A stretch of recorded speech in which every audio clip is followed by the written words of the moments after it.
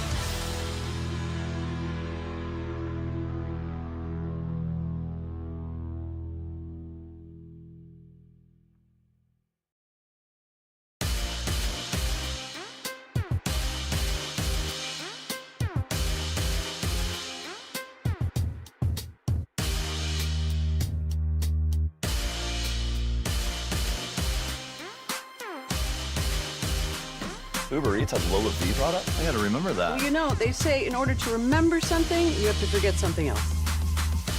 Okay, now that is a very cute haircut. That's like a little shag. I've never seen it before. Well, I mean, of course you have. It's the Rachel. Oh, is that your name? No, I mean, like, your name. No, I'm Jen. My name's Jen. Right, but I just mean, like, this is your haircut. But that's hair on your head. I'm not saying this is your hair. Okay, freak me out a little bit.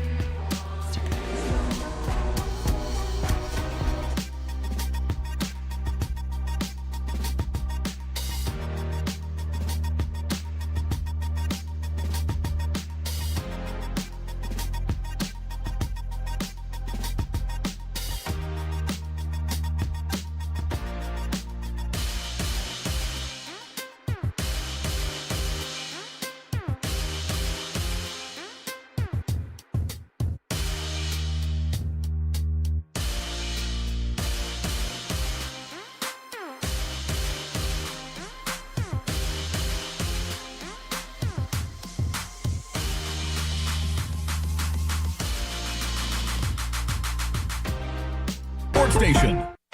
Driven by our D&M Leasing Studios, this is Sean and RJ on 105.3 The Fan.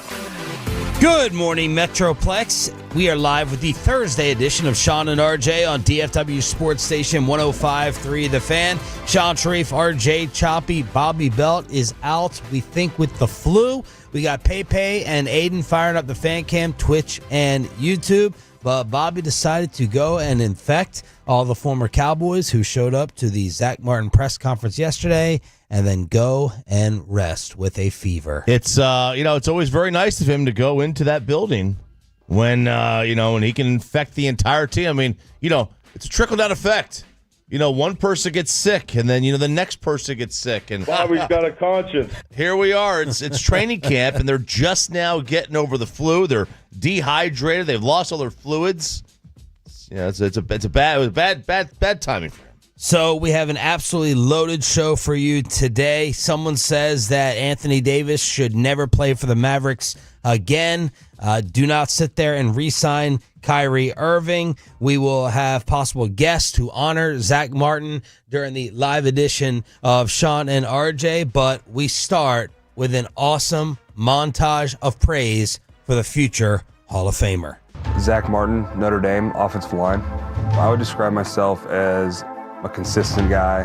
You're going to get someone who's the same guy every day, who's going to be there for his teammates. just to have the opportunity to be in the NFL and kind of fulfill that dream. You know, playing in a place like Dallas would be pretty special. Dallas Cowboys select Zack Martin. Get over here, Zack Martin. So there we had an outstanding starter that could really come in and immediately help us do what we need to do. Obviously got a very good offensive line already, and you know, it's going to be fun to join that group and help out any way I can. The best pass blocking guard in the NFL, and it ain't even close. You look at the dominance of Zack Martin. 7 first-team All-Pro selection. He had just 7 holding penalties. Zack, as always, Mr. Consistency, and he just makes it look so easy. He represents anything and everything you want when you draft a football player. No question he's going to be in the Hall of Fame. Hey, the talking's over! Talk is cheap! Hey, we're at home! We protect our house! Right. Get her on 3! 1, 2, 3! I got it! Talk to Zack just about every day. Everything that he's done for the Cowboys, and for me since I've been here, as far as leading and teaching me how to lead and guide and teaching me how to be a pro, I appreciate him for that. But yeah, I mean, that's a brother. That's a brother who goes well beyond the lines of the football field. So DallasCowboys.com with the work. Former teammates were in attendance, including Tony Romo and Tyron and Travis Frederick. You also had Tyrone Crawford there, all in attendance to say their goodbyes. A nice about 5-page speech showing off that Notre Dame education from the big fella. He is going to go down as the second best offensive lineman, at least in the Jerry era. Well, Jerry said the debate can start that he and Larry Allen are now twins. Well, I mean, that's a take. That's a take. I think, I'd have to go back. I'm pretty sure Larry Allen went into the hall with very little discussion in that room. Zack will go in as well. Will he go in on that first ballot, which Shireen told us at the combine does hold a lot of weight in that room? I don't see why he wouldn't, but the voters are kind of knuckleheads anyway. It's tough. It's tough to get past Larry.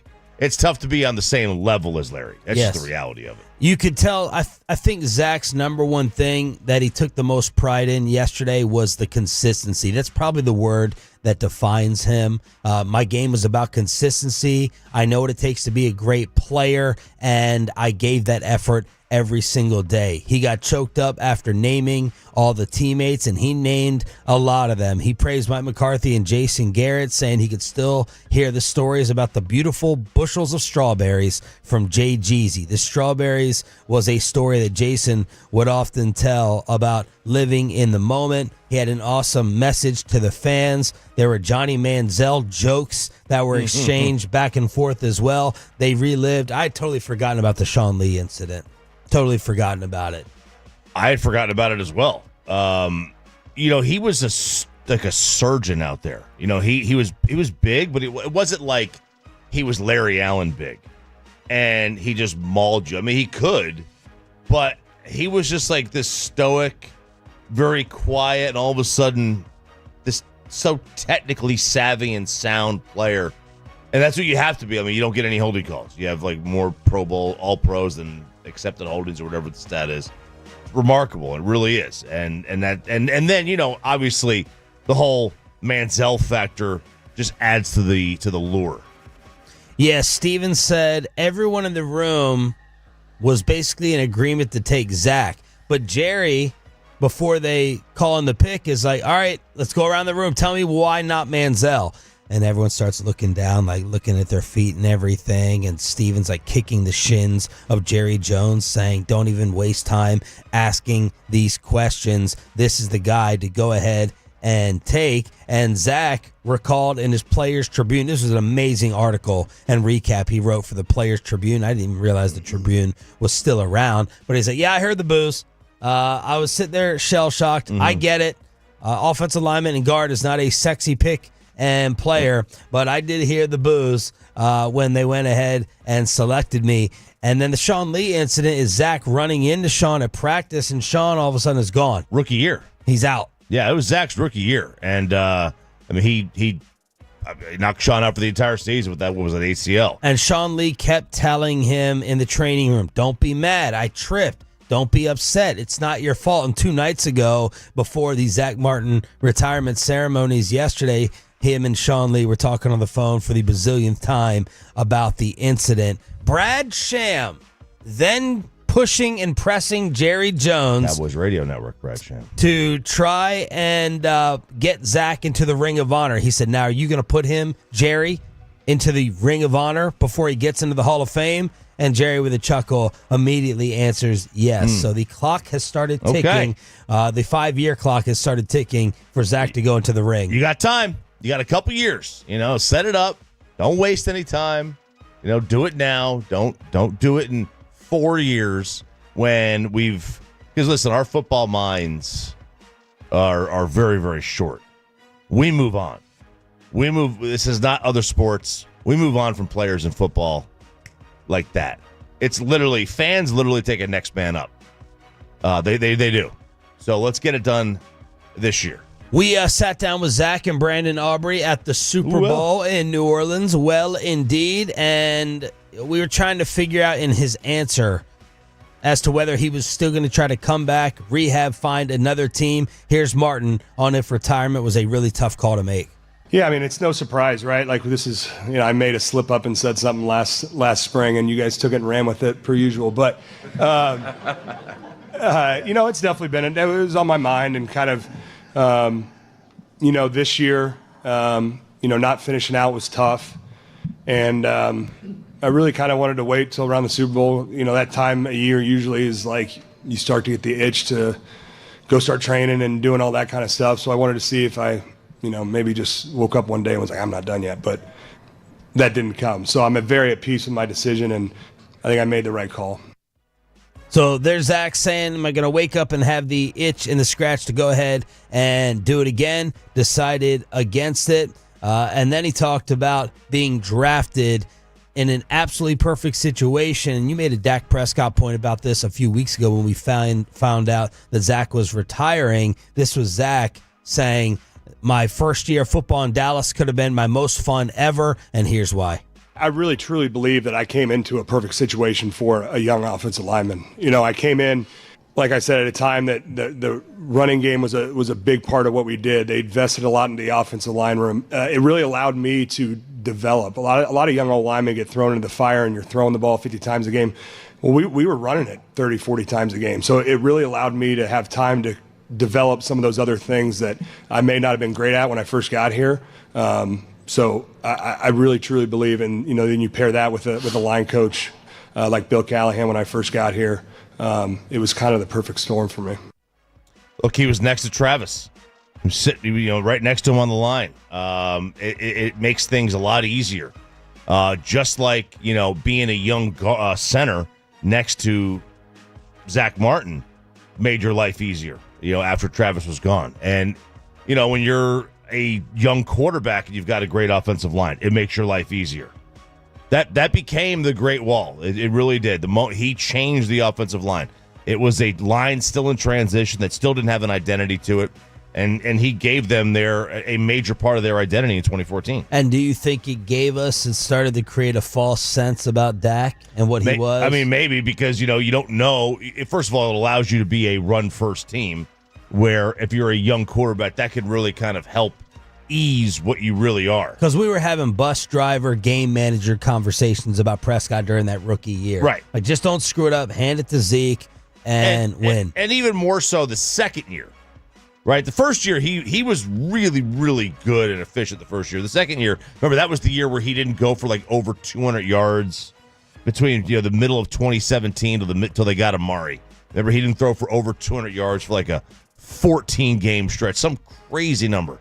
And we're like, all right, but okay, but did that give us a false sense? And maybe it did. Maybe it did. So everyone says their goodbyes to Zack Martin, and then Jerry Jones flips another switch as Dak Prescott no longer has the highest salary cap figure in the National Football League for 2025. They restructured the deal, and they create $36.6 million in cap space.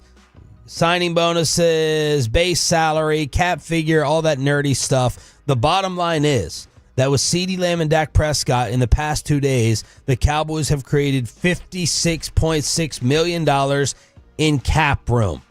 Now, is that just going to go to Micah Parsons? Well, actually, when you sign Micah Parsons to his new deal, which now minimum should be $35.5 or $36 million after Max Crosby got paid yesterday by the Raiders, that actually, Micah's new deal will give you $10 million more to spend with cap room. We'll be all in. So that's something to keep in mind. Overthecap.com has the Cowboys now with the 8th most salary cap space in the National Football League. As I said, they will have more after, if and when a Micah deal gets done. So the question, again, is what will the Cowboys do with it? I don't care about any of this and that they don't do anything with it. That's the reality of it. If they don't do anything with it, it doesn't matter. All they did, if they don't spend this cap space, all that does is they just kicked $36 million down the road. That's all they did.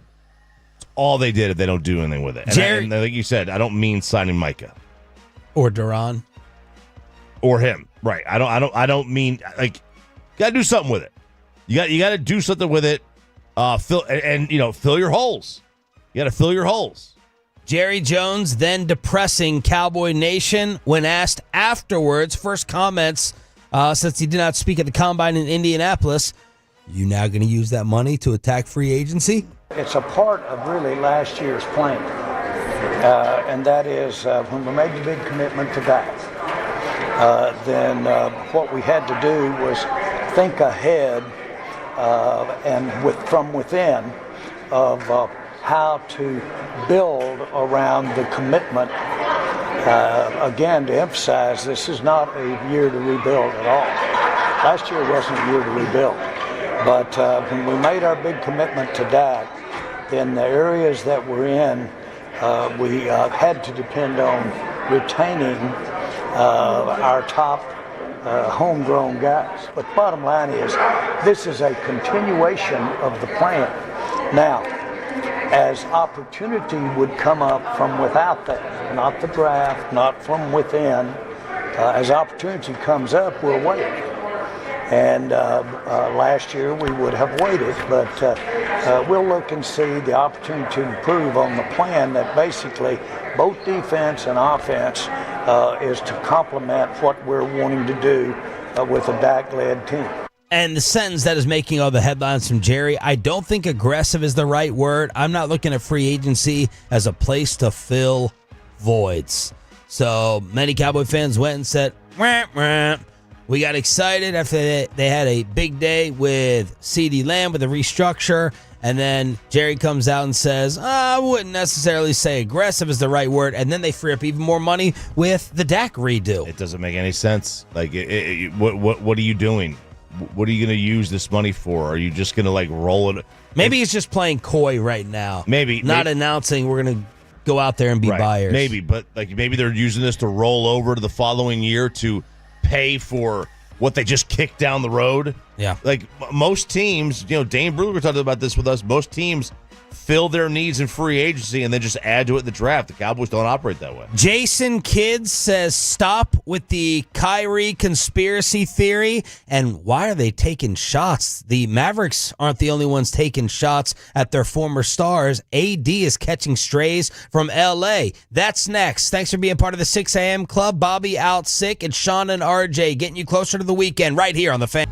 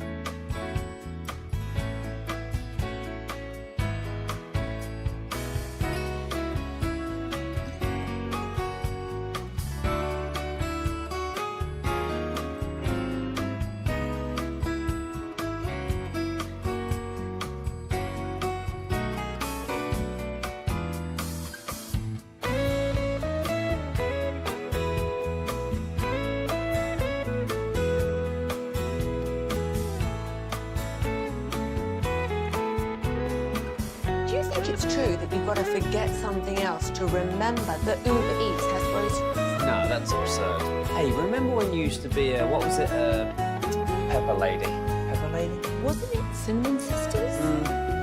Basil Babes. Saffron Squad? Nutmeg Maidens? Pre-curve? No. Nutmeg Maidens. I just said that. Was it Spice Girls? Doesn't sound right. Was it Saffron Squad?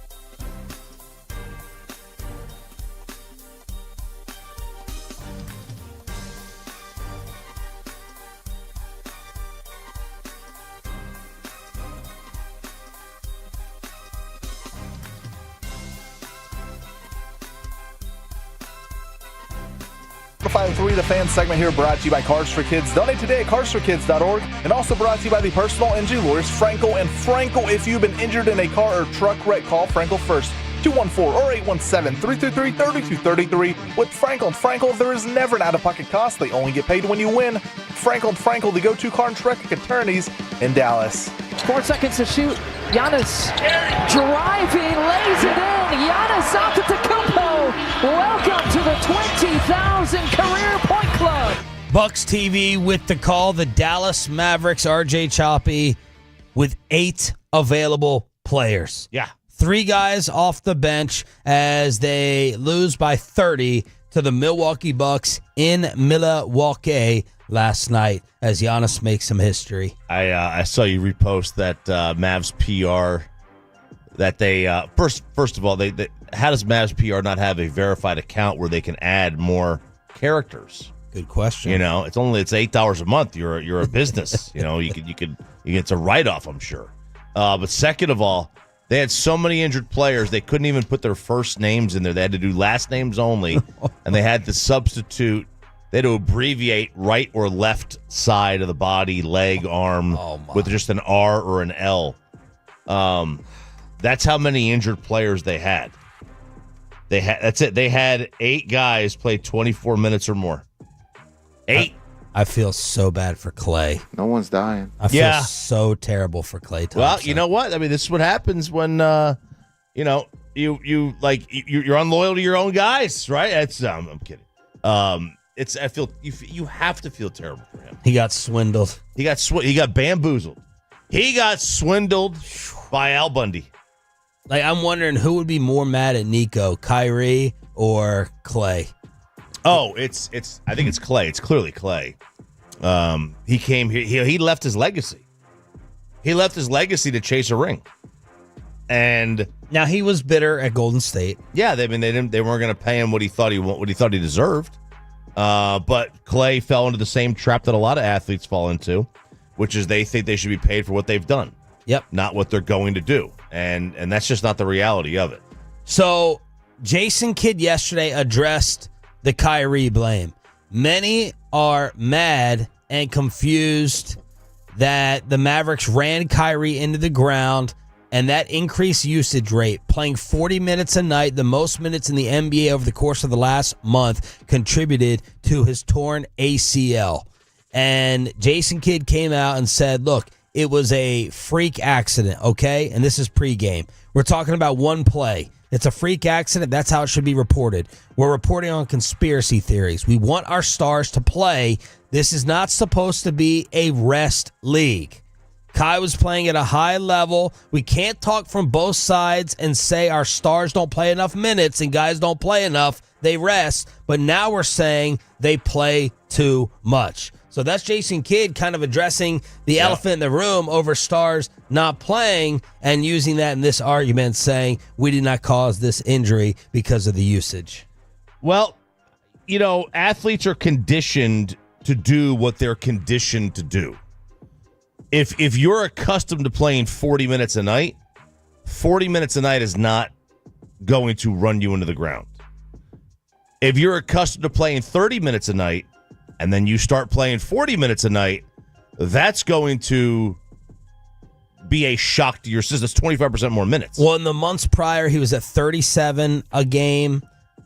The month before, 35 a game, 35, 37. So this had bumped up by 3 to 5 minutes per game. That's not nothing. That's not like, And he also has to do more out there with those minutes when there's no secondary score. Right. Like Jordan. Let's take for Jordan, for example. Jordan averaged in his 15 years 38 minutes a night.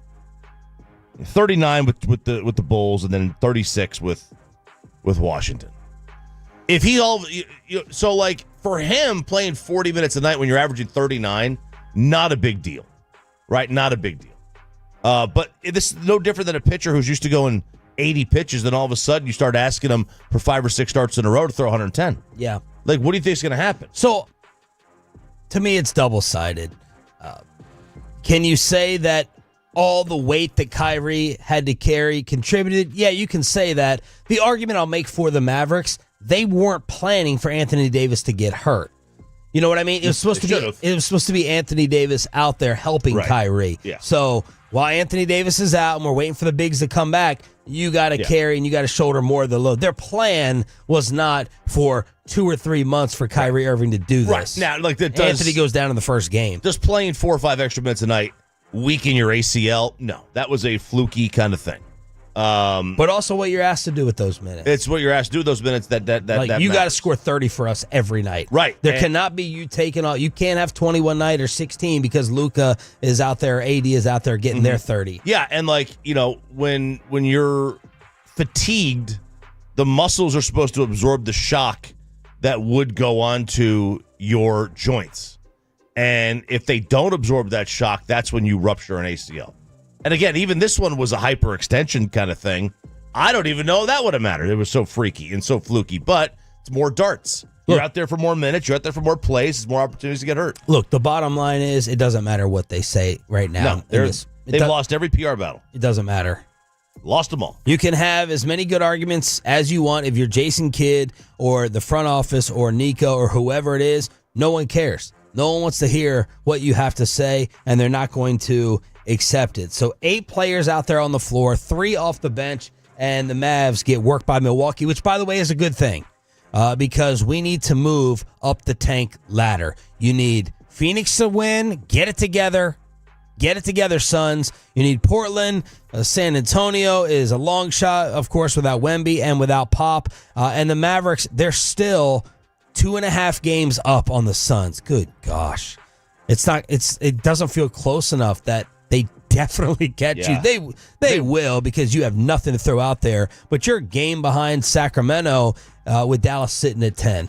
Yeah, and unfortunately, it's just 2 games in the loss column that Phoenix is behind the Mavericks, so we can get them ahead of us, and hopefully get into that lottery, more so in the lottery than they already are. Well, what did we decide yesterday? Like, best case scenario felt like moving up to the 10th pick from 13 to 10. Yeah, it's so let's I'll go, now 19 games left, and we were trying to project what the record could be, and we were like, this feels like 3-16. Right now they have 13, the 13th pick. If I were to sim the lottery, simmed it first time, they're staying at 13. Second time, 13. Third time, 13. Fourth time, they're still at 13. 5, 6, they haven't moved. Oh, now we moved. So on the 6th time, we moved to 4th. Okay, I can get down with that. Back to 13, staying at 13, still at 13. We can do this all day. Yeah. We can do this all day. Now we're about on number 12, and we're down to 14 now. Dadgummit.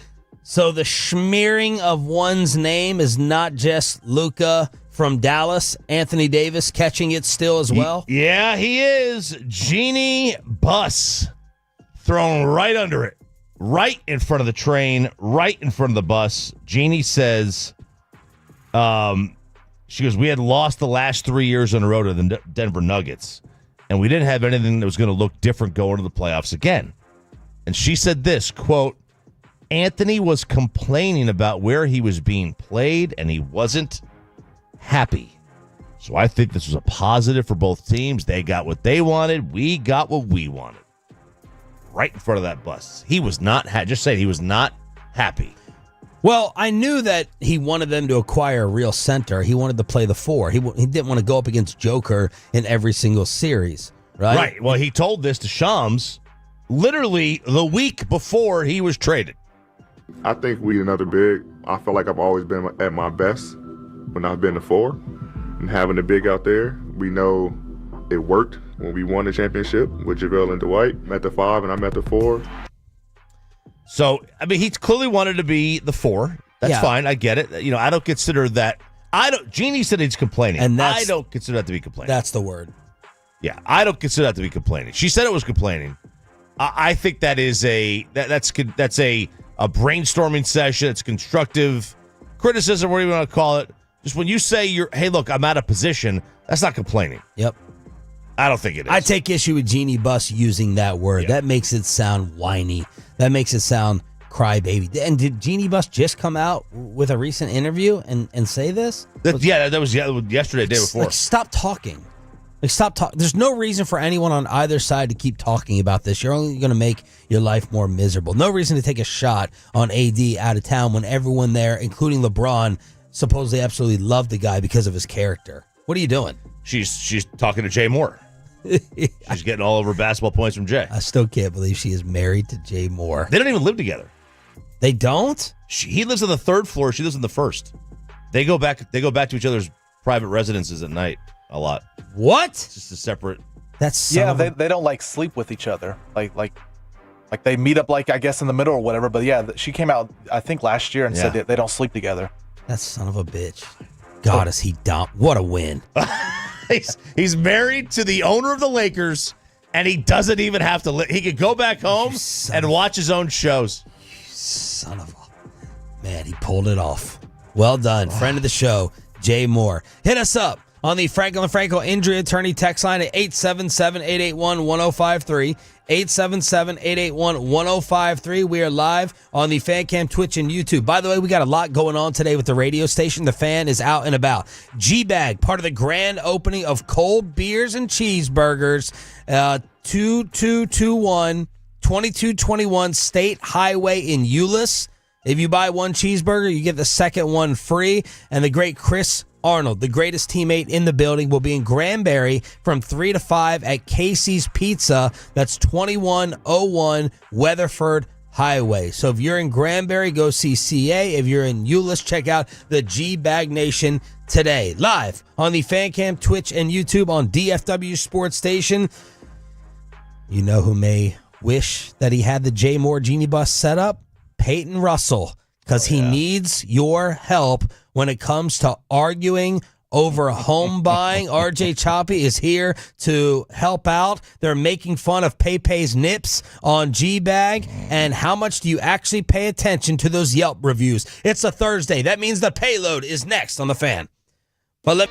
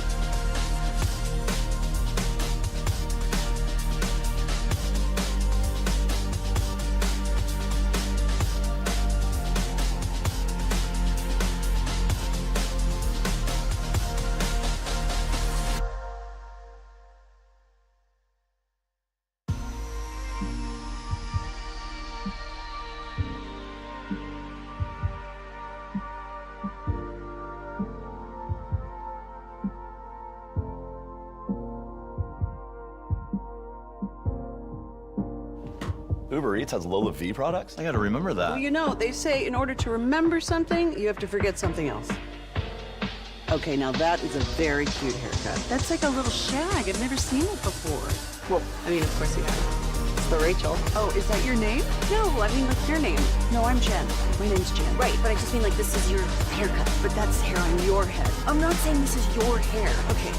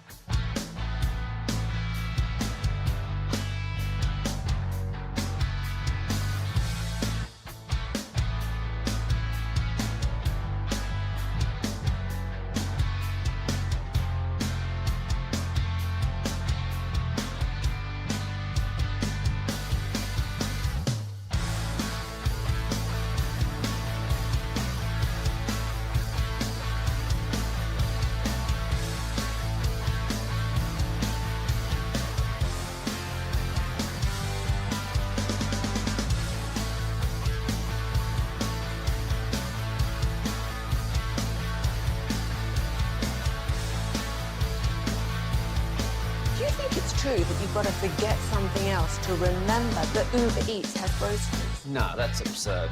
Hey, remember when you used to be a, what was it, Pepper Lady? Pepper Lady? Wasn't it Cinnamon Sisters? Razor Babes. Saffron Squad? Nutmeg Maidens? Paprika? No. Nutmeg Maidens. I just said that. Was it Spice Girls? Doesn't sound right. Was it Saffron Squad?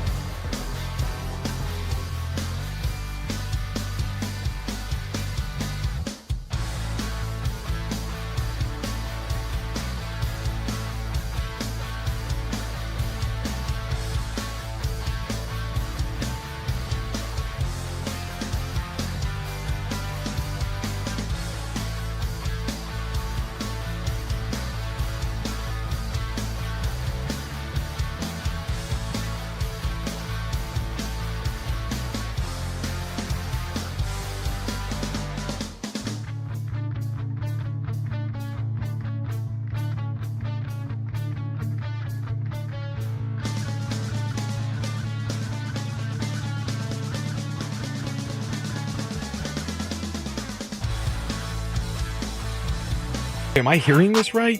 The morning show is letting Peyton Russell have his own segment? I just don't get it. We've known Peyton for years. He's horrible on the mic. I mean, gathering the foreigners, this is going to be a train wreck. Daddy does work, and Peyton just does board hopping. That is right. It is the Payload every Thursday at this time, 6:40 on a Thursday. And yes, the Twillos on YouTube. We'll get to my nips here in a little bit, but first we got to talk about this situation. You know the saying, we're gonna see them on YouTube? Oh, you're gonna see them. Really? He's got the fan cam fired up. He's Are already they got pierced? Are they pierced? That's a tease. Okay. That's a tease right there. Can't share it right now. It'll ruin the segment, but we'll get to it. So if you're not watching YouTube, Twitch, fan cam, get on that right now. You will see Pepe's nips here in a little bit. But first, we got to talk about this situation. You know the saying, happy wife, happy life, you know? Yeah. Just do whatever the wife says.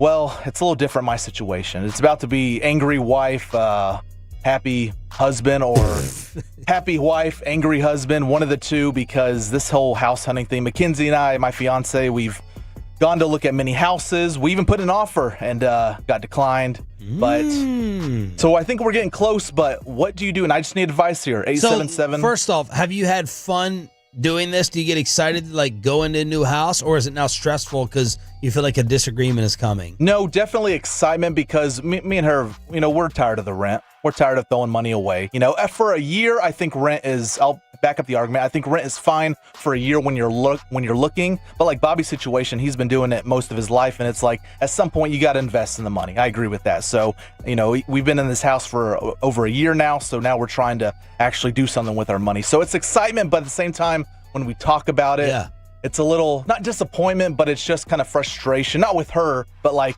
that we can't come to an agreement, because we have complete opposites when it comes to what we want the house to look like. And the declined offer was because they thought you came in too low? Like there's no back and forth and middle ground? Well, so, and you can tell me if I'm wrong, I'm a first-time home buyer, but there's a game you got to play with it. You know, you got to throw in the low offer, see if you can meet somewhere in the middle. Yeah. Well, because this house in Rockwell had been up on the market for almost 130 days. Jeez. And we had gone to look at it, and our realtor was like, yeah, you know, they want to sell now. The class is cleared out, or the house is cleared out.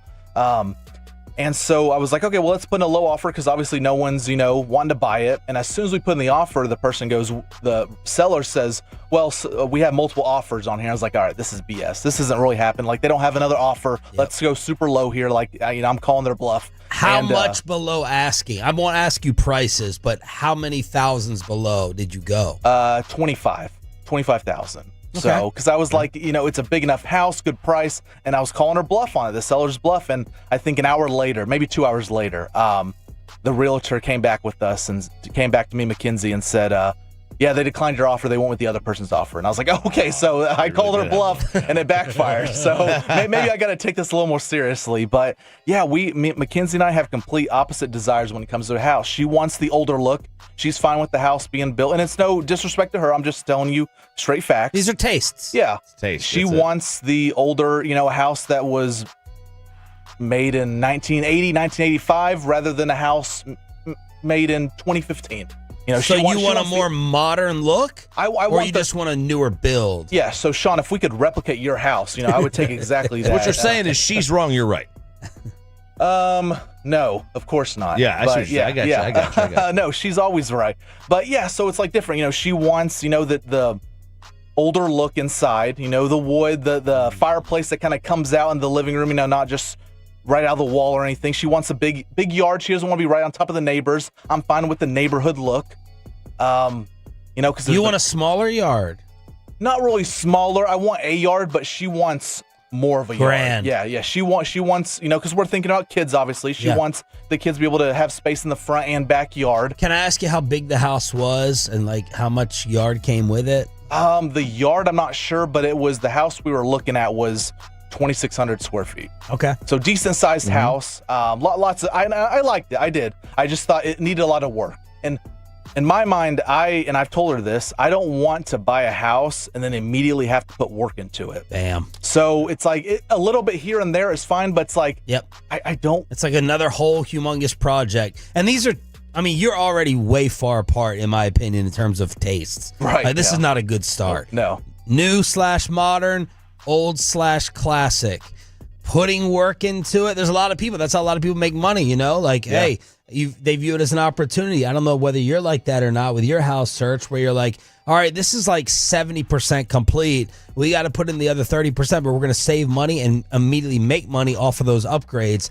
I can't do handyman work. I'm a moron, and I don't want to have to go ahead and have 5 other projects taking place like you. If I were to find a house, I love my kids go to Colleyville High. I love the area, right? It's just too expensive. I can't afford it. Unless you get an old home that's never been updated. Like grandma lives there. They lived there since 1990, and they've never touched the house. And you can get that house at a great price. And then you got to sink $200,000, $300,000, $400,000, $500,000 into it. Yep. And you build that into the loan, and then you just do that before you move in. You could do that. That's the only way you can afford to get in some of these neighborhoods. I'm with you though. We've been looking. We have very different tastes. She's wrong. I'm right. What are your contrasts? I'll say that instead of differences. So I like a kind of like this. Oh man, I look at the front of the house, curb appeal, grand. It looks grand. She doesn't care about that. She doesn't want that. What does she wants? want I think instead? she likes. She wants big trees in the front. Okay. I want no trees in the front. I want grass. Trees don't come with grass. Can't grow grass under trees unless you get like zoysia. I don't want to get zoysia. Inside, I think our tastes are relatively the same on the inside. We want a big closet, big bathroom, big kitchen. But we'll be looking at houses and she'll be like, "Oh, I don't like the paint color." I'm like, "I don't care about the paint color. Yeah, we can paint that. That's the most minute small yeah. thing. But it's just she's like, "I know. I'm just saying." So our differences are on the exterior and some of the location too. Like I really like Grapevine, Colleyville. She doesn't love that area. Where would she like to be? Oh, she wants to be like downtown Fort Worth. She wants to be like those old like Fort Worth homes, which they're cool. That's just too far for my kids right now. Eventually, we'll get down there.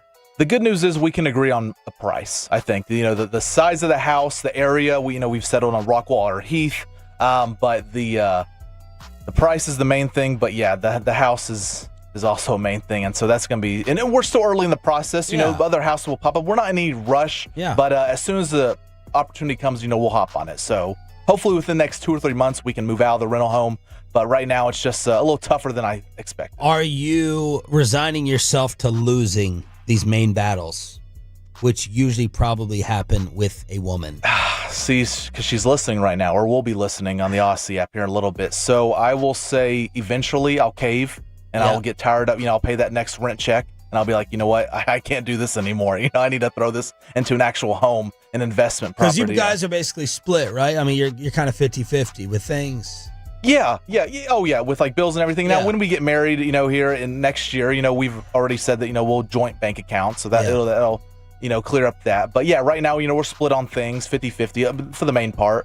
But yeah, right now it's the housing. It's tough. But, with the advice of the Tolos and you guys, we'll get there eventually.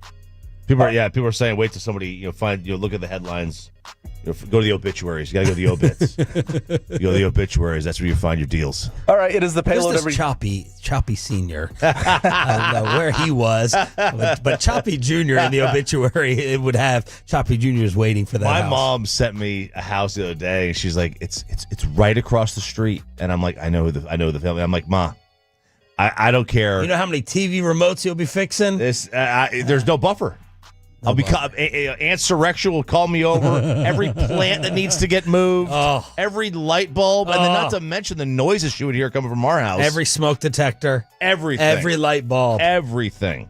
All right, guys, it is the Payload every Thursday at this time, and apparently now here's the topic for everyone that wanted to see it on the fan cam, Twitch, and YouTube. Apparently, my man boobs were the topic of discussion on the G-Bag Nation. No, last week we played while you guys were out in the Combine. We played some of the audio from G-Bag of them with the uncomfortable conversations with the Rangers players in the clubhouse, while G-Bag and KNC were in Surprise, Arizona for Ranger spring training, and they talked to Luke Jackson. And at the end of the interviews, they were like, they throw in a random person from the station. Oh, Gavin Dawson's going to be in spring training camp, and these players would have no idea who they are. They think a Ranger's coming in to play with them, and my name was thrown in the fire when they interviewed Luke Jackson. They said, "Oh, Peyton's coming in here, in spring training. What do you think about the guy?" And Luke has no idea. And so here's the audio of Zach and Eric at Ranger spring training in Arizona, and they were talking with Rangers pitcher Luke Jackson and talked about my nipples, and this is how the conversation went. We just found out Peyton Russell just got signed, minor league deal. What do you think about this kid? He's with the squad now. Who is this guy? Asperger's. Really? It's a special thing. We're just bringing him in, giving him a shot. Could be the first ever pitcher with Asperger's to start. Kind of a nepo baby deal, but really. But he's likable. Fat baby. Little fat baby. Yeah, and he is fat. I like that. See, the bigger guys, they kind of you don't see many of them anymore. They're kind of they all take. I should clarify, it's the nipples that are fat. He's got the puff nips. Oh, my boy's cutting glass. Even in the summertime. Ones. Yeah, no, man, we're talking orangutan. Salami. Yeah. He's a great guy. He's a great teammate. You're gonna love having him. Yeah, just handle him with kid gloves. I think tomorrow. I think he'll be coming in. Yeah, you'll see him. You'll see him if you see like kind of the face that's slanted. Should I ask him? Like, you should flip his. Can I? Lick it, dude. Yeah, Go full ball. Tongue that thing. He's down. He's a good teammate. Jackson. Whatever you need. Man, a little aggressive there, Eric. But Aiden, let's be the judge of this. Wow. A little Aiden, aggressive. You guys will see in a little bit on the fan cam, Twitch, and YouTube. Let's be the judge. I know the pictures has Bobby in as well. I want to throw him in there because his tongue's out. He's missing. But look at those things, man. I mean, are those as bad as Eric and Zach are making it seem like? I mean, they're poking through. Maybe I did chest day that day, but Do you have like beanbag nips? Oh, they're cones, man. They're cones. Yeah. If there was a construction on the highway, you laid me down, people would be merging over because they'd be merging over when they see these things. Are you pierced? Are you pierced? No. Okay. I'm not Alec Medford pierced. Alec Medford has pierced. No, he's got earrings. I don't think he's got his chest pierced. But yeah, man, this is so good. Because it's like, with any shirt, they're poking through. And I remember because I went to Brass Tap when G-Bag was out there about a month ago, and they were on air about to end their segment. I walk in, and the first thing Eric says on air, "Look at those glass cutters walking in here." And I go, "Man, you can see that far." Have you considered I don't know what we call it in today's times. When we were growing up, it was called a wife beater. Yeah, well, what do we call it? I call it a GT. I can't. We definitely need to rename that Guido one. T. Okay, so we called it. Have you considered that? Do you have those? No, because I've never been self-conscious about my body. Like I've never been the shirt on in the pool guy. I've always been shirt off. Embrace it. It's my body. It's up to me if I'm tired of it, tired of the look. I need to do something about it. But yeah, so right now it's the nips are free, man. The nips are free. The G-Bag Nation attacking poor Pepe. It's the Payload. Every Thursday here on 105.3 The Fan. They hit everything on that one. I mean, my gosh, I'm surprised they didn't get fired after that conversation. The Cowboys have all the money. Can they spend it on DK, a former shoddy wide receiver, and one of the Bosa boys just got cut? Around the rest of the NFL with maybe some Cowboys spending? Next on 105.3 The Fan.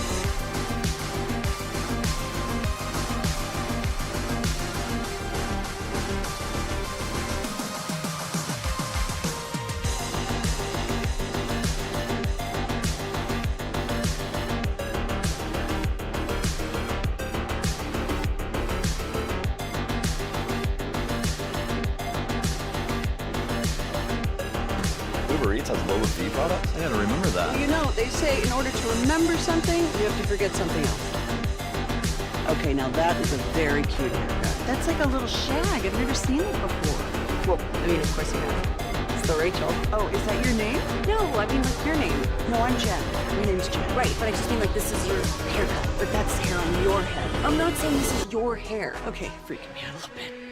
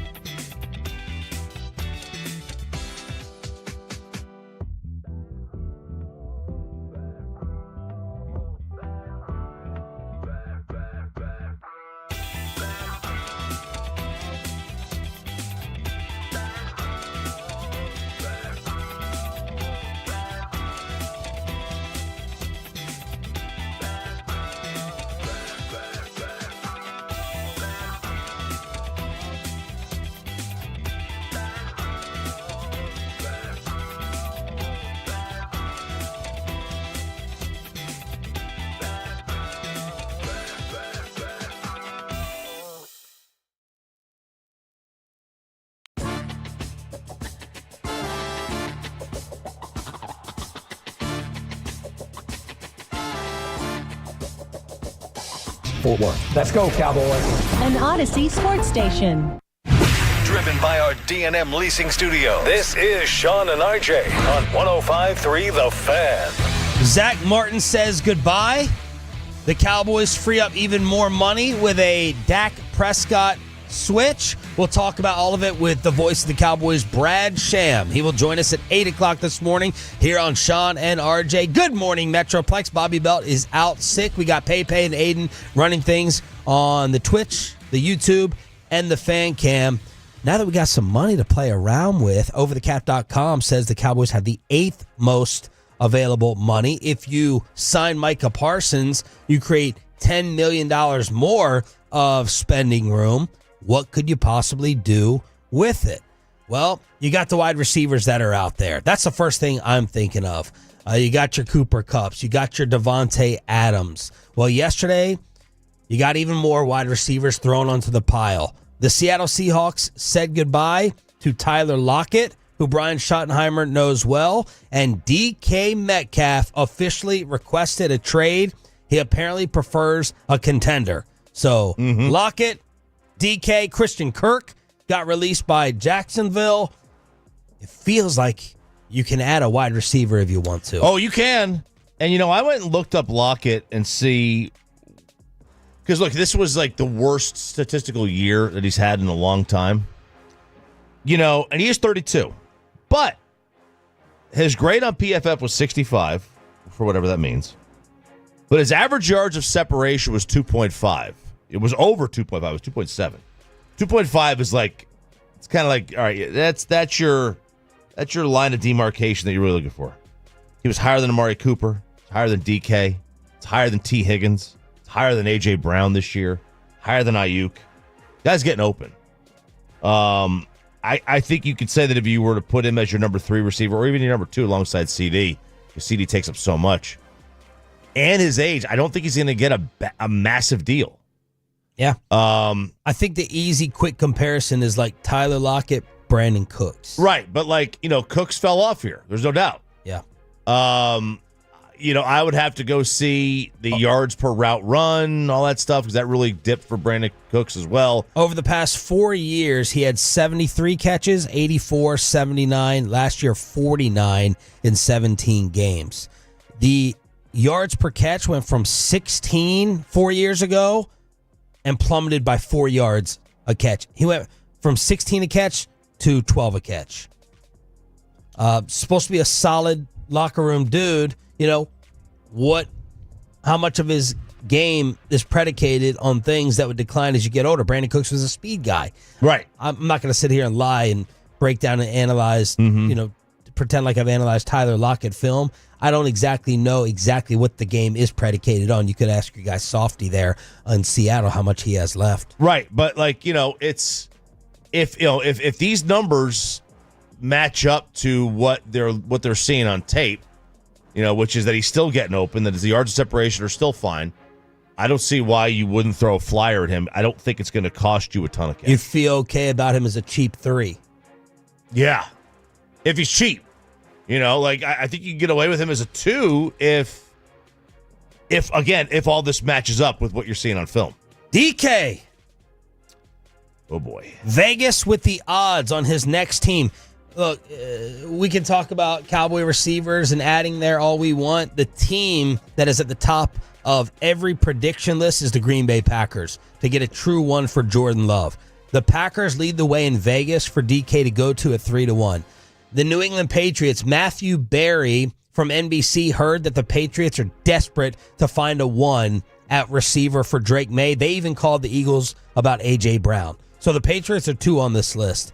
Then the Raiders and the Steelers. Then the Chargers, Cowboys 10-1. The Texans 12-1 for the services of DK Metcalf. You got to factor in the highest price of all that you would trade, and then the money. Yeah, because if you get him, look, Debo just went for a 5. You're not gonna. I don't think you're gonna get him for that. It's gonna go much higher than that. You can make the case if you're going to get him for that, then absolutely you go after him. I'm thinking about a 2. Yeah, he's 27. He's young. He's got a lot of time left, you would think. He will probably age pretty well because of his physicality. Those guys that are physical, they can kind of age better maybe than speed guys because they don't rely on it. Physicality doesn't necessarily age like that. But can you pay 4 guys making $30 million a year? That's what he's going to want. Yeah. I'm feeling out on DK. He also should be better given his physical gifts, in my opinion. Too many times the DK Metcalf disappears. It feels like Jackson Smith and Jigba Rockwall was going to take over there as the number 1. DK can also have some maturity issues. He'll snap. He'll go off. Stud 2, I don't know if I'm relying on him as my consistent 1. And do I want to give that up and pay that to my stud 2? Yeah. Well, now listen, you don't have to here, right? Because CD's your 1. So you don't have to worry about him being your 1 here. Cincinnati. But then I'm saying, do I want to give that up and pay that much for a 2? Right, Cincinnati's going to be in this predicament. They're going to wind up paying that kind of money for a 2 with T. Higgins. And if I was Cincy, I would not pay Higgins. I would let Higgins go. I got a quarterback great enough to raise all tides or ships. Absolutely, yeah. And keep Jamar. Now, the one thing for DK, Shoddy was there with him. And he had a really good 2020 season with Shoddy, or 2019. So they have a history.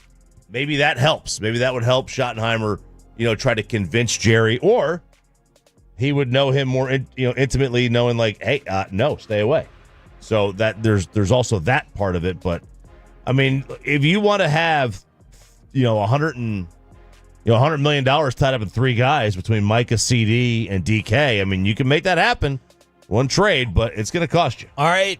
What's happening in the Micah market? Are the Cowboys getting burned by a leaf falling to the ground? Max Crosby got 3 for $106 That includes 91.5 guaranteed. That makes Crosby the highest paid non-quarterback in NFL history. 35.5 per year as Micah Parsons waits. Yeah, that's basically a fully guaranteed deal. 91.5 to 106. That's basically a fully guaranteed deal. I love what he said. I just love the makeup of Crosby. He said, yeah, going somewhere like Kansas City and winning a championship would mean nothing to me. So the whole Kevin Durant bandwagon NBA thing. Yeah. He's like, no, I want to win it in a place like the Raiders where you build and get it done on your own. Now, I wonder, like, if this where it gets dicey for Micah, if there's one guy that's up at $35 million, could Micah be taught to do a team-friendly deal? Well, now you've got multiple guys at that $35 million mark. Right, Bose is up there. You got a couple receivers up there. Right, they're all in that area. You know, does this mean that Micah, does the league, the NFLPA, basically nudge him, hey, dude, you got to reset this market again? Max didn't really reset the market. Max got just a little bit more. We need a reset where now we get to $40 million. You're the guy. Well, you better hope TJ doesn't get paid in Pittsburgh. 38, 39, 40. Because if that happens, just a little bit. you know, is Micah going to sit there and be like, yeah, I'll be the sixth highest paid edge? I mean, I don't know. Especially if he's kind of hinted that he's not in this thing for 10, 15 years. Jerry yesterday said there are terms and things to work through before getting Micah's deal done. He doesn't see it as something that will get in the way of free agency. Quote, here you go again, the stubbornness. I don't believe that not signing Dak or not signing Lamb hurt us in free agency last year at all. So he's just going to hang on to that till the very end. Of course, the legal tampering window for pending free agents starts on March 10th. Mike is not a pending free agent, but just so you know, March 10th, first day of the league year is March 12th. And then speaking of pass rushers, one of the Bosa boys is available as the Chargers yesterday said goodbye to Joey Bosa. How about that? Is that something you're interested in? He's always hurt. Always hurt. Always. He's made the Pro Bowl, you know, half the time. 5 times. But he is always hurt. The move saves the Chargers $25 million. He's 29 years old. It just feels like a bigger name than player to me. Yeah. When you look at the production and the games played, I'll take it from 2021. He played in 16 games. He had 10.5 sacks. Then he played in 5 games. Then he played in 9 games. Last year he played in 14 games. He only had 5 sacks. The production has fallen off a cliff. He's not along the same with the games. guy. He's not the same guy, man. He just isn't. And feels like a Bosa boy reunion in San Fran. Some people are saying that's not out of the question. It's out of the question. You know, those guys don't. Those two Bosas. What a nightmare for California fans. Yeah, they don't fit. The they don't Bosa fit boys. San Fran, I don't think. But it's he's gonna get suitors. People are gonna want his services because he's a name. But you know, when he's healthy, he's not terrible. But you can't pay him $30 million. You can't pay him $25 million. This is a smart move for the Chargers. Ben Johnson starting to build that line. Michael Lombardi, friend of the show, and Bill Belichick kept making fun of the Bears last year, saying, yeah, you got all these cool weapons. You can't block for squat. You're getting Caleb killed. Well, the Chiefs traded Joe Thuney to the Bears in exchange for a 4th-round pick. That's it. A 4th. People love Joe Thuney and have for a long time. Now he's getting older. He's like 32-ish. 32. He's getting older, and obviously, we saw Zach start to kind of fall off a cliff. With his health for one, and also that manifests itself into your play. But people love Joe Thuney, and he has been a really solid player for a while. He was an 80 last year on PFF, a 79.9. Other odds from Vegas: will the Vikings re-sign Aaron Jones? Yeah. Yes is the slight favorite at -180, a 64% likelihood. But his next team, who leads the way? The Dallas Cowboys. Were you about to say Chicago? Those are the Chiefs. The Cowboys are 5-2, plus 250 to get Aaron Jones. Then Pittsburgh, the Chargers, and the Denver Broncos. Will the Steelers re-sign Najee Harris? 78% no. His next team, the Chargers, the Cowboys, the Browns.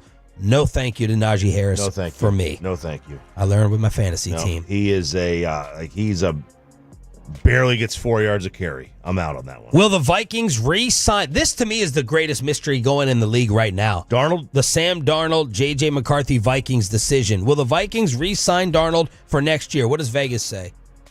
No. No is minus 450. So 82% that he's on another team next season. The decision came out not to franchise tag him the other day. Yeah, the moment they didn't franchise tag him, it's like, all right, they're probably going to just go with McCarthy, and that's the smart thing to do. Like, just unless he's not healthy, or unless you saw something from Sam that was like, okay. Are we dinging him too much for his end of the year couple of games after he was in MVP conversations for the surprise team, you could argue, of the year? Yes. Yes, we are. They are. Now, those are huge games. They were the two, arguably the best two teams they played all year, or two of the best in Detroit, and then who was it? Who was their playoff game? Philly, right? Yeah. So those are two of the better teams they played, but he looked bad. Sam Darnold's next team, according to Vegas and Bet Online, the Raiders. 5-4. The Raiders are scrambling, looking for any quarterback. Schefter said that Pete Carroll could reunite with Tyler Lockett, Seattle days, Russell Wilson and Pete Carroll. Pittsburgh at 2-1 for Darnold. Giants, Colts, Jets, Saints, Titans, Browns, Seahawks. And then you got Jameis Winston. Will the Browns re-sign Jameis? 87% no. His next teams, the Jets, the Giants, Steelers, Raiders, Dolphins. So, Pittsburgh. Matthew Berry says that they would prefer to have Justin Fields now over Russ. Over Russ, yep. Yeah. But you said you brought up Darnold there, and then you brought up Jameis there. They're becoming the new Colts, where the Colts would just get an old, washed-up quarterback. Yep. They went from Rivers to Matt Ryan. They had Carson Wentz. They're just doing that. And now Pittsburgh is, they brought in Russ, and now they might bring in Winston or Darnold or Rodgers instead of just getting somebody in the draft. Around the NFL here on Sean and RJ, this is your home of the Dallas Cowboys. Brad Sham will join us at 8 o'clock. Are they going to spend that money? And Brad will give his Zack Martin memories. Is he really the twin now of Larry Allen? But an NBA insider whose intelligence I respect through the roof says this should not just be the last game of Anthony Davis's season. This should be the last time we see Anthony Davis in DFW, and he says it would be foolish to re-sign Kyrie as well. Are you buying into this? Commercial-free Expressway with Sean and RJ is next. But let me get you on over to Hurtado.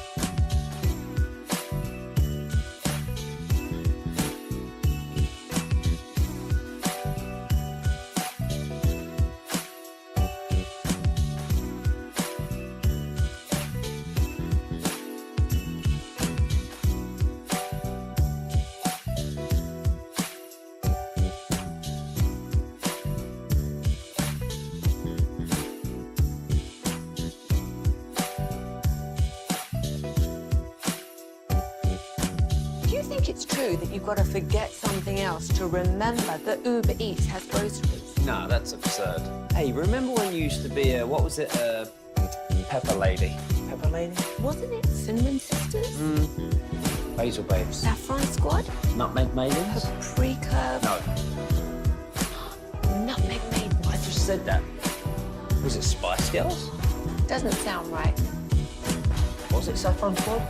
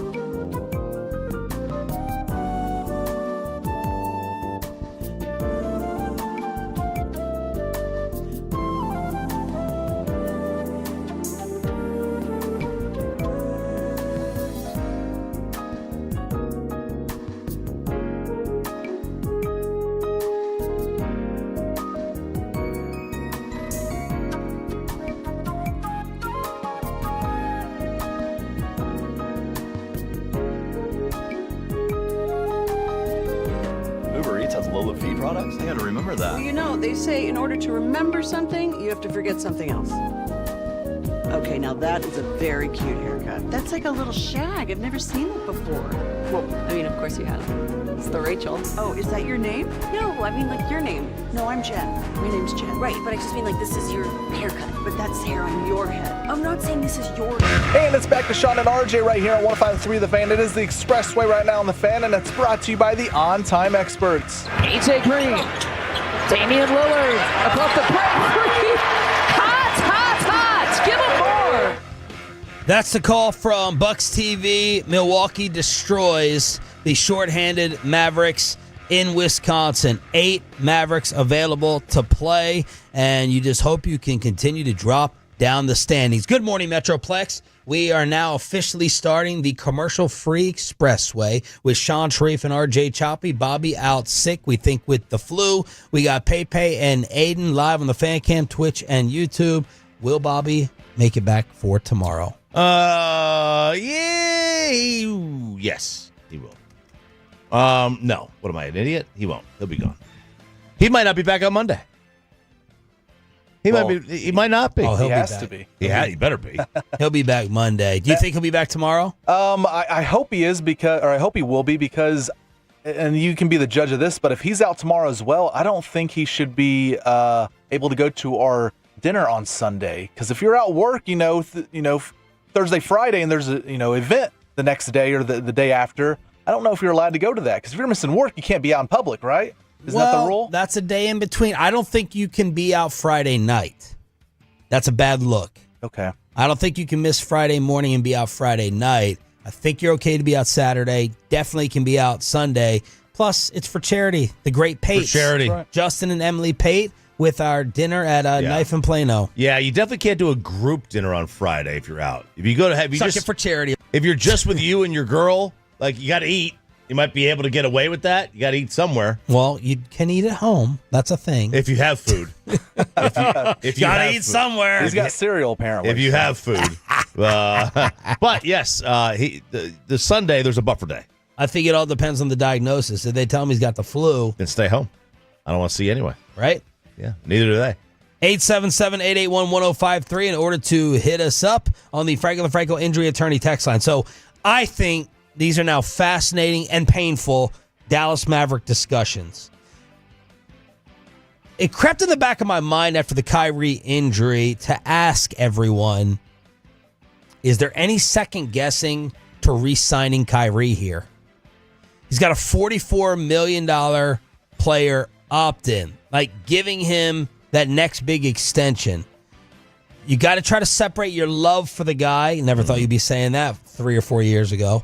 Try to separate your love for him with this injury recovery at his age and projecting what he's going to be. Is there any second guessing? I know we put it out there. Every single Mav Tolo is going to say you absolutely lock him up for the future. I don't know. They do. He's older, coming off injury, smaller, undersized guard. Undersized, does Kyrie, there were some times in the playoffs where he didn't have great games because his size did limit him a little bit.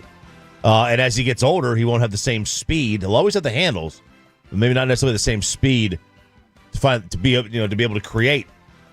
If he opts in, that's $44 million. You're gonna be in a situation where now do you have to trade him to get assets in the final year of his deal, or then, like you said, re-sign him and get him to 37, 38 years old? It's a tricky spot. It's a real tricky spot, and I don't know that you automatically just say yes. I listen to the Hoop Collective ESPN podcast mostly every day with Tim McMahon, Tim Bontemps, and Brian Windhorst, and McMahon said the rest of the league is going to be watching. You better take care of Kyrie. Honestly, they might still be in a position where they have to take care of Kyrie Irving. And you can talk, because if you ever want to get players in Dallas, if you do Kyrie wrong after the way the Luka trade went down, and let's just be frank, the franchise dumped on him on the way out, boy, that's going to be awfully tough to overcome from a perception standpoint with players throughout the NBA. This is not corporate America. This is not Nike. It is not the Las Vegas Sands Corporation. This is a business that is built around the players. And I'm just telling you, if after everything Kyrie has done for this franchise, if they don't take care of him, I think that would be a pretty damaging blow to the reputation of the Dallas Mavericks. If it's not already destroyed. So my worry was Kyrie not opting back in and leaving us. Everyone on that set, Windhorst and Tim Bontemps, made it seem yesterday, Kyrie Irving is definitely opting back in. It would be foolish not to. Bontemps, so I missed on Bontemps early on. I was like, who is this guy? This is no name on ESPN. But listening to this podcast, he's really, really smart. He can come off really aggressive, and he actually responds to Peyton Russell, unlike Woj and Shams, right? That's right. He responded almost 60 seconds right after I texted him. Said he was just tied up today? Yeah, he just said, sorry, can't make it. Bontemps says you cannot count on Kyrie Irving. And I was also just assuming in my mind, next December, whenever Kyrie comes back, January 2026, he's going to be good to go. He's going to be back to normal. Right. And Bontemps is like, absolutely not. You cannot, from a common sense basketball standpoint, count on Kyrie Irving to contribute to your basketball team the way we're used to next year. And McMahon also said this 3 or 4 year Nico window, 2 of it is probably, we know 1 year's already gone, but year 2 is probably gone as well, given Kyrie's condition. Absolutely. You agree with that? I do. So next year, the Dallas Mavericks, as back to normal Nico plan, I need to get that out of my mind? I would think so. Because of Kyrie. Because of Kyrie. Also because Anthony Davis. Because he's going to get hurt again, too. He's the Jake DeGrom of the NBA. Like, we just got to deal with it. Like, that's kind of what he is. Listen, But I was thinking, okay, Kyrie, opt out. Suitors everywhere. And Bontemps is like, absolutely not. In his condition, you don't opt out of $44 million. You opt in, no doubt about it. And this kind of just turned me upside down yesterday, Choppy. Did Kevin Durant... Don't even ask me to track Kevin Durant's moves. I have no idea. Did he what? So when he opted out of Golden State, or when he left Golden State, went to the Nets, right? He was coming off the Achilles. He did that. He had the whole injury in the finals. Did he not do the opt-out during that time and become a free agent with an Achilles tear and still get that bag of money? Pretty sure he did. What was his age, though? You'd have to go to Basketball Reference. When he left Golden State, he played 78 games. Then he played 35 in Brooklyn. Was that a COVID year? I don't think so. 35 games for the Nets, averaging 27 a night. But I don't know what the age was. Let's see. When he left Golden State, his last year in he didn't even play. Okay, so in 2018-2019, he plays 78 games. He misses all of the 2019 season, 2019-2020. And that was then the COVID year, so he shut it down late. And then he comes back. He only plays 35 games the first year in Brooklyn. So he was 32 when he played his first year in Brooklyn. Yeah. He was 30 when he ruptured the Achilles in the NBA Finals. And he missed the whole next year. Now, an Achilles is worse than an ACL. Now, the age thing, Kyrie is 34, 33. So it's a little bit different in age. 32. Okay. A little bit different in age, but he will be 33 in a couple weeks. All right. So he'll basically be the same age as KD was his first year in Brooklyn. I don't know. I don't know that it's automatic that he opts in. He might opt out. I was just assuming he could opt out, be back to normal, and get paid like normal. He might. I mean, like, Bontemps is painting this as like, a necessary financial decision that he has to get that money given the injury and the recovery. Here's the risk, all right? You opt into $44 million. You are 75% of yourself. You don't play well, and then you become a free agent 3 months later after you play your first game. Are you really going to get a 3-year max deal? I don't know. If you opt out now, there's the unknown. You might get $45 million on 3 extra years, and you might be able to steal an extra $100 million out of it. It's a risky play. Either way, it's risky. Well, the bombshell though that Tim Bontemps dropped yesterday is what the Mavericks should do with Anthony Davis. I'm going to be honest. I don't think Anthony Davis should ever play for the Mavericks again. He shouldn't play the rest of the season, and they should trade him this summer. I mean, that's aggressive. It's not aggressive. Nico Harrison talked about they're having a 3 or 4 year window with this group. That included this season. Okay? Kyrie Irving is going to be a 33-year-old guard who just had a catastrophic knee injury, was a player option for next season. You basically have to write him off at being a major contributor for next season. Maybe he can come back and do that. You have to assume if you're running the franchise, he's not going to do that. At that point, Anthony Davis will have 1 year guaranteed left on his deal. He's going to be approaching his 33rd birthday. This team has really no ability to contend as it stands now without a proper star next to Anthony Davis. You're correct that they should tank for this year's draft because there's nowhere this team is going now anyway. He's right. Is that the smart team build? Can you imagine going from the NBA Finals and getting Luka's lob partner and Lively and building with Grimes and PJ and Gafford and all the right character and the Kyrie chemistry? Poof, gone to no Kyrie and AD? Can you imagine? Everything gone? Either you get... He is empty as a Vegas desert. Yep, you have AD. You have AD, and maybe you trade him, you get picks. Maybe you get Durant. You know, right? Who knows what you can get? But the moment Kyrie opts out of that deal... Well, you don't trade him for Durant. You know, that's a win-now move. You're just getting older, right? Yeah, you keep Kyrie. I think their win-now move for the offseason is to try to get Durant, but you don't get rid of Anthony Davis if you get Kevin Durant. You need them all together. You need them all together, but as Durant is showing in Phoenix, like, what good is it to have 4 stars? You can't win. You can. It's been done. It's been done, but you're... It hasn't happened where KD is gone. Right, you're just except for Golden State. You're so thin. You're so thin as a roster. You know, look, but like you said, it's just 1 year anyway. Even if he opts in, it's just a 1 year opt in. Davis is a year older, a year more cooked, a year less trade value to his name. You know, there is no... The Mavericks have to look at this, like, forget saving face. There is no saving face in this organization anymore. Yep. You got to be able to salvage the best of a bad situation. And is that picks? You know, because one thing that this trade has proven, and this should be every general man from Chris Young to Nil to Nico, not Jerry, because that's different. Draft, develop, and keep your homegrown stars in town. That's what we care about. Cowboys, we don't care about that. Just win, baby. But the other sports, if this trade has shown us anything, it's better to lose with your homegrown than to try to bring a mercenary in that we have no connection to.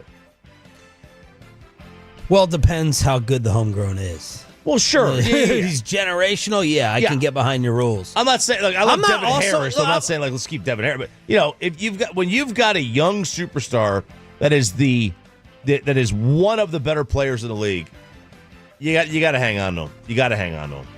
Can't trade him for win now. What do you think? Tim Bontemps, Tim McMahon, Brian Windhorst with the suggestions. It's really Bontemps going hard, saying you should try to trade Anthony Davis before it's too late. His stock is not going to keep rising, and next year, where do we all agree? Where do you fall in the debate that Kyrie Irving is not going to be a championship player next year coming off of the injury?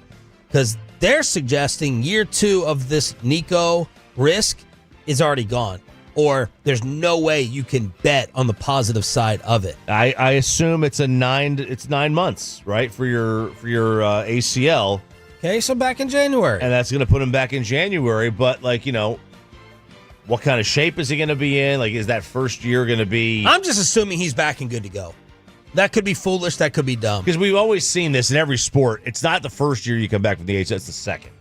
It's the second year where you really kind of... You're back. You are really back. That's why I think there's a little bit of intrigue with Aaron Rodgers. Like, it's the second year after you're finally back. The first year you're trying to... still figure out if you have any trust in that. So the topic's on the table, 877-881-1053. Kyrie definitely opts back in and can't risk leaving that money on the table. Kyrie will not be back to his superstar self next year. And if those things are the case, you should trade Anthony Davis. Now, Tim McMahon says that's never going to happen. They're not going to trade Anthony Davis after this humongous Nico risk, but that would be the smart team building thing to do if you were the Mavericks. And as McMahon points out, your rebuild does not have draft capital from 2027 to 2030. Oh, what's there nothing wrong with that? You don't need those picks. F them picks. So there it is. Pepe, what are the Tolos saying right now? 903 says sell it all. They're moving to Vegas. Kyrie should opt out from the 817. And then 214 says, I don't trust Nico making any trades from here on out. Well, he did make the PJ and Gafford trade. Yeah. I know Bobby and others don't want to include that. Overall, he's been a hit as a GM. Ooh. But, he has. I mean, overall, if you were to add up all the moves, he has a winning record. Okay, so you're taking each move one by one. Yeah, I'm counting each move as a You're one. not counting Luke as a 77 point No, it's total. one each. If you're just counting each move one by one, Yeah. he has a winning record. Okay. Kyrie. Right. But, think of it this way, like John Daniels had, each, but if you look at it in a different way where each move counts more, depending on how big the move is, JD got a lot of leeway and a lot of equity off the Teixeira deal. He bought himself a lot of years off that deal. Nico just cost himself a lot of years with this deal. Yeah. Fascinating. We'll see if we can get Bontemps on here in the next few days. Sean, RJ, and Pepe. Bobby Belt is out sick. It is the commercial-free expressway. I just can't believe we could go to, it's basically tearing down a casino, blowing it up. It's just the implosion of a building. Just gone. Nothing left but smithereens. It's gone, but the Adelson family in Dumont, they would love to build a new casino. And maybe they will. Right there in Irving. Yeah. Without slot machines. All right, let's go ahead and give you a little sports break before Brad Sham, the voice of the Cowboys, coming up at 8 o'clock on 105.3 The Fan. Normally, this is the Neighborhood Watch, but let's try to introduce some laughs to your Thursday after that depressing Mavericks segment. What else you got, Choppy? And Peyton, you did so well with the payload. Let's take it over to your leftovers with ramen, the Venmo refund, or the best man. Oh, we got to talk about the ramen shop here. Before I get to this story, love a good ramen place. Love a good ramen place, but this is not about the ramen. This is about the Yelp reviews. Do you guys frequent in the Yelp reviews here? Are you guys more of just a restaurant review person, or do you review hotels, any place you go to visit, concerts? Are you reviewing everything or just restaurants? Great question. I don't review a concert, right? Like, the name of the band and the songs. Right, I guess venue maybe. I don't know if you can even do that. Hotel, I'm really okay, I'm still going off kind of name, your first, second, third levels. If I'm in Indy, and if I'm in New Orleans, I will look at the Yelp, but I won't go into the comments too much. I'll just try to look at the amount of reviews, the stars, and where the stars are at. So if we're at 16,000 reviews and a place is a 4.3 out of 5, I'm looking at that as fantastic and very good. Yeah. If I'm looking at a place that has 16 reviews and you're at a 4.2, I'm like, all right, that's not enough reviews. It's not enough. I'm not as big on the reviews. I'll notice them. I always look at the pictures too. I got to look at the food pics. Pictures, the menu. Yeah, anyone who posts the menu pictures a huge what king. What a king! You're a hero. What a king! The comments though, I'm not gonna get bogged down. I don't trust people enough for that. I don't either. Plus, for me, I have this. I'll do that more with hotels and stuff. I have a weird thing. I don't necessarily like food reviews, because I don't know what's in your mouth. I can't taste what you taste. So imagine Bobby giving reviews on restaurants. It'd be 1 star everything. You got to find someone you trust. If I go to Indy, I'm always looking up Dave Portnoy to see if he's eaten at pizza in Indianapolis or Vegas or New Orleans. Right. So I'm trying to find. There's a Archer killed us. He killed us one day. Todd Archer. He killed us. Todd Archer killed us, and the Dallas Cowboys ate there, and Dave Hellman was eating at this deli. It was a terrible deli. It's a bad deli. Very bad deli. Very bad deli. They had one at the airport, and I couldn't even look over in that direction. But if there's some famous, Creole Cajun chefs that I followed or watched on YouTube, I'm going to look up their suggestions for New Orleans. So it's not just Yelp. It's what food people do I know and trust? So it's a mixture. Well, if you're someone that likes to leave negative reviews about a restaurant or food place, do not leave bad reviews at this restaurant or your life might be at risk. This is a ramen shop owner in Japan. He set a cash bounty on 2 customers who left a 1-star review at his restaurant. He takes it very seriously, he says, I'm all about the reviews, all about the customers. Bounty? Yeah, so it equivalents to about $700, where if you can, and it wasn't he did confirm it was not to kill these people. It was just to identify them. They left an anonymous review, and he wanted them found and confronted, basically, of why'd you say this crap about my restaurant? So these 2 individuals left 1-star reviews, and I just think this is next level psycho behavior. Yeah. This isn't like you're gonna get this butthurt over a review. Like it could be 4.9 stars, and he's gonna find the one that's you made it 4.9. Yeah, so the thing that I find actually the most interesting with the Yelp reviews are how many times a restaurant responds. Yeah. And whether you do the typical copy, you can find this for a pool builder, you can find this for anyone. Are you getting the copy and paste, or do you have someone that's typing up individual responses to each of the negative reviews? And you will find a lot of that. And I'm like, man, the time and dedication that it takes to type out those reviews, I respect it because you're going after my business. It's like me typing back on Twitter. My wife can always tell if I'm typing back something nice to someone or something mean. Oh, based on how hard you're typing? Based on how hard I'm typing. Like Michael Irvin tweeted out this Carnival, I think, video where he's shirtless and he's got like glitter around his belly button. And I was like, what the hell, Mike? And this douchebag Lee is like, well, you never had abs. So, so I got to type him back and be like, they were good enough for your mama. So, yeah, you're right about that. But your mama has always enjoyed them. So I have to write back with that type of vengeance whenever someone comes at me. So I respect the Yelp. The Yelp reviews and this guy going after the 1 stars. The real question is, what is your Uber rating? Oh, like me as a passenger? Yeah. I can check. And what is the number that, like, will you be friends with somebody under a certain number? I think I worry about credit score more than Uber rating. We had a big fight about that the other day. Well, that doesn't, judge you personally, though. No. That doesn't judge your personality. My question to you in return is, all right, when you're in a Lyft or Uber and you see this person has a 4.9, how many times did you say to yourself, well, this car shouldn't have a 4.9? Right. It's like I got in the car back from Indy and I had that final piece of the club sandwich that I saved from our lunch, and I had an hour ride back to get my car, and I take out the sandwich. I'm starting the first bite, and this guy goes, No, Mr. Sharif, no food in the car. And I was like, all right, well, I'm not giving this guy a tip. Wow. Now, I didn't knock him on the star reviews, but I take that into account. Okay. No food, no drink. If I'm pregame at Friday, Saturday, and I get into the car with the red Solo cup, the person who lets me get in there, I'm giving the extra tip and the bigger review. The person who's like, no drink in the car, dump it out. I'm like, all right, man, that's not cool. It may be your policy, but that's how I'm judging the tip. I am 4.94, by the way. 4.94. All right. Okay. I think that's pretty good. How many rides has your cheap ass taken? Probably like 6. Right? Because I'm driving everywhere. How do you find that out? Yeah, I got to find the review. So 4.95. That's the ramen review with the Yelp people going after you. But you get also, it's hard to trust it because you get these mobs that try to take you down. Like the Tay-Tay mob, they tried to take down the mother of Chauncey Gardner-Johnson because he was insulting the Swifties. Right. Well, the Swifties went and tried to destroy his mother's restaurant. Yeah, they're just, come on now. That's you're dealing with somebody's life. That's wrong. That's just wrong. Let's go to Wisconsin, shall we?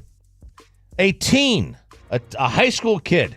He has never missed school. He had a perfect attendance record. All of a sudden, he stopped showing up. His name is Nikita. He had a 2-week absence from high school, as well as weird and suspicious text messages sent from his stepdad's phone. Prompted police to do a welfare check on the family. There, they found the 17-year-old's mom, whose name is Tatiana, buried under clothes with a bullet wound, and her face blackened from decomposition with dried blood on the floor around her. The stepdad, Donald Mayer, also found underclothing with an obvious wound to the back of his head. And here's Nikita arrested 850 miles away with a .357 Magnum in his possession. He was not arrested for the murder. He was arrested for having no driver's license and 1 count of theft and 1 count of operating a motor vehicle without the owner's consent.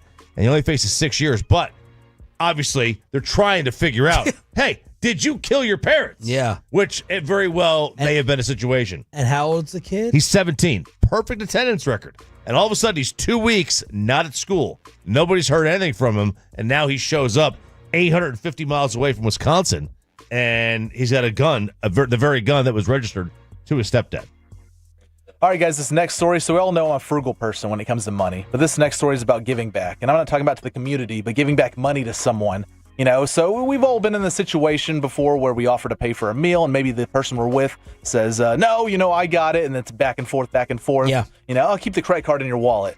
Well, the saying nice guys finish last might actually be true. This is a man, and I don't know the whole backstory, if they were dating or, you know, acquaintances or what sorts, but I know they were, you know, somewhat friends, and he couldn't take this girl out to lunch, so he Apple cashed her, which is just like Venmo if you're not aware of it, but Apple cashed her $30. Said, here, I'll cover lunch for you for the day. And she sent it right back to him and said it was low effort. Said, if you're not going to take me someplace out to eat, I don't want your money for it. Low effort? Yeah, basically like saying, you know, you're not going to pay for my meal like, you know, oh, you go get it yourself. That's what I'm taking from this thing, you know, because if you give a woman, you know, $30-$40 for a meal or something, you're like, all right, go get it yourself instead of actually putting the effort to take her. I guess she has high expectations here, but it's like, man, if someone's giving you money for lunch, just take it and go. Why do you got to be such a bee? So Jared and Bobby do this all the time. They are Venmo ping pongers. Oh. Yeah. And I appreciate it. You know, like, no, you gave too much, or no, I'm going to owe you for this.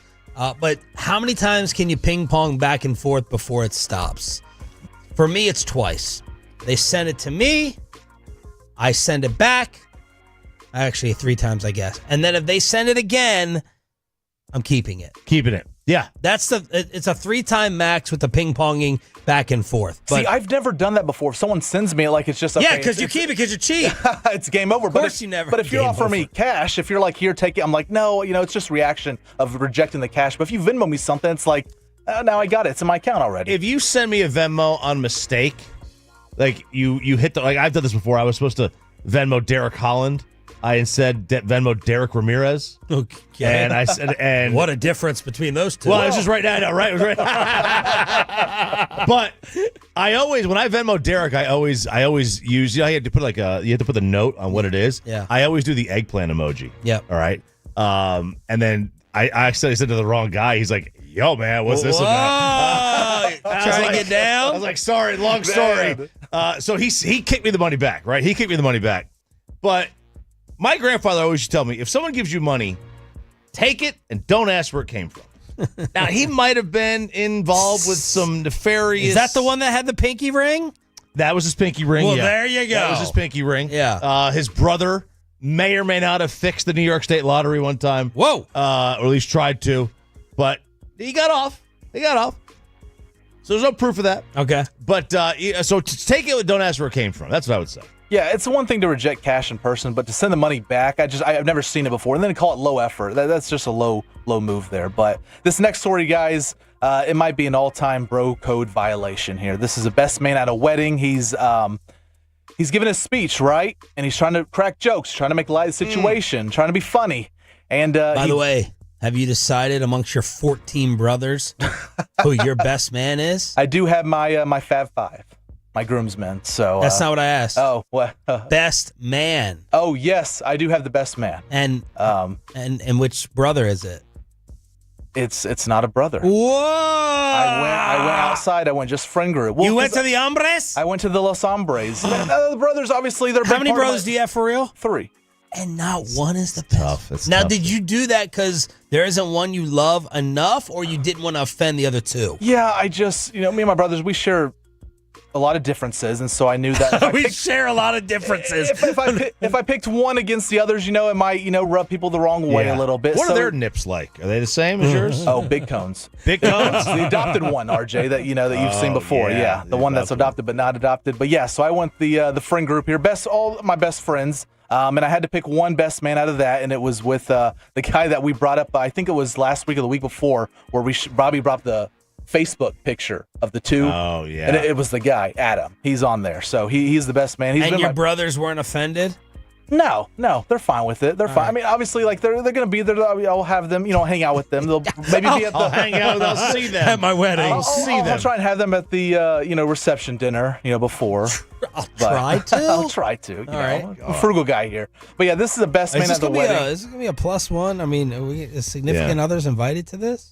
Yeah, I gave you guys the +1 because I want you there. I know Sean, if he doesn't get the +1, he's not showing up. I wouldn't go. RJ wouldn't go. I wouldn't go either. Bobby would. Wow. Bobby would absolutely go. Bobby would go solo. But yes, we figured out the guest list. We do have +1s at the wedding. So if you're still waiting for the invitation, well, it's on its way probably. But this best man at a wedding, he was going through his speech, and he brought up how he once dated the bride.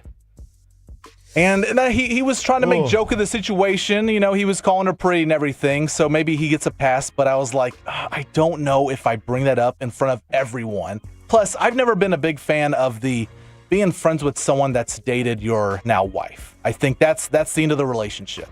Ooh. That's when he cut it off. You can be best friends, but if I find out you dated this girl, with history and everything, I can't let you have the upper hand on me. That's jealous Peyton coming in. JP. Is it jealousy? I mean, well, what you're was with her. You're with her. What was the extent of the date? Like, did they sleep with each other, or did they have a Tinder, Bumble cocktail? Just one date or something, or one day. If that's fine with me. But if they're like a full, we were serious looking at rings, we were like, it's like you have the upper hand on every comeback because you slept with my wife. I don't know if that's you do have the upper hand. I don't know if that's jealousy, man. That might be valid. You do have the upper hand, but I guess you could look at it like you won. You have her. Yeah, but then they bring up sloppy seconds, man. So I don't know. I think that's the end of the relationship there. My grandmother dated my grandfather's brother. Because they were engaged, and then my grandfather swoops in and takes her, and because they won the lottery. They fixed the lottery. They didn't win it. That's right. All right, commercial-free Expressway Thursday edition here on Sean and RJ, DFW Sports Station. Your home of the Cowboys is 105.3 The Fan. Brad Sham, the voice of America's team, with his memories and thoughts recapping the career of Zack Martin, and does he think that Jerry and Steven are ready to spend all that money? Brad Sham joins us after this. After we get you over to Platinum Crown.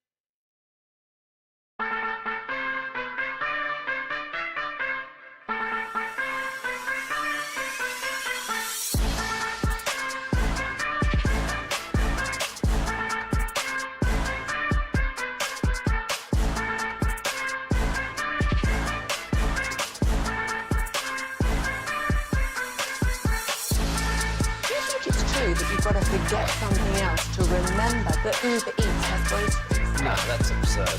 Hey, remember when you used to be what was it, Pepper Lady? Pepper Lady? What?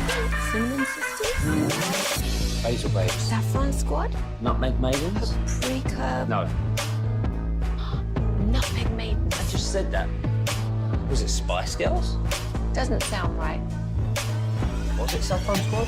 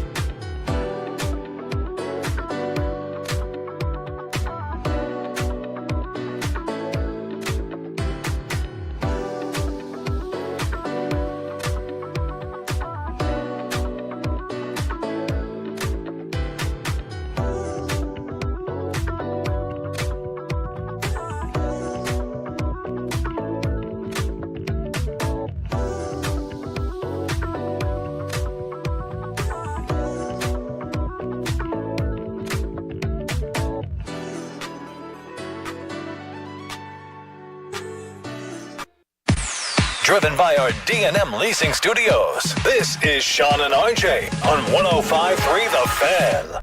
8 o'clock hour here on DFW Sports Station. It's Sean and RJ. Bobby Belt out sick here on your home of America's team, where yesterday you got all the coverage of the Zack Martin retirement press conference. And I think the highlight was from our next guest. First, this is Zack. Brad Sham asked Jerry Jones, are you going to put him into the Ring of Honor before the Hall of Fame? We're going to play this waiting game again. And Jerry laughed and said, yes, he's going to go into the Ring of Honor beforehand. And Zack was asked what that type of achievement would feel like. They would mean a great deal, right? You try not, again, like when I came into the league, none of that stuff was ever on my radar. Like I was just trying to get here and make sure I didn't screw it up. They drafted me to go in there and play right away. So my focus was on, hey, I'm going to do whatever I can for the team. And then obviously started having some success, and, those things get brought up and you start thinking about them a little bit. And, absolutely it would be a great honor one day if those happen. Voice of America's team, Brad Sham, joining us now live on Sean and RJ 105.3 The Fan. I like the aggression there, Brad. I like the strategy. Very well done. I just remembered, as I told you yesterday, Sean, when he had the first press conference with Jimmy Johnson, that the subject was discussed, and he was on TV. He said, yes, he's going in the Ring of Honor. And nobody asked him when. And then then a few years went by, and people said, well, wait, he lied. I said, he didn't lie. But he just never said when it was going to happen. So now we've got him on the record. I just think that's a really important thing. He does, too, by the way. That's why he put Gil Brandt in when he put him in, because he wanted to make sure that it helped Gil's Hall of Fame chances. And that's why I think we'll probably see Jason Witten go in this year before the Hall of Fame vote. It's just important when those Hall of Fame voters get around to it. And I don't think there's any question about Zack Martin going in, but he really ought to be a first ballot guy, and I think that'll help him. So you really think it plays a big role in that Hall of Fame room? If they're I think it's a role, RJ. I don't know how big, and I think how big depends on what the guy's credentials are, and maybe who the presenter is. There have been times that a guy's credentials have been so good, I've been told, obviously I'm not one, so I don't know, but I've been told sometimes like I think it was with either Jerry Rice or John Elway, whoever the presenter was, just got up and said, "Yeah, Jerry Rice," and that was it. And with Zack, I mean, I don't think you have to do anything more than say, he played 11 years, went to 10 Pro Bowls, was All-Pro 9 times, and had 7 holding penalties, and then just sit out. And I think that's all you have to do. But I do think that it helps that sometimes those voters, depending on who the other candidates are, they look at little things to determine why would a guy get in one year and not another year, and does his team have something like a Ring of Honor, and is he in it? And if he's not, well, what does that mean? So let's just remove all doubt.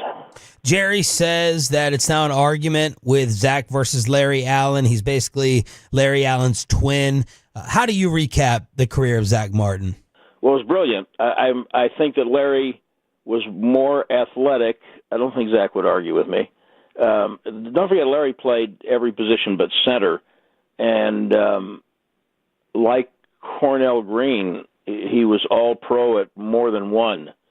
So now Zack probably could have. In fact, he used to get irritated with me the first couple of years that he was in the league, because remember, he was a tackle at Notre Dame. And there was a little uncertainty for a year or two when he first came in about whether he might help them more at tackle. And he used to get annoyed when I'd ask him privately or publicly, "Are you thinking about moving a tackle?" "No, I'm not moving a tackle." But he could have.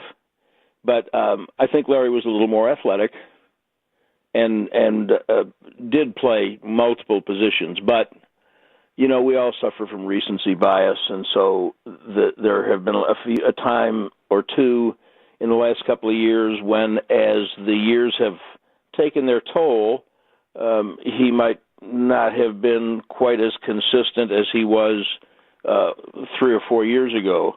But I don't think there's any shame in being second to Larry Allen. And I would say Kevin Sherrington, I think, asked me this. Somebody asked me this a couple of weeks ago about where I would put him on the team's offensive line list. And I said I think I'd put him behind Larry and Eric Williams probably third. And if Eric Williams had not been in that car wreck in the early 90s, he would have been a surefire Hall of Famer. But that's how good he was. But, again, there's no shame in being second to Larry Allen at anything. So we all know that Jerry embraces hyperbole from time to time, but I don't think he was too far off in comparing him to Larry Allen. Brad Sham here on 105.3 The Fan. And what about the man? What about the teammate? What about the guy behind the scenes? So that's, of course, the best part. There's a lot of great players. And, in fact, I'll tell you, I remember one time near the end of Larry's career at a practice. It was a regular season. I don't know what the hell we were all doing out there, but I remember Troy Aikman, and he might deny it because he might not want to say it publicly, but I remember Troy trying to get Larry to be more aggressive as a leader. Troy knew that he was at the end of his time, and he believed that Larry was so great that he could literally own the locker room, and that just wasn't Larry's personality. It's Zack's. He doesn't want to own it. Zack understands who Dak Prescott is, and who Sean Lee was, and everybody knows who the alphas are. But the great thing about that is when you're one of those guys, you never have to say it. Yeah. And as he progressed and got better, then you grow into that stuff. You don't walk in the door being like that. As he said, he walked into a room and it was a pretty good room, and then he had to kind of fit in with it, and then suddenly they're fitting in with him. I don't know that he had more physical ability, although we're doing apples and oranges here, than Tyron Smith, but that wasn't Tyron's personality. But Zack fit that leadership role naturally. I don't know how good Terrence Steele is or will be, but I do know that about 3 years ago, when did he come in? 2000 in the COVID year? Yeah, maybe about 3 years ago. He started off a season with Steele, I'm talking about, with a tough game, several penalties, and I came in the locker room after the game, and I saw Zach kind of lifting Steele up emotionally. Don't get down. You can do this, and that he was that kind of guy. Superb character, and you couldn't draw up a better one. Brad, do you go into the draft looking to replace Zach in the first round, or are you strictly like a best player? I'm strictly a best player. It's hard to say the beauty of it. Do you manipulate your board then? No, don't forget, he really didn't help him much last year. Right. He was struggling before he had to go out. He was already playing hurt, and then they missed him half the year. So they know what it's like to play without him. They've had plenty of time to evaluate Beebe and Hoffman, and nobody's talking about Bass anymore, but everybody was in love with him a year or two ago. I'm strictly, RJ, a best player guy, except at 12, I don't see a quarterback in this draft who, if he fell to 12, that I would take. And I don't think, although there are some really exceptional tight ends, I don't think I'd take one of those guys at 12. After that, they just need so much. If there's a guy who is going to be a Pro Bowl player, this is what I want out of the draft. I want a Pro Bowl player in one of the first two rounds, and the other round I want a walk-in starter, solid guy from day one, and I don't care if it's offensive line, defensive tackle, linebacker, wide receiver, or cornerback. And those positions, then what you do is you put those things up on the board, and then you say, okay, what we don't get on Thursday, what can we approximate on Friday? And then, to a degree, Saturday, although without a fourth, you're a little bit hamstrung. But that's why I'm not necessarily in favor of a running back at 12. And I love Ashton Genty. I've watched him a lot. And there are others who are obviously really good.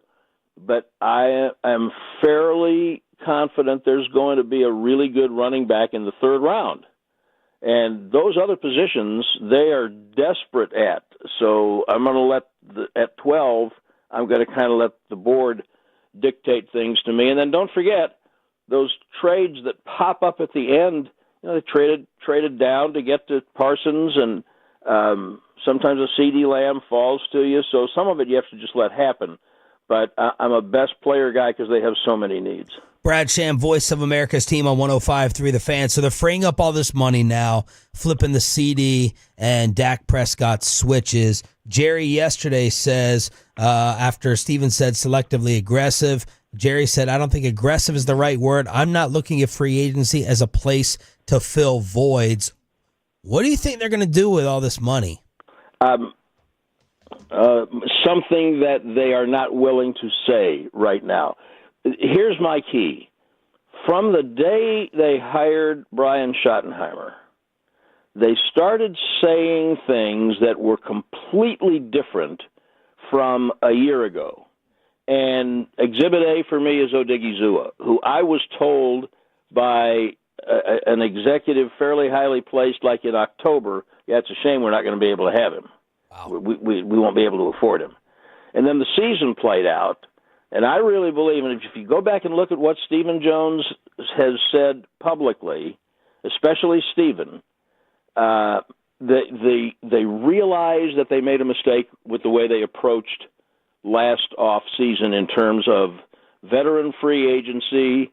They did what they thought was right in a negotiating tactic with Prescott and Lamb, but they know that they missed an opportunity to keep some guys who left or get some other guys because they didn't get the money to move around early enough. So now they have, and they said they would. And Stephen has said they'd be more aggressive in free agency, which hasn't even started yet. And so we'll see. but the signing of Odigizua and what they've done with Lamb and Prescott's contracts just in the first week, and some of the other guys they're talking to, that gives me hope that they understand that they approached it wrong. So there are still some guys on their roster that they're going to have to fight for. I was led to believe before Schottenheimer was hired even, that Anger and Sig would go with Fossil. And they want to keep both of them, and they ought to want to keep both of them. And they're going to have to keep an eye on Aubrey's money, because he's eligible for free agency after this year. And I guess they've put a second round tender on Turpin, but that's a guy that they might. So there's all those kinds of things. There's I don't know. Do they want Kendricks? And if they don't have him, then that really raises linebacker either in free agency or the draft. And you've really got, Diggs isn't going to be very much help this year. So there's all kinds of things to do with that money. I would start with, I'd start with Parsons. It sounds like they really do want to get something done, although they know they've got him and a little more cap room than they did last year. And then you go to the other 21 guys who, after Odigizua, who are free agents and are on the market. How much do I want to keep them? And, this is such a little thing to some people, but their signing Goodwin is an indication to me that they are serious about what they're saying, because that would be a guy who could 100% have gone with Fossil as soon as free agency started, and he is the kind of guy who is the heartbeat and brains of your special teams, especially when you've lost the guy who's been your special teams coach. So that's a little positive indicator to me. So you start with their free agents who they would stand to lose, who's important to them, and then you see what the market throws out there. We've already seen a couple of guys on other teams get cut. The Chiefs trading Thuney to the Bears, basically because they're freeing cap space. And these next few days before, I guess, Tuesday that free agency starts, these next few days when teams start cutting guys to make space, there'll be people pop up who the public is not talking about yet. So we see who those people are, and then we'll have a little better idea of what they're going to do with that money. Fantastic stuff. Thank you so much for the Zach recap and offseason preview. Brad Sham, the voice of the Dallas Cowboys on 105.3 The Fan. How we just got named the soccer headquarters for the entire world, and how are the tariffs going to hurt hockey? Next on Sean and RJ, 105.3 The Fan.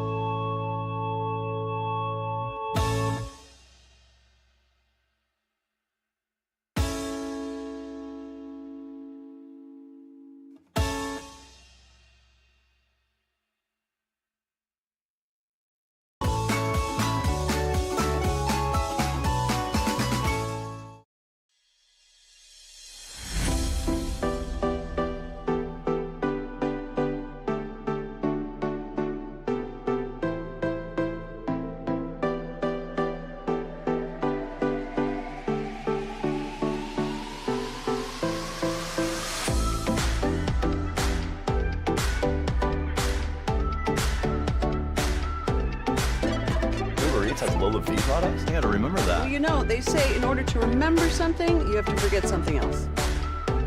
Okay, now that is a very cute haircut. That's like a little shag. I've never seen it before.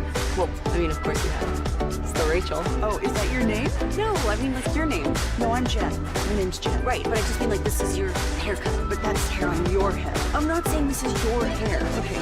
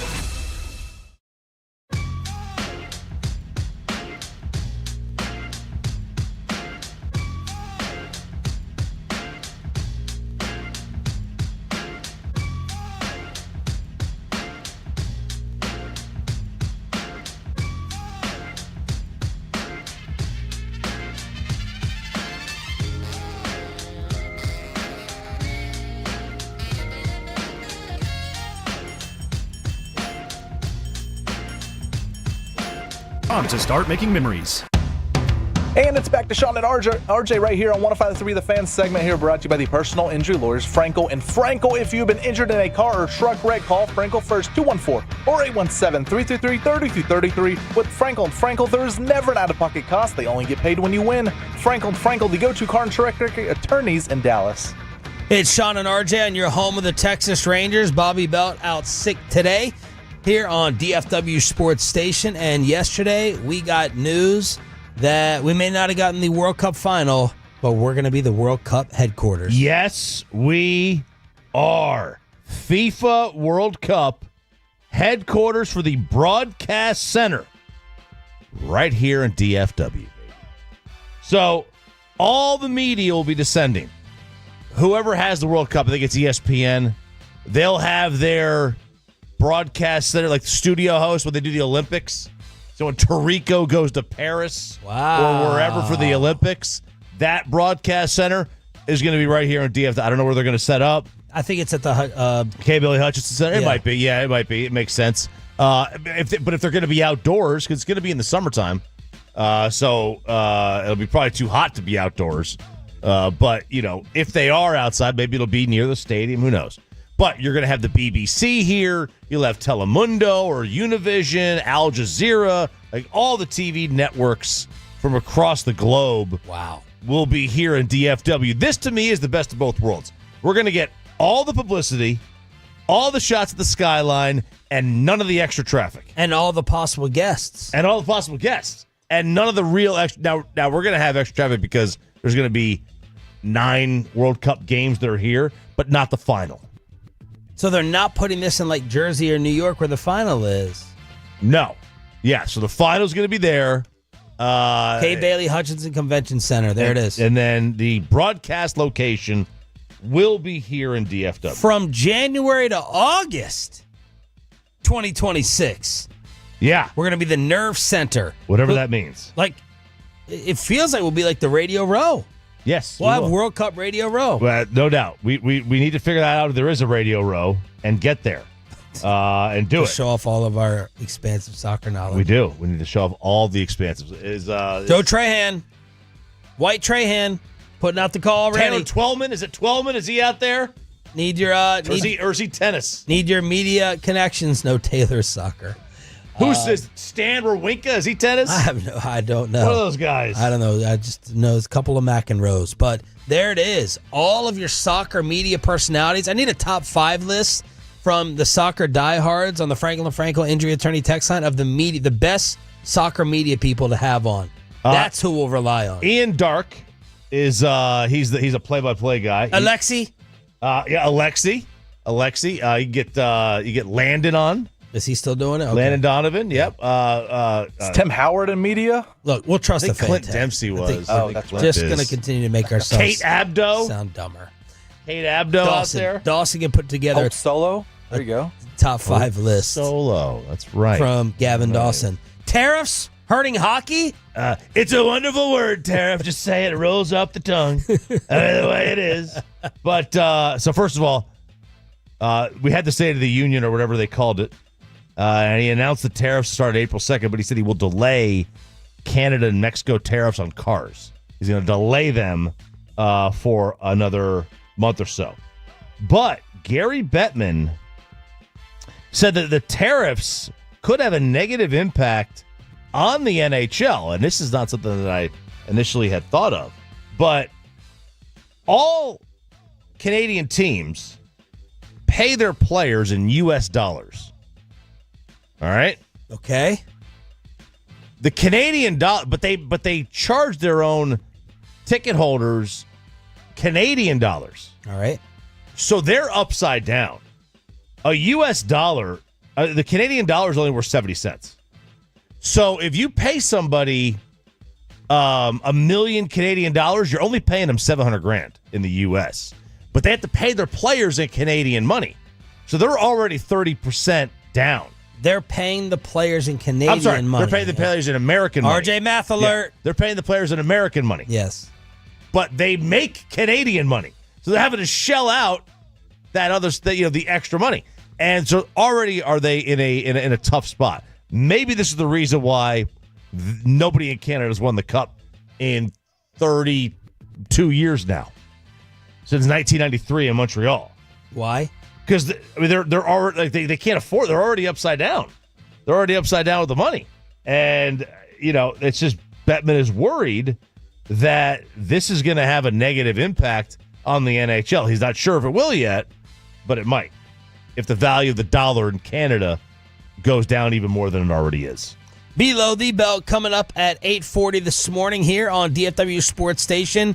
Osa Odigizua will get you emotional over the life-changing money that he now has. So you'll hear from Osa at 8:40 this morning on the home of the Cowboys. Are we saying bye-bye to meetings?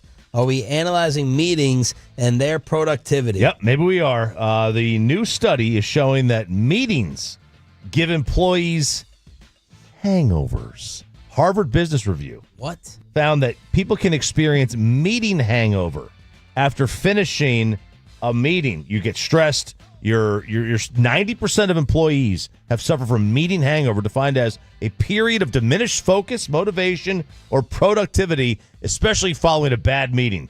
Every Monday I feel like this. Every Monday. Shots at Spittle. Whoa, no. What? Have you ever? So we've left a meeting. We have a meeting every Monday after our show for about 20, 30 minutes. Yeah, and there's been occasions. For some reason, none of the other shows in the building have meetings. So I don't know why. Well, I just assume Spittle likes us more. Right. But sometimes I wonder. So, there's been occasions, not often, but we've left the meeting and... Well, Bassick was probably the reason KMC didn't get any That's meetings. absolutely true. Yeah. But I'm sure we've all had it where we left the meeting and it didn't go the way we had planned. Like we got yelled at or... just some of the things that were said, and it just stayed on your mind the rest of the day. Oh, yeah. That impacts your productivity. Yeah. Like, we go home. We have a 30-minute drive home. We run some errands, gym, whatever, and then we have a couple hours.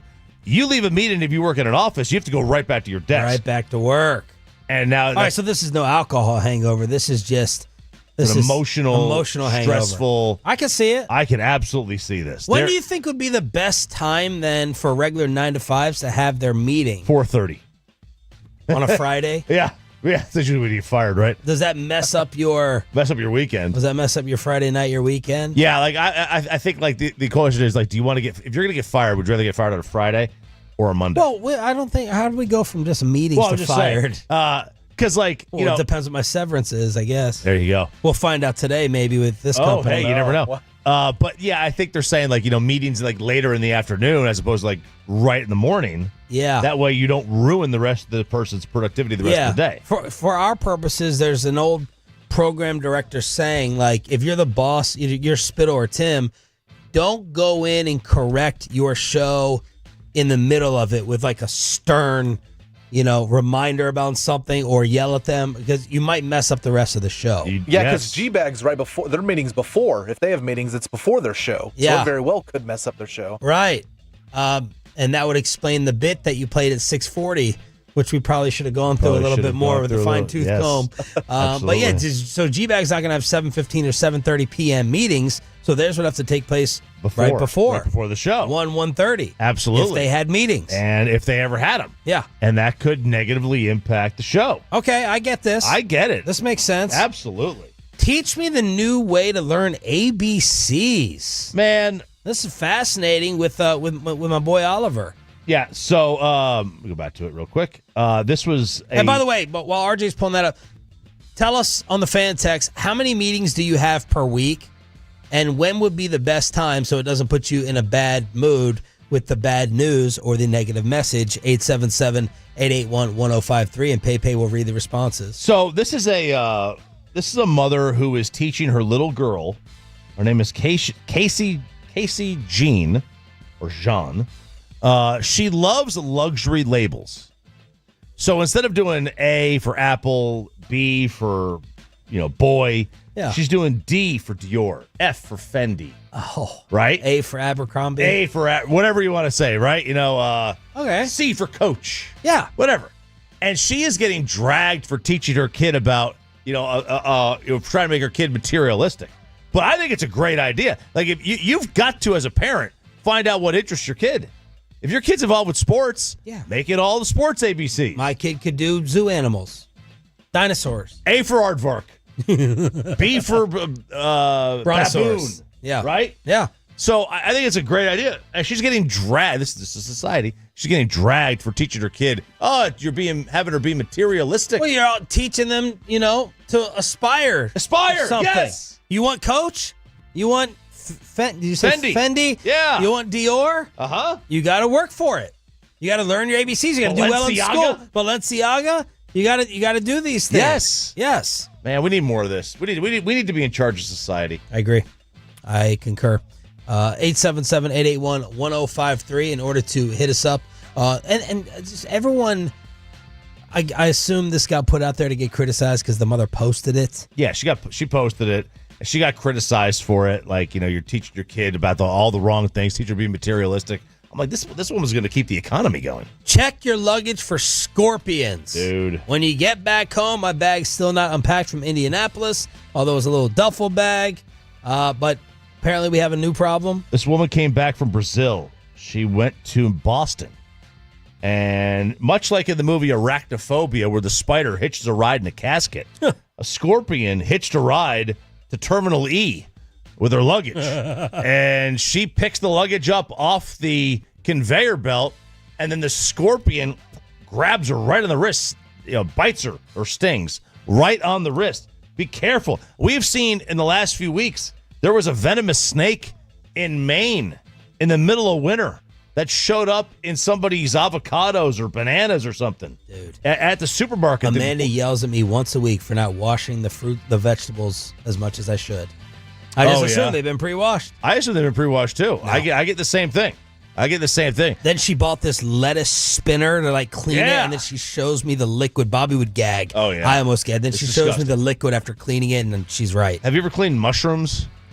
It's just dirt. Those I have to clean. Fungus. Yeah.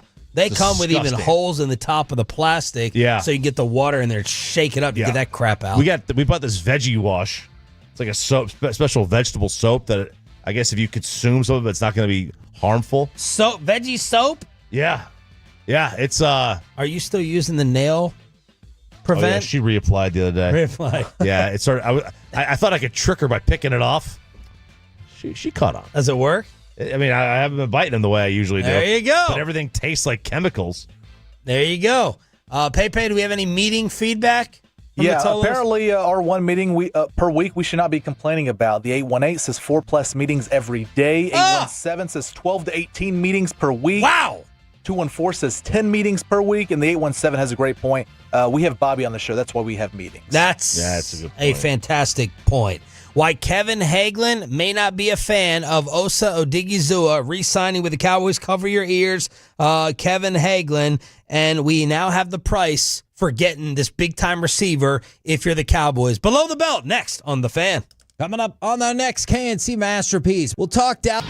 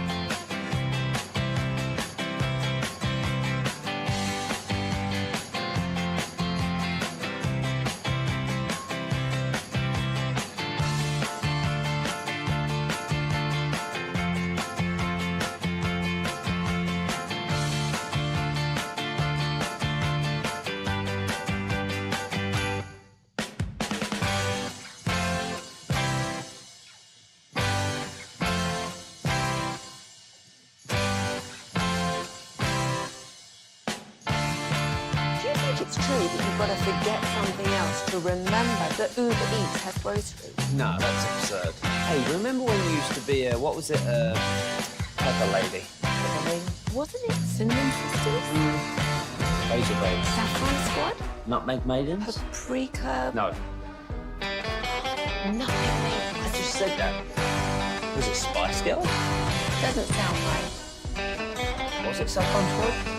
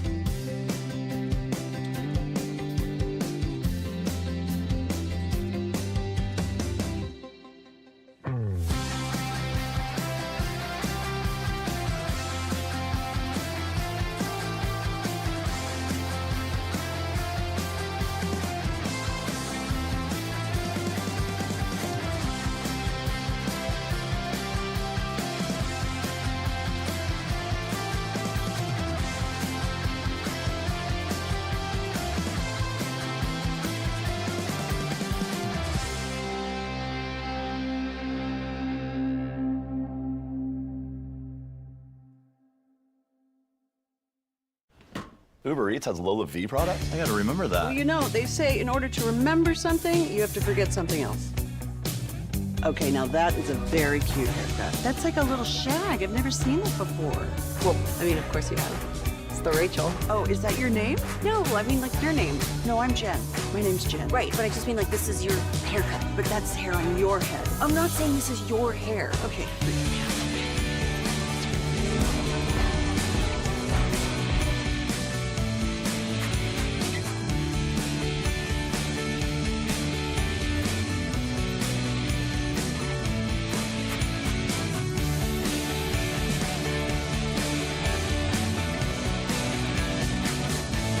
Classic Chevrolet. If you're in the market to upgrade your vehicle, get the Classic Chevrolet in Grapevine today. The back-to-back #1 Chevy dealership in the world. More new Chevys than anyone else, all priced to sell. Visit ClassicChevrolet.com. This is Texas. This is Classic Chevrolet. Together, let's drive, relax, and enjoy the difference based on new Chevrolet registrations 2023 and 2024. The great Bobby Belt. RJ Choppy here. I'm back, baby. I watch more football than you do. You know what is back after I just heard Zach Wolchuk talk about Dave & Buster's? You were there last night. I was. I had the boys last night. And Tolo Luke, Raphael. Yes, he did. Tweeted it out. Rafael Delgado. Yes. So I was I took Luke to church, and Julian was like, I don't want to go. I'm like, all right. What do you want to do? He goes, I don't know. We were trying to figure out things to do. And he said, let's Dave & Buster's. We haven't been to Dave & Buster's in like 5 years. We hadn't. And I was like, all right, it's down the street. Let's do it. I'll go. I'll take you. And so we went last night. Half price day. Oh, yeah? Half price games on Wednesdays. Well, in addition, first I looked at the Tolo. Very nice photo, catching up with you. Then I thought about what you could have been doing at Dave & Buster's. I haven't been in there for a while. It's awesome. But the thing that has emerged the most to me in looking at the photo, and Aiden, let's see if we can get this up on the Fan Cam, Twitch, and YouTube. You're wearing the same exact clothes today. Yeah. So you look at... you got the same pants, the same shirt, and the same exact hat on in this photo as you're wearing this morning. Right. Help me with this. Every day. Every day what? Well, see, some people work on a 6 a.m. to 6 a.m. schedule. Okay. I work on a noon to noon. A noon to noon. Okay. So I'll go to work. When did you? Okay, yeah. Take me through the day. I'll go to work. I'll get home from the gym. I'll go to the gym. Get home. Shower. It's around 12 o'clock at that point. And then whatever I put on then, I wear the rest of that day. I sleep naked. And then I put that on the next morning. And then go to the gym after work, and then shower and change. Huh. Pepe, do you do this? No, I don't. I mean, if I wear clothes, but you're a nighttime showerer. I am, yeah. So anything I put on is automatically dirty, whether I wear it for 6 hours or just a couple hours. But once I shower, that's the reset there. Right. Say for me. So if I shower at like 8 and wear something from 8 to 9:30 before I get in bed. Then I can throw it in the clean... In the hamper. Yeah, the hamper there, and I can wear it the next day. It'll be fine. Say the same thing. It's clean. Right. That's how I look at it. But 12 hours or whatever, that's a long time. Yeah, it's just you guys. We're here. Then I'm going to go to the gym. So. Oh, just okay. I'm going to go to the gym. Okay. So fascinating. Did not know that. That's the way you break it down. Yeah, it's just, it's noon to noon. I'm on a noon to noon day. That's my day. Noon to noon. Okay. Because I consider... the work day, the prep day, and then the show. So I'm at 10 o'clock, it's Friday. Friday starts at noon. At noon. That's how I got to break it down. All right. I just noticed the same thing, same exact thing. So I had to ask about it. Here on Sean and RJ, Bobby Belt is out sick. Osa. By the way, my son got no chance to ever beat me in Pop-A-Shot. And I saw the Pop-A-Shot National Championships on during NBA All-Star Weekend. I could work those fools, okay? You think that's your number one bar game now? It might be. You are the king of bar games. It might Better be. than darts and pool? Man, the problem is that you got some real studs at pool and darts. I can't compete with them. The people I saw in this national championship of Pop-A-Shot, You go glass all the time? All the time. All the time. And the trick is, bring one of those little needles with you that you have for like the the pumps. Deflate the air it? pumps. Deflate them a little bit, and then pound the glass. Just pound. That's the trick. That's a the life trick. hack. Wow. Now, is there anything in the Dave & Buster's display case that your boys would still be interested in taking home? Oh my God! Like the prizes? Yeah. They've got Ring doorbells in there. They've got what? They've got. You get an Xbox. You gotta get enough tickets. Yeah, for 10 million points or tickets. Enough points. What is the nicest thing that anyone has won in one of those display cases?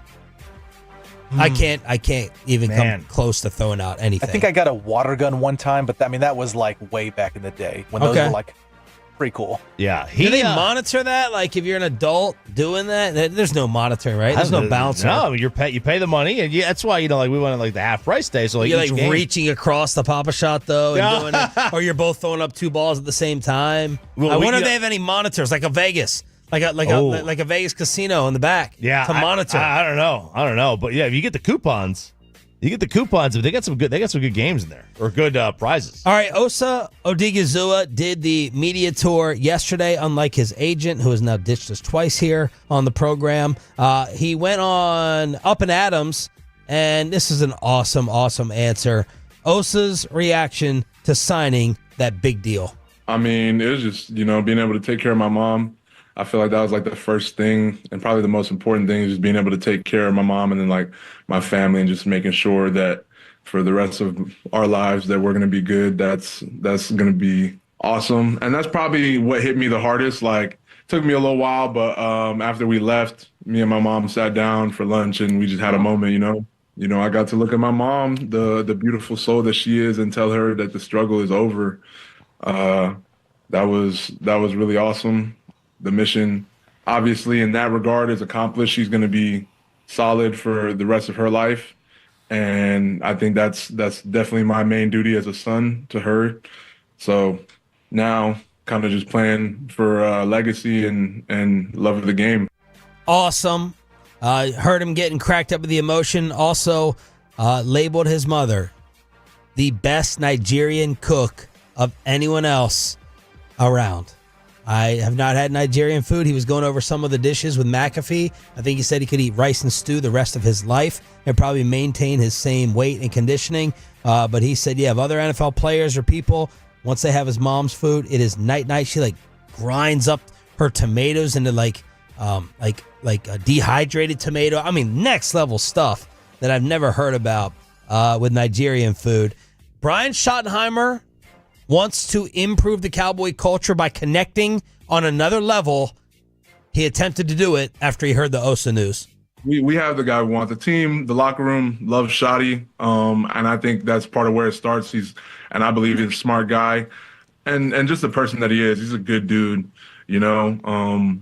Called me afterwards. Really? Said congratulations. Me and my family went to dinner.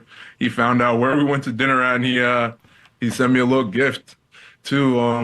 Just the kind of care that he has for us, and it's the kind of coach that you can run through a wall for. What did he send you? What did he send? Tell me. A bottle of champagne. He did. He found out where you guys were going, and he said, "Deliver it." That's a classy touch. That's nice. Awesome. That is very cool. Shotty finding out the restaurant and getting Osa that bottle of champagne. Very well done. Kevin Hagelin. What's the minimum you got to spend on the champagne? Something like that. Great question. I think it's got to be maybe, if you're talking about their pay grades, $100. Champagne I've found actually one of the best value buys to go out and get. Like for Amanda's birthday, the great Nick Bray set us up in this Colombian country club. And I'm like, there's like 7-8 people here. Let's get 2 bottles of champagne. I'm a believer that I can't tell great differences between $100 bottle, $40 bottles of champagne. It's all about the taste, right? Mm-hmm. I'd go with Andre Extra Dry if I had my druthers and have $3 or $4, $5 bottles of champagne versus Moet or whatever fancy. Veuve. Yeah, Veuve. I don't love the taste of that. I'm not like, oh my God, this is life-changing champagne. But I feel like when you're doing this, you got to have $100, $120 price bottom line. Okay. Do you feel that way about champagne? That it's a value. You can get a good value. Yeah, just for like if I cheaper? gave you a $50 bottle versus $100, are you definitely loving the $100? No, because you get a bottle of Veuve for like $50 at like certain like Costco. I think 30, you get it. 40. Yeah. You know, you got 7, 8 people there. Everyone gets a glass. It feels big Yeah, time. it feels big time. important. You can't chug it because the carbonation. Right. It can mess some people up because they're not used to it. These are my little, alcohol I don't tricks. think you're wrong. I don't think you're wrong at all. All right, Kevin Hagelin, cover your ears because McAfee played the high school wrestling highlights of Osa, 3-time state champ. And Osa was asked how much he credits wrestling to fighting with big uglies up front on the offensive line. It definitely, I can credit my wrestling career with a lot of football success and just shaping me mentally to be the person that I am today. But no, you will not catch me doing any WWE. Oh, come on. Don't rule it out. Don't rule it out. Come on. And not to disrespect the WWE, I just know it's not actual wrestling. Whoa! Osa! God, that made me love him even more. Oh, McAfee and all them freaked out. Whoa! Oh, yeah. So there you go. Kevin Hagelin not liking Osa Odigizua probably after that shot. But the most shocking part of the interview, Osa Odigizua with Kay Adams did not know that Mike McCarthy was not coaching. Man. He didn't know Mike was not a head coach still.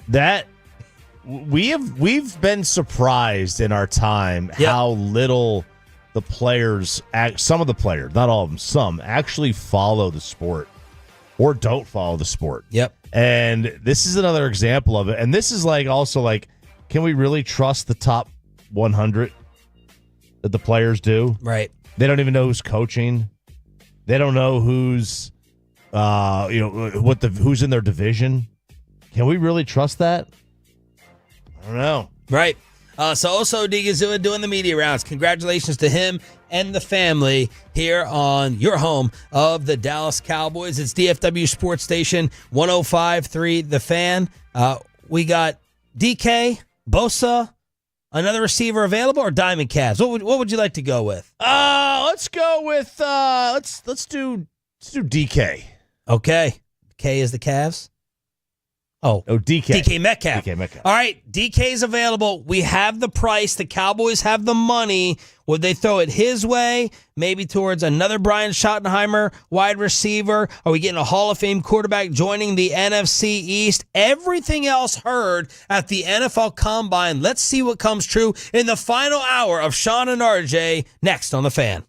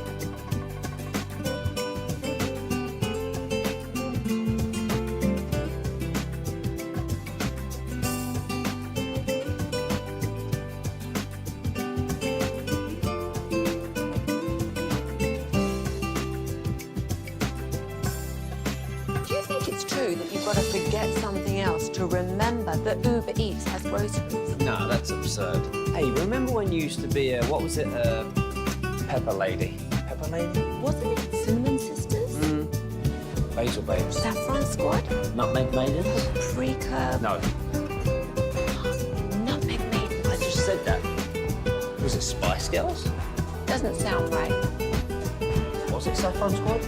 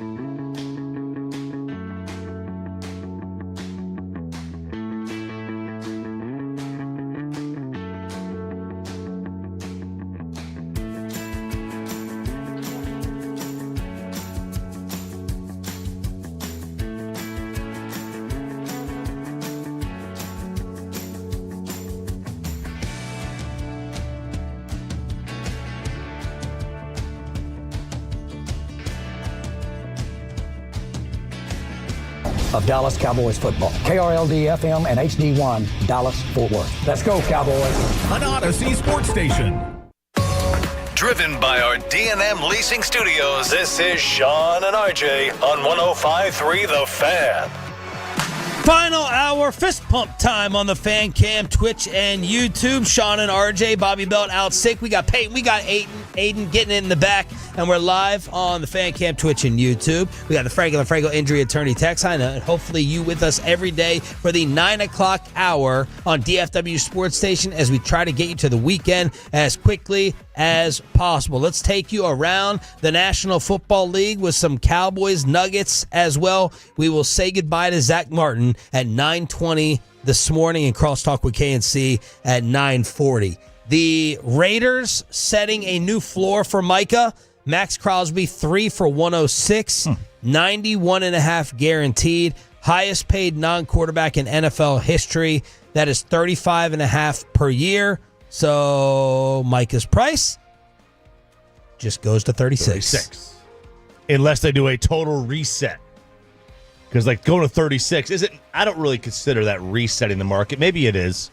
I look at like resetting the market where like there's a jump to like 40. Now when Stephen Jones said, I don't really see like a bunch of factors getting in the way of a Micah deal, Bobby Belt. That's not what I just said.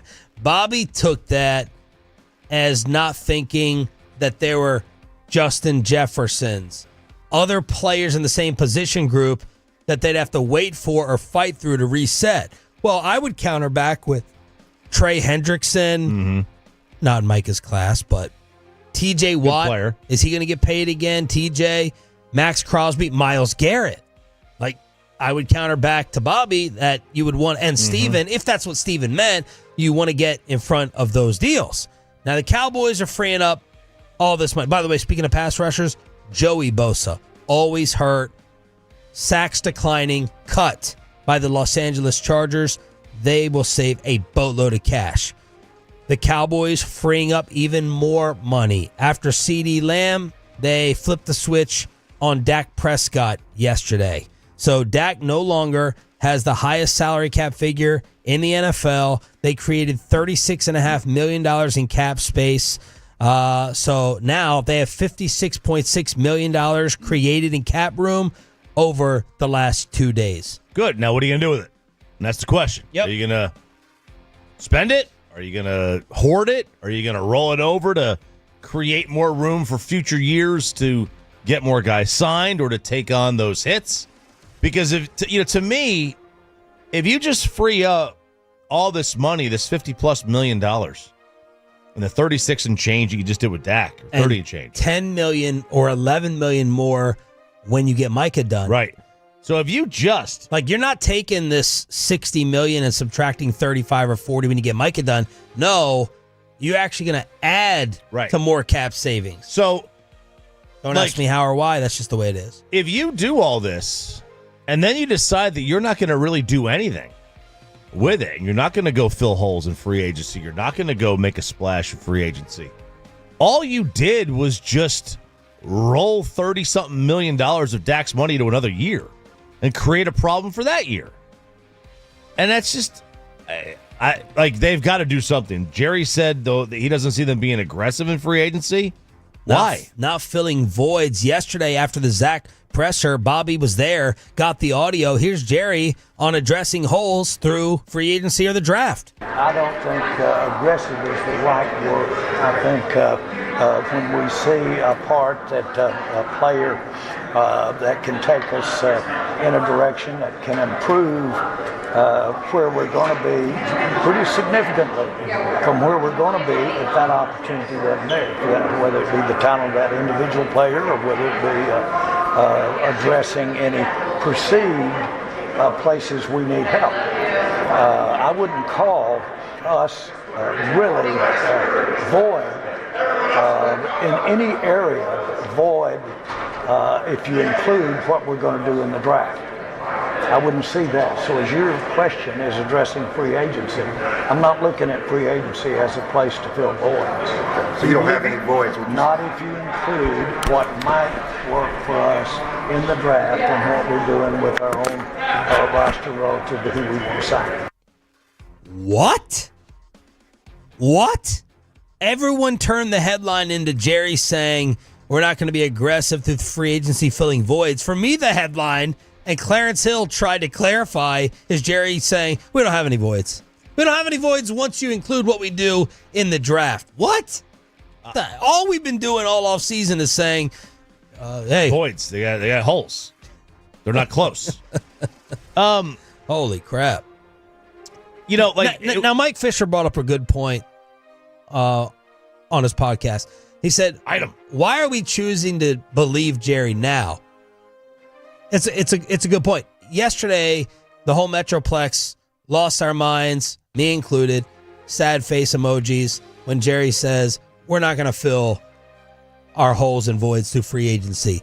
There have been plenty of other times when the Cowboys, we're all in, we're a championship contender. We thought we were going to win the NFC East. We thought we were better than the Eagles. We thought we'd be in the Super Bowl. We thought this. And we're like, okay, whatever, we roll our eyes. That's PR speak. But now we're choosing to believe that they're not going to take all this money and do anything with it in free agency. I thought it was an interesting point by Mike. Maybe they do a lot of little things. They don't do any big things. I mean, they were scared off by the Mo Claiborne and the Joey Galloway trades. Like, they were scared off. They were scared off by Galloway trade for quite a while. And it appears they're scared from the Brandon Carr deal. And they're still just kind of, dipping their toes into the water. It's cold water, right? It's 50-degree water. They're just dipping their toes in. But, man, you can't go – this is the problem. Like, when you go and restructure these contracts and you don't do anything with them, you just wasted 2 off seasons then, because you're going to do the same thing. You're going to kick it down the road, and that money is going to come due eventually. And it sucks. I know it's an accounting trick, But, man, it doesn't seem like it works. Then Jerry delivered this quote. We get criticized because we wait until the end, or what you would call the end, in negotiating. It just happens that way. I've been one of the earliest out there on several contracts in my 35 years. So that's Jerry.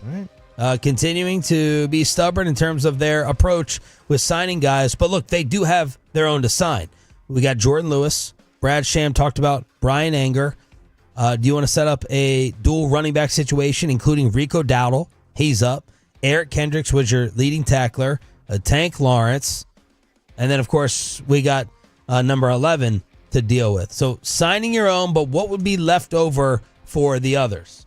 I mean, look, if they bring back all those guys, I mean, I wouldn't look at this as the worst offseason in the world. I mean, that's good that you got those guys brought back, but they're all, I mean, half of them are older. And they're in-house already. Yeah. You know, that's the one thing I was thinking about the Osa deal. Yeah, we're feeling good. You got it done earlier. It feels like you got a great deal. Osa left some money on the table for you, but it's nothing new or different. Like, how are you adding to what is at best a 12-win regular season team with early playoff exits? So how are you adding? We're just getting ready for free agency. But some other moves around the league. Again, we told you about Bosa out in L.A., Christian Kirk cut by Jacksonville, and then a pair of Seahawk wide receivers who our new head coach knows very well. Tyler Lockett gone from the Seahawks. Some people asking whether he will reunite with Pete Carroll in Las Vegas. And DK Metcalf has requested a trade. And is it Adam Schefter with the value? It was Diana Rossini. Rossini. They reportedly, the Seahawks are seeking a first and third round pick for DK Metcalf, and he wants a new contract worth $30 million a year. Multiple teams have inquired. A first and a third and $30 million. I would have to say no. Let me go to Adam Schefter. Pepe, let me know when you get it up. Schefter with the Cowboys reshuffling things. I want to know what he's saying about what they're planning on doing. No, I was thinking a third for DK. Maybe a second. But $30 million on top of that? No. I think I'd rather go cheap with Cooper Kupp or maybe even Tyler Lockett, depending on what he has. Lockett, he's got 2.5 yards, more than 2.5 yards of separation. 2.7 last year, that's really, really good. It was higher than A.J. Brown, higher than DK, higher than T. Higgins. So he may have had a low catch year, but he was still getting open. If the Commanders, according to Mike Silver, cannot find a trading partner for Jonathan Allen, he'll likely be released. So Florio called this a weak free agent class, but you're giving me Devontae and Kupp and DK through trade, Jonathan Allen maybe cut. There's some names out there. There's some names. There are. I might rather go cheaper with a Devontae. I don't know how cheap he's going to be than giving all that up for DK, who I'm not convinced is as good as he actually should be. All right, other notes. The Titans like Cam Ward as a potential number one pick, according to an ESPN survey of executives. They reportedly also have Abdul Carter rated near the top, but the Titans could also be trying to move out of that pick. Look, I think the initial thought was that they like Will Levis. They want to give him more time. I think the Cam Ward is just a smokescreen for them to buy to build up the number one market so they could trade out of it. I don't think they really want to be there. I wouldn't. I mean, if you're not going to take a quarterback, you're going to get the most expensive player in the draft, and you're going to get a 50-50. You're getting a risk. So it's not. Is it going to pay off? I don't know. You might be better off trading down a couple of spots. You still might be able to get Travis Hunter out of it. Of course, everyone pays attention to what the Philadelphia Eagles are doing. This was right next to us in Indianapolis. We had Todd McShay, former Mel Kiper partner, next to us doing his podcast setup. They had Howie Roseman on. Actually, let's go to Schefter right now about the Cowboys moves. Of money to be able to try to re-sign some of your own free agents, which they want to do, like Jordan Lewis, like Rico Dowdle, maybe DeMarcus Lawrence, Micah Parsons. You want to pay your own guys. You need money to pay your draft class. You need money to have flexibility. It's not like they're not going to spend in free agency, but it's not like they're going to jump into the market and all of a sudden sign 5 different players to premium prices. By restructuring these contracts, they've given themselves the flexibility that they need to address certain needs. This doesn't lead to some spending spree. That's not where they're going with this. This allows them the flexibility to do what they feel like they need to make sure that this roster is intact. Well, I mean, that's basically what he said. We're going to sign our own guys, and their own guys were just basically a well below average NFL That's what I'm team saying. You went year. 7-10 last year with your own guys. Yeah. You don't think Jack you was should hurt. be looking I get elsewhere to right. sign other players to come and help your football team? Yeah, I mean, that bothers me. If there's evidence directly in their faces, in their own division of how spending money works, and we'll get to that in a minute. I'm just rolling along, but we're jammed. All right, good job. Perfect timing, Peyton. Peyton is off to a hell of a start in 2025. Look at that. He's upped the producer game, in my opinion. But that sums up everything right there. There's Schefter saying, no, we ain't seeing some big whale splashes here. We're seeing re-signing your own guys, adding here and there. And Harry Douglas just made my point on Get Up. Okay, cool. You re-sign all your guys for a team that we still don't think is that close. So Osa's exciting and nice and everything, and you're freeing up the money to re-sign a lot of your own. Well, a lot of your own with the same team is still a second-round playoff ceiling. So I thought they summed it up very nicely. It is. Now, look, I mean, you could say the flip side of that is like, yeah, the same team was 12-5 the year before, and these are the same guys. You know, the other side would be like, well, yeah, they're all now 2 years older from that 12-5 team. And in the case of the rest of the roster just also isn't as deep as a whole as those were. You've got to have depth. You got to bring a lot of these guys back. You can't just replace them in the draft. You're going to have another bad year. Let's get you emotional with a final send-off to the future Hall of Famer. We do it with the Zack Martin goodbye next on 105.3 The Fan. After we get you over to Platinum Ford in Terrell, it is, of course,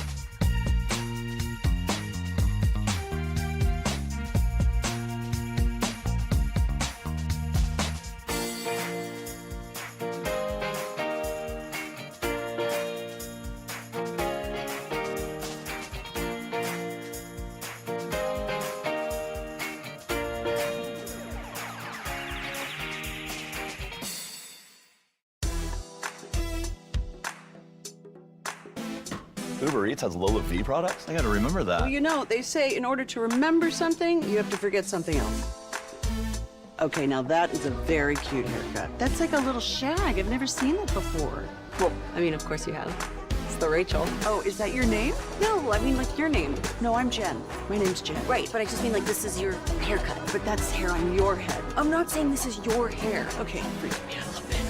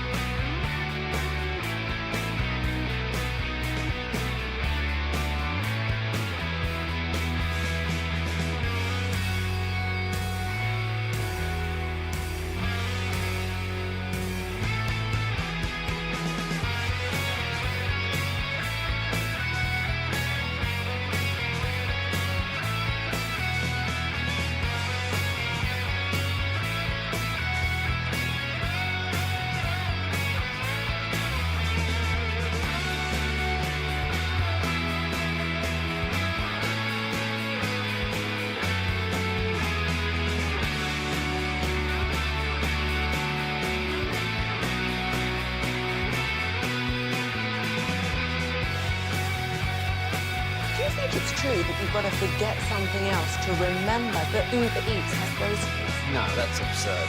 Hey, remember when you used to be what was it, Pepper Lady? Pepper Lady? Wasn't it Cinnamon Sisters? Basil Babes. Saffron Squad? Nutmeg Maidens? Paprika? No, Nutmeg Maidens. I just said that. Was it Spice Girls? Doesn't sound right. Was it Saffron Squad? And Frankel, if you've been injured in a car or truck wreck, call Frankel first, 214 or 817-333-3333. With Frankel and Frankel, there is never an out-of-pocket cost. They only get paid when you win. Frankel and Frankel, the go-to car and truck wreck attorneys in Dallas. An awesome retirement ceremony, speech, and article courtesy of Zack Martin yesterday at the Ford Center at the Star in Frisco. We're about to recap it. Just to remind you today, the fan is out and about. The G-Bag Nation, part of the grand opening of Cold Beers and Cheeseburgers, 2221 State Highway in Euless. If you buy one burger, you get the second one free. And the great Chris Arnold will be in Granbury from 3 to 5 p.m. at Casey's Pizza, 2101 Weatherford Highway. So the fan out and about as your home of the Dallas Cowboys and the Texas Rangers. Let's get you emotional with the DallasCowboys.com montage of the great Zack Martin. Zack Martin, Notre Dame, offensive line. I would describe myself as a consistent guy. You're going to get someone who's the same guy every day, who's going to be there for his teammates. Just to have the opportunity to be in the NFL and kind of fulfill that dream. You know, playing in a place like Dallas would be pretty special. The Dallas Cowboys select Zack Martin. Get over here, Zack Martin. So there we had an outstanding starter that could really come in and immediately help us do what we need to do. Obviously got a very good offensive line already, and you know it's going to be fun to join that group and help out any way I can.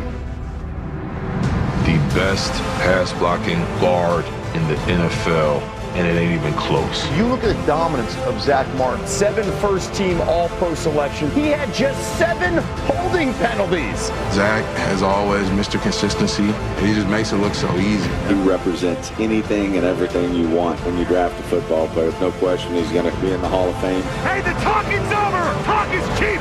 Hey, we're at home! We protect our house! Right! Get her on 3! 1, 2, 3! I got it! Talk to Zack just about every day. Everything that he's done for the Cowboys, and for me since I've been here, as far as leading and teaching me how to lead and guide and teaching me how to be a pro, I appreciate him for that. But yeah, I mean, that's a brother. That's a brother who goes well beyond the lines of the football field. Dak, Romo, Travis Frederick, Tyron Smith, Tyrone Crawford, amongst many and many and many in attendance to send Zack Martin off. He took pride in his consistent effort. I thought that was what he defined as his calling card.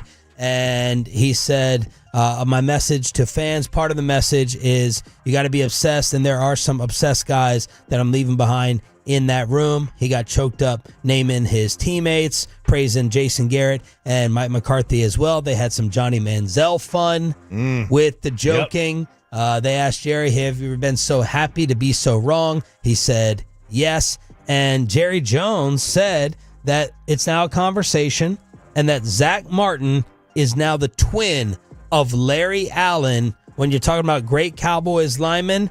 And Zack was asked what that means to him. It means a lot because I can remember when you go to the rookie symposium when you're a rookie and you go through the Hall of Fame, and I remember taking that selfie next to Larry Allen's bust right when I got drafted. And then my first couple of years, he was out at training camp and would shoot you texts before the game. And so really, I mean, it goes back to all of the former Cowboys. I mean, we have such a great community here in Dallas, and being able to connect with those guys, and then obviously a guy like Larry where you're playing in the same position, and you try to emulate the guy. I think he had a few pounds on me, but you try to emulate what he's doing out there, and it's special, and it's a big honor to be mentioned in that same breath. Look, if you're mentioned in the same breath as Larry Allen, you did something right. You did something right. There's the Cowboys' offensive line, I think, is underrepresented in the Hall of Fame. I think Nate should be there. Rayfield's there. Rayfield he had to wait way too long. I mean, he had to wait. Shoot, man, he had to wait 30 years almost, 25 years. And Zach hopefully doesn't have to wait very long. He's going to have to wait the 5 for sure, but, beyond that, how long? Hopefully not at all. I think Jerry and Steven revealing some behind-the-scenes negotiations that Zach would have preferred to keep private, but Zach kind of pushed his agent to the side when he went in, and he's like, I know exactly what I want financially. So they talked to Zach more than his agent during the talks, and Zach's like, hey, we don't need to reveal that publicly. And then I saw his Players Tribune goodbye, and I wanted to go through some of this. I thought it was fantastic. Out of everyone that I told that I was retiring from the NFL, I think the one guy that was the most bummed out was my son, Charlie. He's our oldest. He's about to turn 6, and at that age, they have absolutely no filter. It's beautiful. I came home a few weeks ago. I told him, bud, Dad's not going to be playing football anymore. And he said, yeah, I know. Football starts next year. It's done for the summer. And Zach goes, no, buddy, I'm done forever. And he goes, well, what are you going to do? What do you mean? For your job? He said, I'm going to play golf, man. Daddy's tired. And he goes, I'm going to spend a lot more time with you guys. And Charlie goes, And Zach's like, isn't that cool? And Charlie goes, And Zach's like, what's wrong, buddy? He goes, but what about CD? Am I still going to get to see him? And Zach said, that was my boy's main concern. He's obsessed with CD Lamb. That's his guy. One of the big reasons I kept pushing through all the injuries the last few years was to give Charlie those little moments that he can actually remember. As tough as last season was, Charlie kind of got me through it in a way, because every time I came home, he had some hilarious new analysis waiting for me. I think he gets it from his mom. He's more brutal than Stephen A. I remember one day, Dak was already out. We were so banged up. We had a game where we got smoked. It could have been the Lions. I get home, I'm fuming. I get into the kitchen, and I'm thinking there's nothing on earth that can make me feel better right now. I see Charlie. I'm going through the motions trying to be a dad. Hey, man. Hey, buddy, you watch the game? Yeah, Dad. Tough one, huh? Yeah, you guys are not very good. Oh, no. We're trying, buddy. Well, maybe you should try really hard. Maybe next game you should try really hard. He sounds like a fan. Okay, You're just buddy. saying not giving the effort. Okay, buddy. Was I okay, though, in the game? No, Dad. You let too many guys push you around. They were getting Cooper. Sorry, buddy. But you know who was really great today? He put the W in there. CD. He's just always great. Mm-hmm. All right, kid. Bath time. Charlie did the impossible. He put the smile on my face every single week. It really cuts. It's really a little emasculating here. How old is this kid? 4? 6. 6-year-old's breaking down O-line play. And I'm just watching the football. Zach, Tyler Eifert, and other buddies, they would always go out on the lake. They're sitting there having a few lemonades, fishing. He said, that's what football is to me. Living together 4 years in Notre Dame, walls of protein tubs and dirty laundry. Oh, yeah. Really, it was shameful. I remember trying to smuggle my T-shirts and underwear into the Notre Dame football laundry loop. It got so bad, I tried to sucker my mom, call her and say, hey, Mom, you wanna when are you coming up to visit? And she's like, I'm not doing your laundry again. You're a big boy. We were animals. I can't lie. We had this routine called trash night. It was not a weekly thing. It was more like a monthly thing. We had an empty garage in our house. We basically turned that into our trash closet. Fill it up to a hefty bag max, tie it off, launch it into the garage, slam the door. Problem solved. If we can't see it, we can't smell it. Inevitably, someone's girlfriend would complain, and that's when it was officially trash night. We threw on some dark hoodies, waited until it was late, and piled up 35 hefty bags into the back of my old Silverado. We crept onto campus, found some dumpsters behind one of the old dorms, and apologies to all the Notre Dame's facility management staff. I can't imagine opening up one of those dumpsters Monday morning and seeing 750 whey protein tubs and empty milk cartons. What can I say? Animals. I'm going to judge him if it's not chocolate pretzel, caramel, maybe a peanut butter pretzel. Well, did they have that back in the day? Remember, this is college for Zach. College. Yeah. 10 years ago. I think caramel pretzel was around then. The laundry loop. That is maybe the greatest invention that these teams have ever had. The laundry loop. What is that? It's like It's like a strap that you buckle up, but you loop all of your clothes. So you loop your shirt, your jersey, your pants. You loop it on there. You close it up, snap it, put it in the laundry, and that way when they just wash the whole thing, and that way you don't have to like look for your jerseys. Together? It all stays together. And it gets clean within, and it gets in clean. the middle? Yeah, because it's just the hook. You're just going around the loop. Oh. Like the tag on the back of your hoodie, right? You put that through. Zack Martin continuing to say goodbye through the Players Tribune. If I didn't go back for my 5th year at Notre Dame, who knows where I would have ended up. Probably not Dallas. So I have to give a special thanks to Harry Highstand because he's probably had as big an impact on my football life as anyone. When he came in as our O-line coach, he changed everything for me. I've never met anyone with more conviction. He lived by one rule. No bull ass, all ball. A lot of coaches could say that. He lived it. It was like something from an old NFL Films video, like he was born in the Lombardi era. I remember one time one of our guys fell asleep in the meeting room, and I didn't even think he was really asleep. He was just dozing off. Coach Highstand's face just went blank, followed by an explicit rant. Next morning, Coach had taped to his door the Greyhound bus schedule. It was a timetable for the city where the dude was from. To this day, we joke about it with all the O-linemen on the group text. We have his picture as the icon, talk about the legendary ass rippings he would give us. And anytime we see someone make a mistake during a random game, the impressions and the memes start flying around. Without him, I don't end up in Dallas. He convinced me to come back. I don't know if the fans saw it that way on draft night. I recall some boos when my name got announced. I'm not going to lie. Saw a couple of shocked faces in the crowd. I was rewatching the clip the other day. One lady looked like she just saw her dog get kidnapped. I get it. Guard, not the sexiest pick in the first round. When Dallas was up at 16, I got a call from a 214. I was shocked. It was Jerry. I can't even remember what he said. I was the SpongeBob meme. Everything went blurry and was swirling around. Then Romo called me. He said, Tony Romo stuff. Super cool. Can't wait to have you here. And then finally, when you're a Dallas Cowboy, it just hits different. That's the God's honest truth. You see that star next to your picture on ESPN? You have to pinch yourself. That night, I was on top of the world. It's funny because I remember getting on a plane to actually go to Dallas, and I was filled with more anxiety than I've ever been in my life. I also didn't want to get on the flight. I don't know what came over me. I was like, I'm really a Cowboy. This is crazy. I'm a kid from Indiana, man. I can't be teammates with Romo and Dez and Witten and Tyron Smith. This is insane.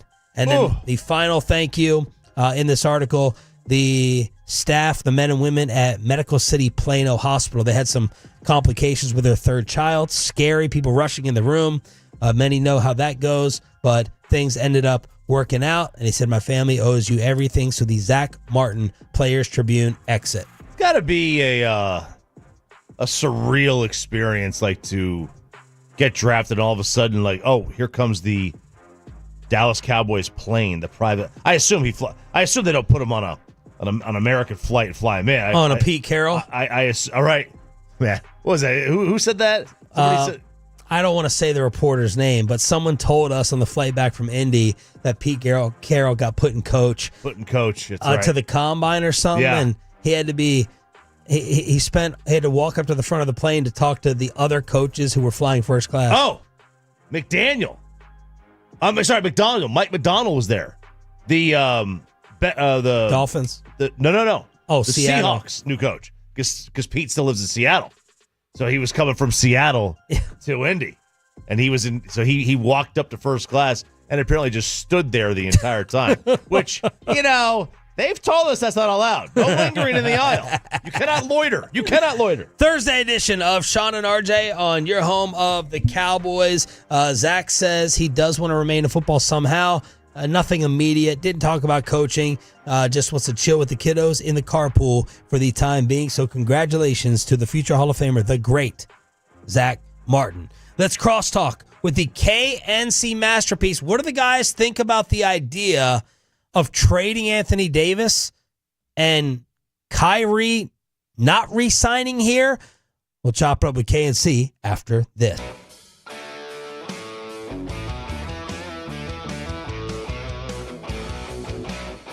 They're not ideal grilling conditions. Well, the official barbecue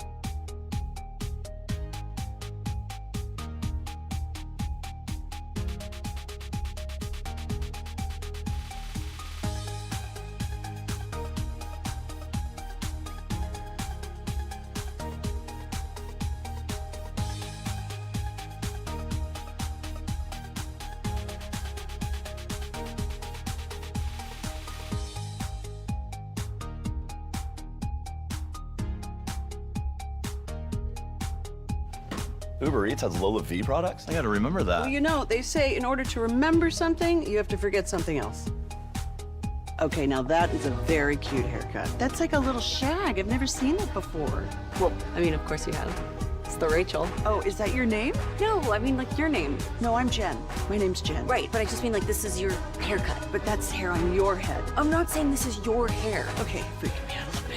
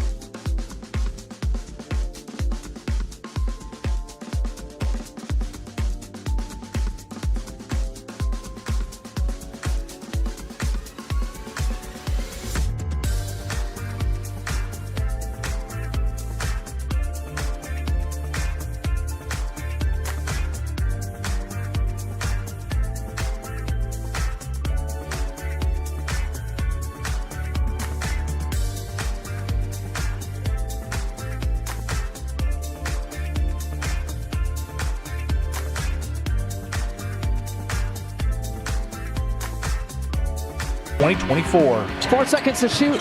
Giannis driving, lays it in. Giannis Antetokounmpo. Welcome to the 20,000 career point club. The Dallas Mavericks and their 3 bench players could not overcome the Milwaukee Bucks. And I'm not joking. I know. It 8 last night. 8 players, Bucks TV with the audio. How did the Mavs put out their injury report, RJ? Well, it was so long. Mavs PR. How long was it? How long was it, Gene? That's right. Mavs PR, not verified. They don't pay the $8 a month.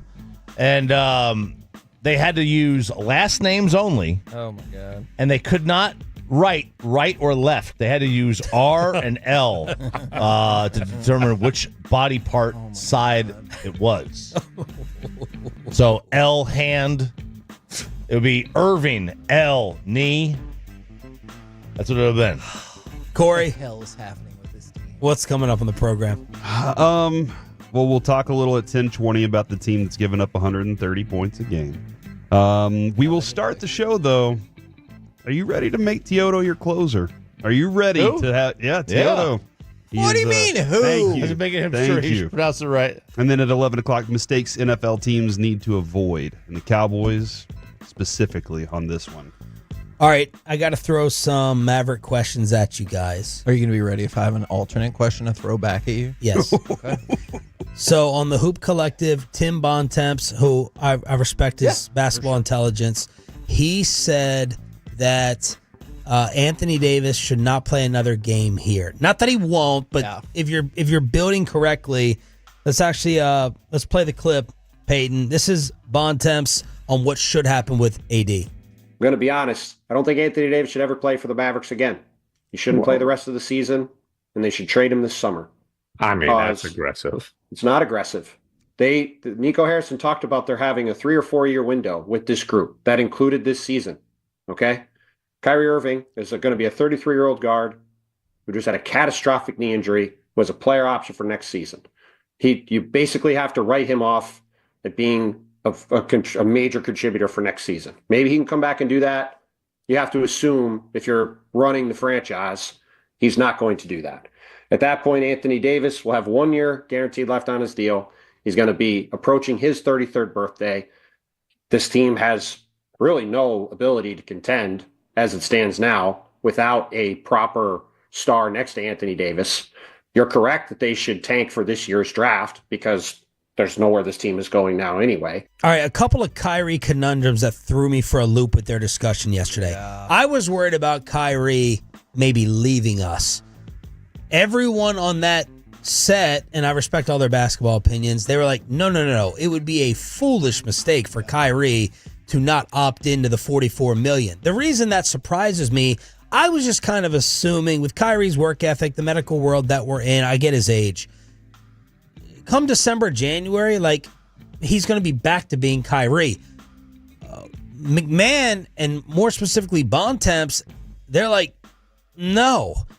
You're 2 years canceled with your 3 to 4 year Nico plan because you cannot rely on Kyrie Irving to come back and be a championship level player next year. That surprised me. And then it surprised me that they basically suggested it was a foolish business decision for Kyrie Irving to think about not opting in to the $44 million. Because I was like, all right, come back. Even if you're not totally 100% healthy next year, you go out on the market and someone else will pay you another max contract.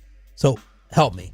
So we were actually looking through this Stanford research project about NBA players coming back from specifically this kind of knee injury. They hate Harvard. Then why'd you choose Stanford and not like Cal? I mean, come on. Because Malcolm Moore went to Stanford. He went to Stanford. The director. No, that's Michael Only Moore. for Columbine. Rank your Ivy League 1, 2, 3.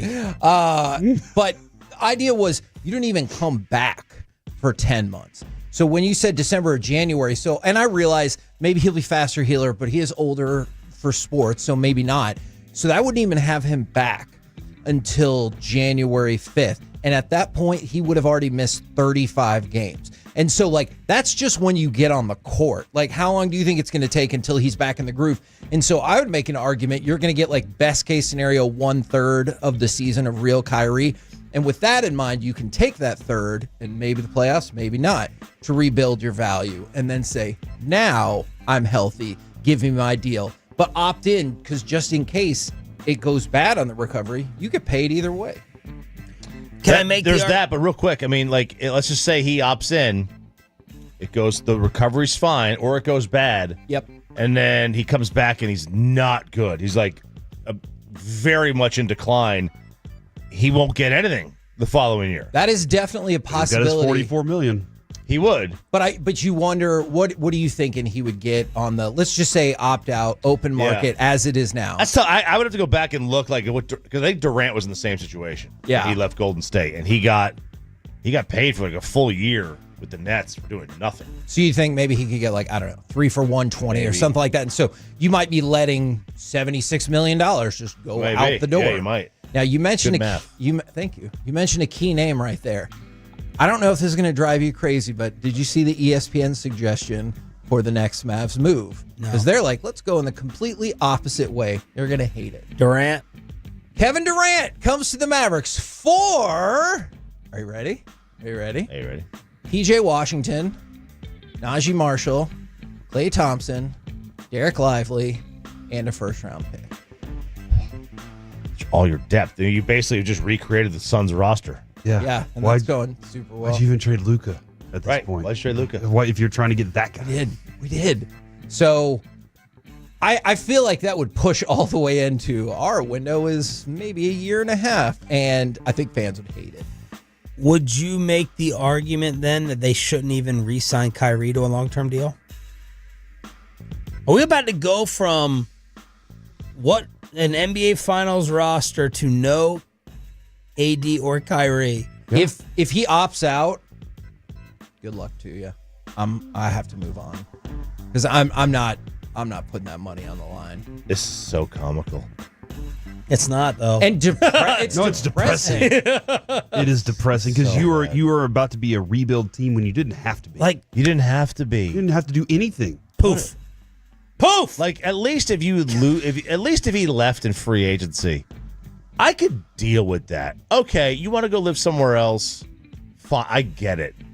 You opened the door and you pushed him out. And what? It didn't have to be this way. Oh, you're right. And I think they're screwed with the Anthony Davis trade because with the fan base. Because let's say you trade him for, some guy and a first-round pick, which is what we like to do. And then you're like, all right, so you traded Luka for 2 first-round picks and 2 other people, but what if you get like 3 first-round picks? They're going to be like, see what happens when you shop him around? You got more first-round picks for Anthony Davis than you did Luka, so I don't know how that part's going to work out. But you guys universally believe like Bontemps, Kyrie opts back in to secure that money? Yes, I do. Yeah, that's the smart business decision to make. You disagree, though, it feels like. My initial feeling was opt out, go somewhere else, and someone else will pay him. Okay. You might be right. I'm dismissing the injury risk or he has a downfall. I have to see it first to believe it. It's interesting too. This was his last stop because everybody was out on him. So did he revitalize everything where teams are like, no, yeah, that's the guy. He's going to be that guy whenever he comes into our place. I think he might have. He did. I kind of think he might have. Interesting. I think the injury just kind of was like another one of those things that cut that back down. And it's not anything personality-wise. It's just they're like, 32 now. So I feel like people are like, all these other things are too much to handle. Are you playing the song now? Okay, good. I wanted the transition. Yesterday it became known that the Kay Bailey Hutchinson Center was going to be the hub. Heck yeah. The Radio Row! I love it. The World Cup hub with all the big-time announcers, the great Josh Clark. So from January to August, we're going to have the entire soccer world media coverage-wise. And Josh Clark sent me the list. Clint Dempsey, Taylor Twellman, Landon, Tim Howard, Lawless, Stephen Goff. And for the first time ever, it appears we're getting a halftime show. We are. The FIFA World Cup is going to be... They didn't announce no, this. hang on. Who is this, hang on. Kevin? Coldplay? Yes. So I'm white. I know Coldplay. So now they did a Super Bowl not too long ago. Jay-Z is in charge of finding the Super Bowl halftime show, right? He is like the director of fun for the NFL. Oh. Well, who is in charge of finding the halftime act for the FIFA World Cup? Coldplay. Oh, I trust him. Is he still married to Gwyneth? Nope. No. They divorced. Their so this kid is former Apple. Ranger reliever Chris Martin. That's different. Right? Actually, current Ranger reliever. Oh, yeah, current. He is back. That's right. Those are still different. He's still people. back. Yeah, He's he's the back. same. But they are gonna do a halftime show. This is the first time they've ever done that. They've never done a halftime show at the FIFA World Cup.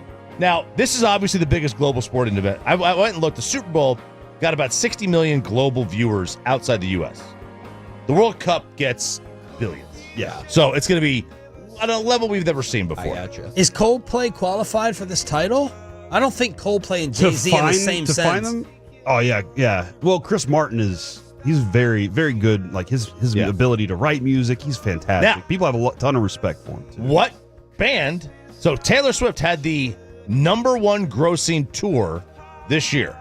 Coldplay was #2 worldwide. Pass. We found somebody else. Yeah, yesterday we had goalie Martin Paz from FC Dallas on. Pause? Yeah. And it's a pretty good name. And we asked him who he would suggest. And he had 2 fantastic suggestions together. Oh, if Bad Bunny's not on it, I don't want to hear Bad Bunny is on that list. He's the guy. He said in quote, no, should I not quote this? He said, I wouldn't there's say it exactly Mexico how he said and it. America and Canada. And he said, Bad Bunny is the perfect one for this. Yeah, and he said, and Dua Lipa. And I was like, oh, Dua. I'm in on that show. So you're and Becky G. That was Kevin's suggestion. Is that a wrestler? No. Becky Go G with is Becky G up. she's very popular. Back together with one of the players for SC Dallas. I'm not sure if they're still together or not. Oh, crap. I know. I don't know. Lasers. I don't know. Misreporting everything. So in Bad FC Bunny's Dallas. going to be one of the guys that are going to be his name's thrown out there. Taylor Swift's name's going to be thrown out there as well. Global. Shakira probably get her name thrown out there. See that. Global, right? It's not. You're not looking for something American. You're looking for something global. They're back together. Yes. So we'll see. We'll see where they go with. But Coldplay is in charge of finding that person. We're back tomorrow. We'll see if Roberto joins us or not. The KNC Masterpiece next on The Fan. Thank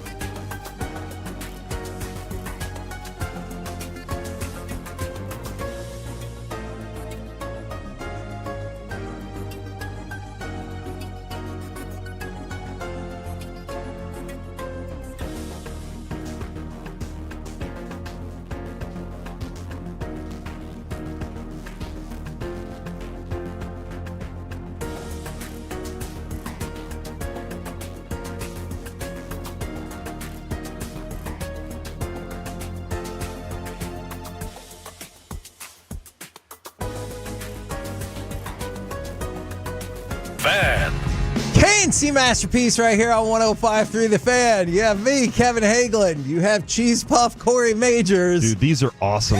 These are fantastic. You should try these out. HEB, nobody's ever going to complain about HEB on this show again. But HEB gave these sweet jalapeno. I think Dawson brought these in the other day. These You've just been eating them? They are fantastic. I feel, again, if it's in the room, it's available for everybody. So it has been in here for 2 days. We have Alec Medford, the famous Alec Medford as well. And Alec, I want you to ponder this question, and then I promise we'll probably definitely dive into sports. Forget the drivers. Right. Corey, this morning on the drive-in, you said that the highway pissed you off. I wanted to strangle the highway. So my question for everybody in the Metroplex, 877-881-1053, Frankel and Frankel Injury Attorney text line, or the Twitch, or the YouTube. Which highway is the number one highway that pisses you off? Maybe it's because of construction, maybe location, maybe it's the drivers. Whatever your reason is, what is the number one highway that makes you mad? Because I, ladies and gentlemen, would like to submit to you 635. I'd say I-30 in Arlington. Okay. That stretch over by the ballpark, the stadium, Six Flags, all of that, especially when I went to UTA. Oh, yes. Boy. Like, let alone you had a train track that went right in front of it that would stop you for an extra 15 minutes. And then you have 14 wrecks on your way home. And you got, you're leaving at 8 a.m., so you're already mad at the world. Mm-hmm. Yeah. Like, why? That's just adding insult to injury. So they've done a wonderful job with 635 from Greenville Avenue all the way out. But because they gave you the double highway. That is true. But our whole lives, Kev, at any point, that can become a parking lot. Okay. And that's the key right there. At any point, you're like 3 p.m. on a Wednesday. Hey, rush hour is way bigger than it used to be, and it switches times. Okay, fine. 11 p.m. on a Saturday. Mm-hmm. You don't know. Yeah. You might cruise home, or you might not ever get home again. Yeah. And that is the thing about 635. There are portions where they fix it up. There's other portions where I don't know if every single person in the Metroplex lives off of these streets, but it's always stuck. Yeah. And yesterday, on my drive into work, I texted a picture to Adrian and said, I hate it here.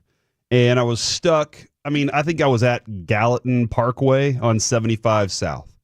Do you know how close that is to my house to be already in traffic? And then so on the way home, Kevin, yesterday from our meeting, it took me an hour and a half to get home yesterday. And this morning, it took me an hour and a half to get to work on what should be a 20-minute drive. It is literally, it's 20 minutes whenever the highway is clean. Yeah. I've made it in 15 before. It is a very short drive. But for whatever reason, something happens on 75 South and 70 for me, because I travel it the most. I know what 635 is. Sure. I travel 75 the most, and there is no doubt every day I'm spending an hour trying to get to work because somebody also pointed out we're too populated now. We are at a point now where the surrounding areas are too populated. And we can't do anything about it. We already built the roads. We can't rebuild them. And when we built all the roads, nobody would have believed. You'd be like, oh, my God, there's going to be 10 million people in this Metroplex. And you'd be like, what? That's stupid. What are you even saying? And you're like, build the highways now for 10 million people, and eventually we'll fill it up. I like this kind of unity early on from the 682, the 214, and the 817. 635, 635, 635. But here is where you feel the passion of the people. From the 817, I-30 can go F itself. From the 817, if you don't say 635, you are the wrongest of the wrong. And so I realize a lot of this, Alec, like you were talking about 30, and if I lived in Arlington or in that general area, I could see that. A lot of it is just based on what route do you go the most? And I feel like somehow or another, 635 always weaves its way in to ruin my day. All right, somebody did text in and said that you've never experienced anything until you've been on 80 between Beltline and Clements. My dad lives in Canton. And that's a two-lane highway. At one point, is it 80 or 20? At one point, it narrows down to one lane for no reason other than, hey, guys, we have a bridge over the top of this. It's going to enter. Why would you narrow it down to one lane? And so, dude, right there, and there's one little town. If anything happened, if it's a wreck, shut down. Okay. 2 lanes, shut down. And one year, Kevin, because it was Platinum Chevy, right out there. It's a wonderful place. Love the place. Great Chevys that they have there. That's true. One time I was coming back from there was a gas leak in the Mesquite area. I was stuck out there for 2 hours. Good luck. Yeah, 380 is tough, or 80 is tough. From the 469, I'm a truck driver. They all suck. 820 eastbound before 35W in Fort Worth. Always traffic for no reason. This is a very specific thing, but if you live near here or if you've been through here, it's on 30, the bridge to Rockwall, to and from Rockwall. Oh, good luck. There are some times you'll either get over the bridge in 2 minutes or 48 minutes. Yes. There seems to be no in between where you're like, oh, there's a little bit of traffic. If you see one set of red lights, you're doomed. Just tell whoever you're supposed to go see that you're going to be late. Yeah. Or you're going to be 30 minutes early because there's nobody there and you're like, oh, great. And you zip on by. And there's no way to bail. Unless you have an aqua car. You're on a rope, man. You're trying to tightrope across the water right now. That's what I talk about 75 is there's an area between Northwest Highway and Henderson that I call the cradle. All right, because you can't get out. You're stuck. Good luck getting exiting Mockingbird. That's fine, but you're gonna have to get back on because it's even worse once you get on the service road. Listen, I love this city. I love DFW. I love this area. We got to fix the roads. I'm with Gavin Dawson. We need to build water slides. That's how we need to get around. Water slides for people or cars? People. Oh, if I could just get on a water slide at Park and just slide all the way to work every morning, I'd totally do it. Build a river. Let me float down the river to work. I'm in. Let's go. From the 858, it's Highway 75. I avoid it like the plague. Dallas has bad drivers. 75 has the worst drivers. Top 3 ranked 635, 35E, and 75. Honorable mention to the Dallas North Tollway because people drive 95 in their Porsche around curves. Man, there does seem to be... That Keller Springs down there is where that's terrifying, man. Can we briefly discuss, and then maybe we'll get back to your regularly scheduled sports. Can we briefly discuss the gap? It feels much like crossing the bridge in Rockwall of people who either take a curve at 60 miles an hour or 4. Mm-hmm. I'm like, depends on how high your car sits up. Some medium. You see that sign? Stay somewhere around that sign. I will say, I don't do it on George Bush anymore because I found out the state troopers are all over George Bush. They're just waiting for you. So do you think there should not be troopers there because they're paid for it? We paid for this. That's what I was going to say about the tollway, Dallas Tollway, is I do kind of treat that like the Audubon. As soon as Adrian picks me up from the airport, I'm like, switch seats with me, and then I cruise home. I'm flying. So I do maybe it's because I'm like, cops can't be on this. There's no median. There's nothing. You're just going.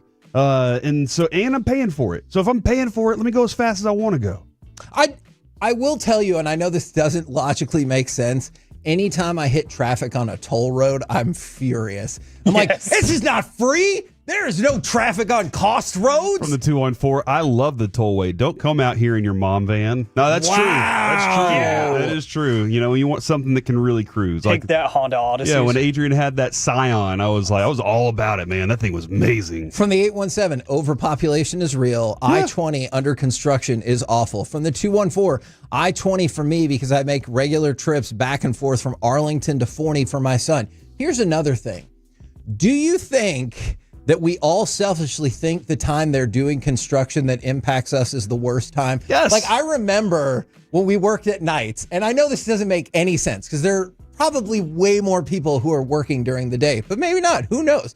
We would drive home and they're like, this part of 30 is closed from 11 p.m. to 2 a.m. because they're like, because no idiots are out there on a Tuesday. And I'm like, hey, I am. Yeah, I'm an idiot. I need to drive. Why don't you do it at 4 to 6 a.m.? Even though there's probably a lot of people who are getting off work then. And it feels like construction is always a hassle. 2 o'clock in the afternoon is not a reasonable time for traffic. It just isn't. And yet here we are. What are y'all doing? I get off of work. What are y'all doing? Where are y'all jobs? Do y'all get off at 2 o'clock? Yeah, where are y'all's jobs? What are y'all's jobs? Okay. If you're getting off at 2, like us, that's what I got to know. Mm-hmm.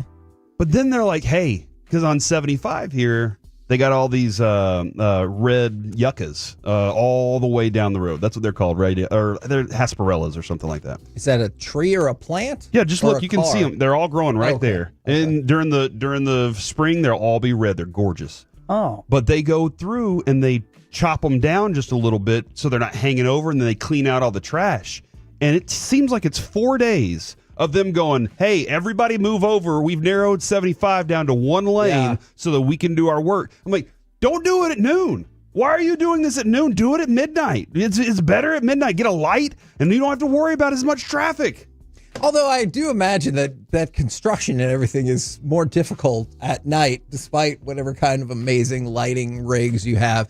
A lot of people are feeling seen in this segment. I appreciate that. From the 214, thank you guys. I was just about to bring up that stretch of 30 outside of Rockwall. I feel vindicated. From the 469, that Rockwall bridge is BS. Mm-hmm. It is. From the 972, traffic is bad, yes. But I'd rather deal with that than the pickup lane at my son's school. And that is a fact right there. Pickup lane, nobody knows how to do it. Yes. Nobody knows. Hey, look, there's 7 spots here. You don't need to stop here to let your kid off right in front of the door. You need to pull forward 3 more spots so we can get 7 people going through here at a time. And it feels like it's less acceptable to feverishly honk in the pickup lane, even though you're not doing it right. Can I tell you another thing? Yeah. I swear to God, we have a lot of sports I content. really We're just appreciate in the a Tolos flow out right there. now. Thank you so much for letting us vent here. So I live right next to an elementary school. All right. Here's a fun thing. There are 2 lanes on that side of the road. You waiting to pick your child up for school are in the lane closest to the line if you're going to turn in from the left side. All right. I realize if you're near the right side, those people are probably stuck and screw them. But when I'm coming home and other people like me, that lane to the far right, that is an open lane. This is not a 2-lane pickup, all right? Everybody get your ass in the left side of that lane and let other people move on by because their kids are oddly spaced out. One's 2 and one's 20. And so right now you don't have anybody in elementary school and they can go home. Or I'm going to honk at you. There is the loose. We come from the left side of the pickup. We come from the wrong side of the pickup line or the drop off line. Okay. However, Lucy has a special drop off at the very front of the line because she goes to a different class. She enters a different part of the building. So it's very awkward for me because people will be like, go ahead, or they'll cut me off and I'm turning anyway. I'm turning left in and they're like, what are you doing? And I'm like, I'm taking my special needs daughter to the front of the line. What's your problem? In your face, regular person. And then they're like, oh, okay. But somebody did say, Kevin, traffic is bad, yes. But isn't it about the friends we make along the way? No. This is a good question. I have never made a friend in traffic. Should we? Should we make more friends in traffic? Should we all just roll our windows down while we're stuck in traffic and start chatting with each other? Letting everybody know, hey, I'm a Tolo too, because Kevin, yesterday, we go to Grimaldi's. I'm walking from one direction, you're walking the other direction. We're looking at each other, about to meet each other out of nowhere. Somebody does. What did he say? He honked. He drove by in his Tyson Farms truck and he goes, hey, beep, beep. And I was like, I didn't even cross the street. And he goes, Tolo, Kevin. I was like, that's awesome. So think about all the friends we could make out there knowing we're all Tolos in our cars stuck in traffic together. Maybe we should do that more often. Roll your window down. So you're not afraid that you roll your window down? Somebody's like, do something. They pull out a gun. Instead, they're like, man, traffic, am I right? Yeah, that's kind of what I want. Like, that's what you think's going to happen? Maybe it will. Maybe somebody next to you is like, hey, you want to hit my vape pen? You're like, I don't know. Maybe I'm stressed out right now. Maybe now you have a new friend. So something else I would like to consider. CBD vape. As long as we're throwing ideas out there, I want you guys to consider this. I saw somebody once when we were on a cross-country road trip put it was either their Venmo or their Zelle in the window. And there were plenty of time. Like, I saw this car forever. And I was like, man, I wonder if that person is like getting money because they're like, I'll send this person $1. And like, you finish the trip, you got $35 or something for doing nothing, man. Mm-hmm. Think smarter, not harder. Exactly. J-Met says traffic is bad. Yes. I like how people are starting it with this. That was a really good one, but I'm glad I get to laugh hysterically while listening to y'all, sometimes even Tolo going. Okay. Okay. In the car. Good for you. That's impressive. This is a hypothetical. Seems dangerous. This is a hypothetical situation. And I want you guys to tell me if you're proud of this hypothetical person. Let's say you were exchanging a child that you shared with this person. Regular pickup, not anything weird. And when you met up with that person that you had the child with, they were all huffy, even though you'd agreed to the place you were going to meet forever ago. And they defiantly said, well, you know what? I don't like traffic. Are you proud of the other person for not looking at them and saying, no effing F, just like every other human in the world? And instead, they just go, okay.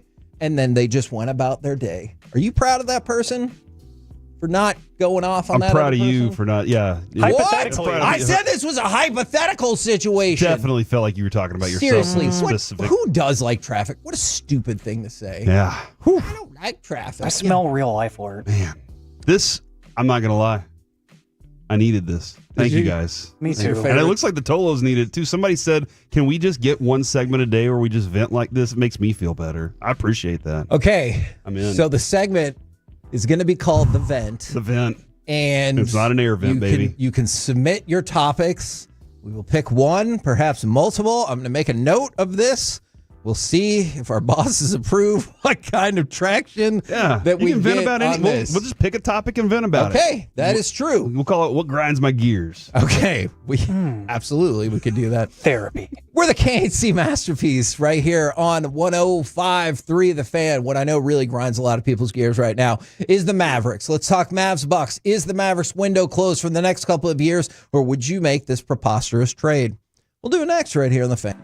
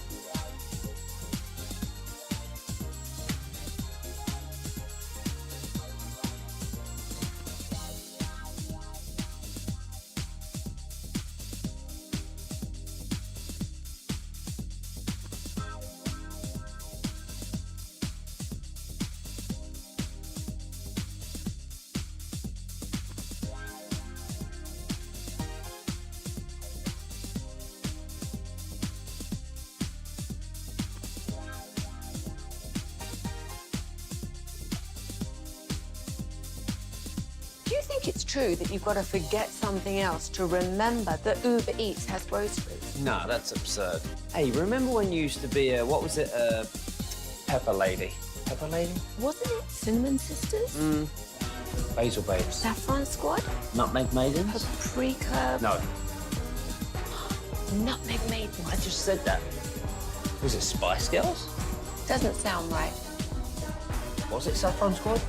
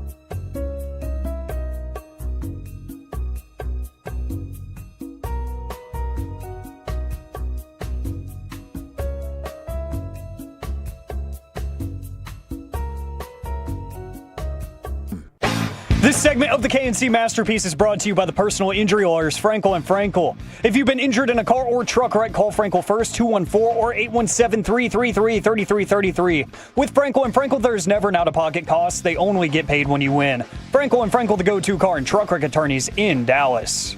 4 seconds to shoot.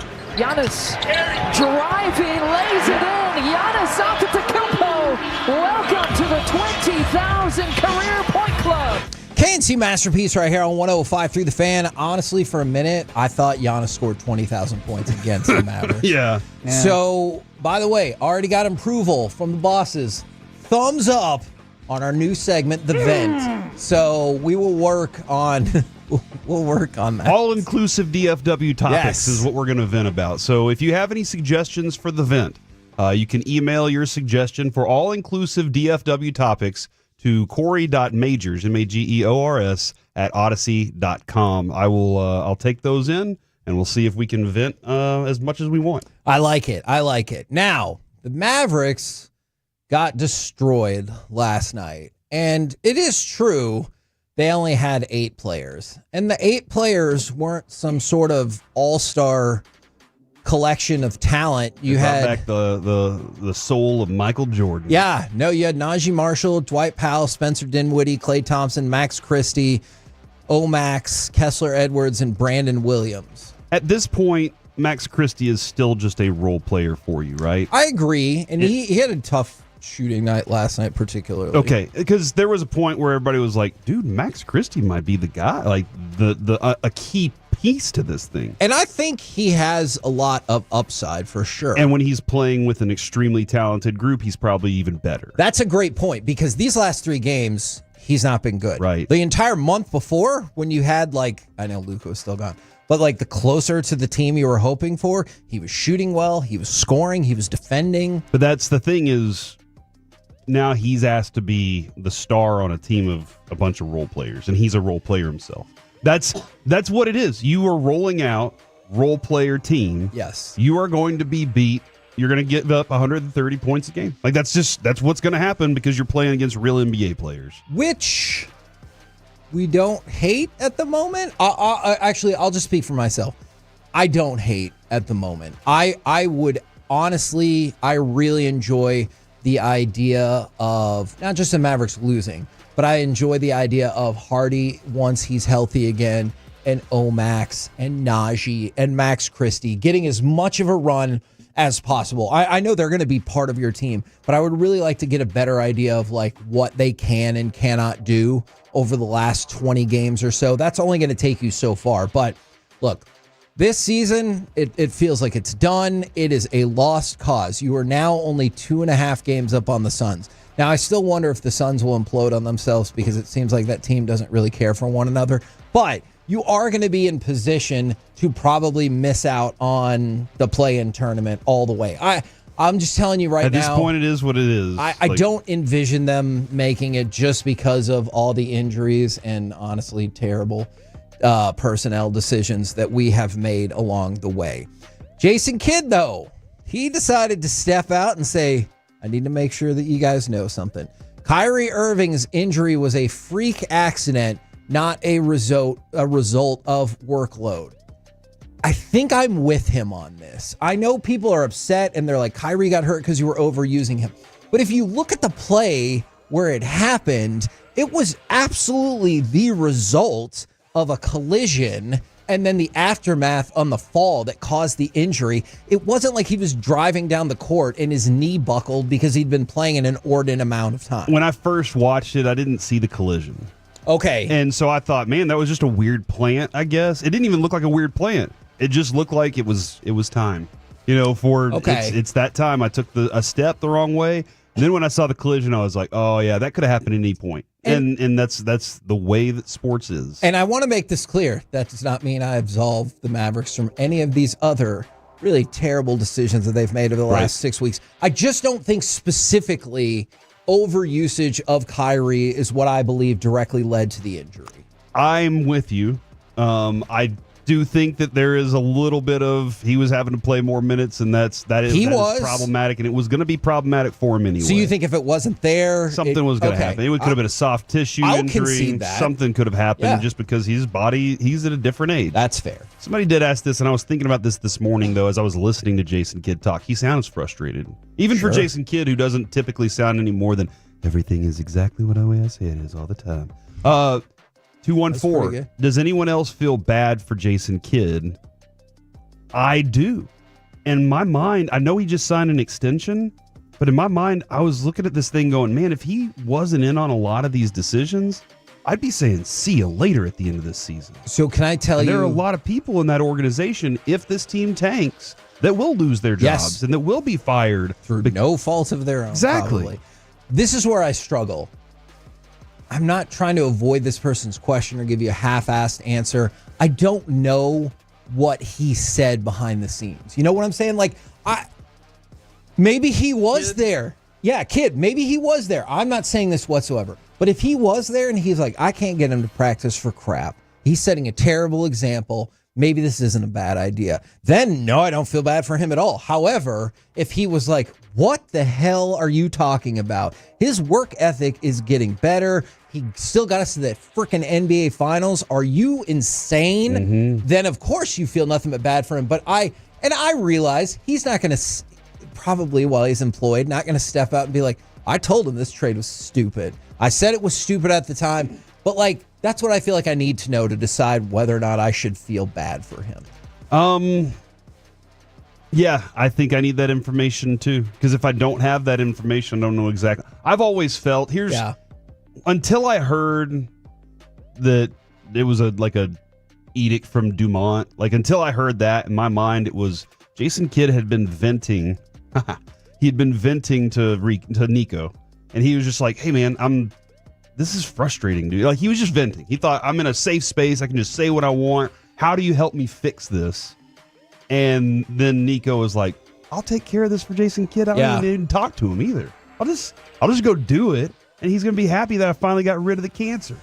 And once I heard Dumont was involved, I was like, okay, now this is a completely different story. So I'm with you. I don't know if Jason Kidd was just venting or if he was like, we got to do something different. Now, you have a couple of different pivot options, and they are very different for the future of this Mavericks team. We talked about it in Crosstalk. In case you missed it there, I think it was it Tim Bontemps? No, almost had it. I've been watching too much True Blood. No Bontemps. Yeah, I'm sorry about that. Who suggested Mr. Belfour that first few seasons are really good. They are. That suggested that the Mavericks go ahead and trade away Anthony Davis, which at that point feels like full on, all right, we messed it up, let's rebuild. Or which again puts Jason Kidd in like a what? Yeah. We spent all offseason and last year collecting these pieces to build this team to go to a championship, and now you're going to tell me that you traded Luka and the guy that you traded him for, you're just going to move on from, and we still don't have any crap picks? That is why I don't think they can do that. Even if it's the smart thing to do. Like, let's say some team walks along and they're like, hey, we'll give you one of our good or solid young players and 2 first-round picks for Anthony Davis. And you're like, oh, well, maybe that is best for the rebuild of this team. I just think PR-wise, you can't do it. But then again, everything that the Mavericks have done PR-wise has been the opposite of what I thought common sense would prevail along the way. So you have that choice of moving on from Anthony Davis, and I would assume essentially closing your competitiveness for the next couple of years. Or you have the bold solution from ESPN.com, which I bet lots of people have lots of thoughts about this. Trade for Kevin Durant. The deal would go down like this, per ESPN, not per Kevin Hagelin, per ESPN. Mavericks get Kevin Durant. And all the Mavericks have to trade them is Klay Thompson and PJ Washington. All right. And Najee Marshall. I don't like that. And Derek Lively. Okay, this is stupid. And a 2025 Why would I want a 65-year-old Kevin Durant when I have Derek Lively? Hey, both of them are the same injury risk. One of them is just his knees might snap like dry breadsticks here soon. Would it be particularly infuriating if to make this happen, you give up your 25 first-round pick and we got Luke off the board, we got a 29 first-round pick? That's a part that I did not think people would stand for that. And it said, getting Durant, one of Kyrie Irving's closest friends and his former Brooklyn teammate, would be a clear way to ensure the team's perimeter and ball handling stays afloat while Kyrie Irving rehabs. Is this the Dallas Kyrie Irvings? Is that what? Because remember last week, wasn't it? Hey, we got tired of the world revolving around Luka. The whole world's revolving around Kyrie, an older player who is now injured. Yes. And we're like, hey, it's still revolving around him. That was the wrong choice. You had two choices. You chose the wrong one. What was the movie? The Wrong Kid Died. That's what it feels? Oh, yeah. Yeah, that's what it feels like right now. I don't see any way. What are you even getting for Anthony Davis? If you move on, okay. Because what are you getting? And that's another great question. Because as I brought up, I think people are mad either way. Let's say you trade Anthony Davis for a disappointing return, a guy in a first-round pick, and you're like, huh? Okay, so we traded Luka for a couple guys and a couple first-round picks. Sweet. But on the other hand, what if you were to trade Anthony Davis and got like 3 first-round picks? Then the fan base is going to come down on you and be like, oh, what do you know?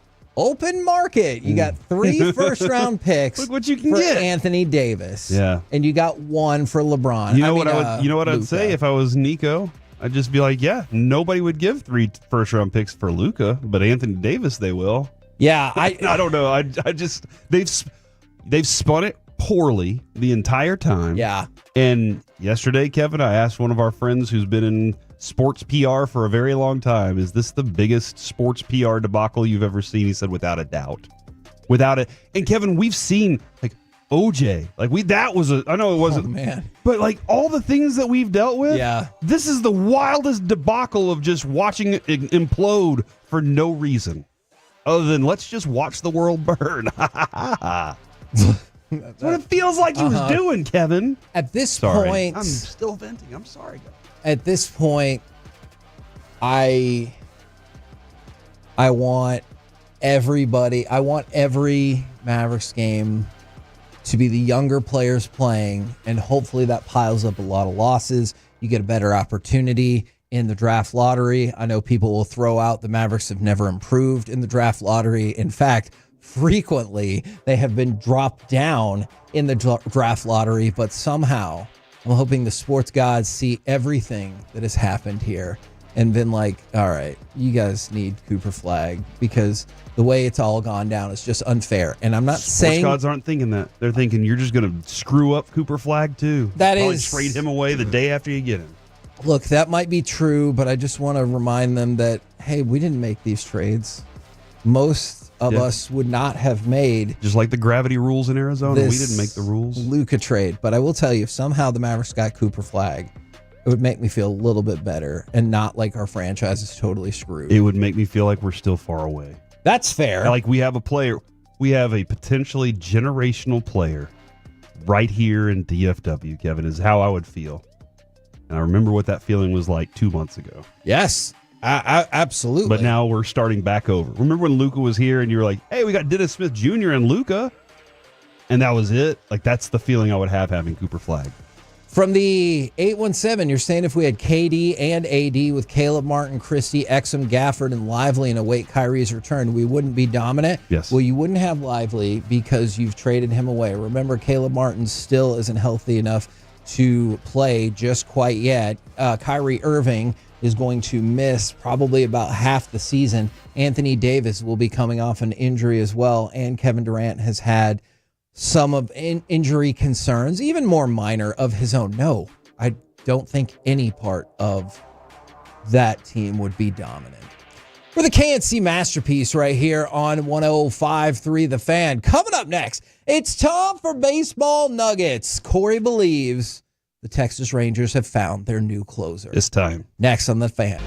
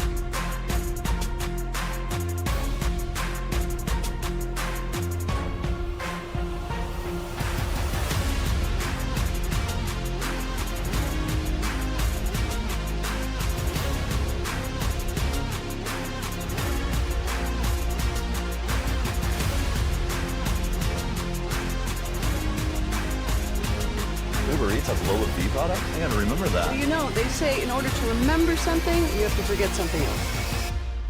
Okay, now that is a very cute haircut. That's like a little shag. I've never seen it before. Well, I mean, of course you have. It's the Rachel. Oh, is that your name? No, I mean like your name. No, I'm Jen. My name's Jen. Right, but I just mean like this is your haircut. But that's hair on your head. I'm not saying this is your hair. Okay, freaking me out a little bit.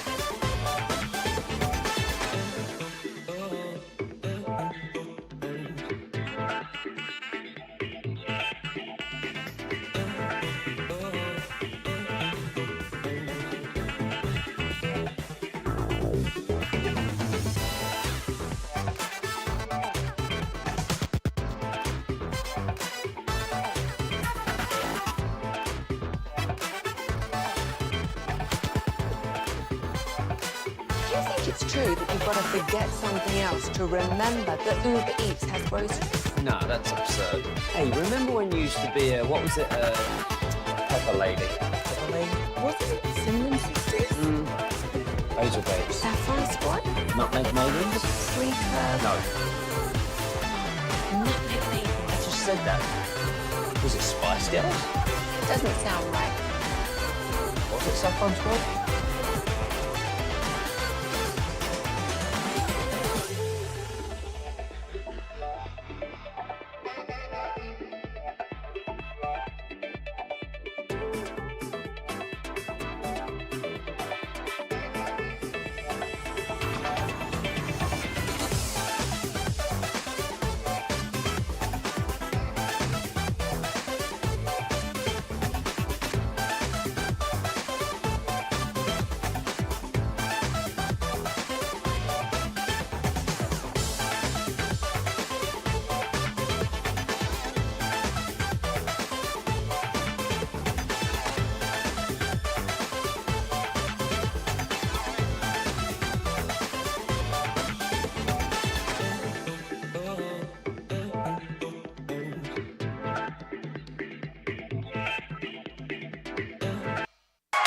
This segment is brought to you by Classic Chevrolet. If you're in the market to upgrade your vehicle, get to Classic Chevrolet in Grapevine. Back-to-back #1 Chevy dealership in the world. They've got more new Chevys than anyone, all priced to sell. Visit ClassicChevrolet.com. This is Texas. This is Classic Chevrolet. Together, let's drive. Based on new Chevy registrations 2023 and 2024. 3-2 pitch swing and a miss. Jackson with the slide ball gets him. Back-to-back strikeouts for Luke, both coming on sliders. He's protecting a 4-0 lead. KNC Masterpiece right here on 105.3 The Fan. Right now, it's time for Baseball Nuggets. And I promise, Corey, we will get to the person that you really want to talk about. All right, I just got the first email about the vent, our new segment that we're going to be working with. And I've also we got a text. So again, Corey, there are people in the building on this floor that have also dropped by. Corey.majors@odyssey.com if you want to send your vent topics. We complained about traffic this morning. If you have a topic you'd like to vent about, text it to us. What's the deal with traffic? People, yeah, we got a text. That's a good one. I'm going to go ahead and write that one down as well. All right. So we'll get to the other person that Corey really wants to talk about. But let's start with Luke Jackson. Yesterday, in relief of Tyler Mahle, Luke Jackson had a leadoff walk. Not ideal, but then he struck out 3 straight Cincinnati Reds with his slider. Bruce Bochy, again, this is his quote, not him actually speaking. It's just getting better and better with him and what I'm seeing. The stuff is good. Good inning for him, for sure. I think the Rangers are hoping that Luke Jackson is going to be the next kind of like Kirby Yates post-surgery success. And not necessarily to say like he'll always be in the 9th inning or anything like that, but he was rough before he had surgery. 5.09 ERA in 52 games with 2 teams last season.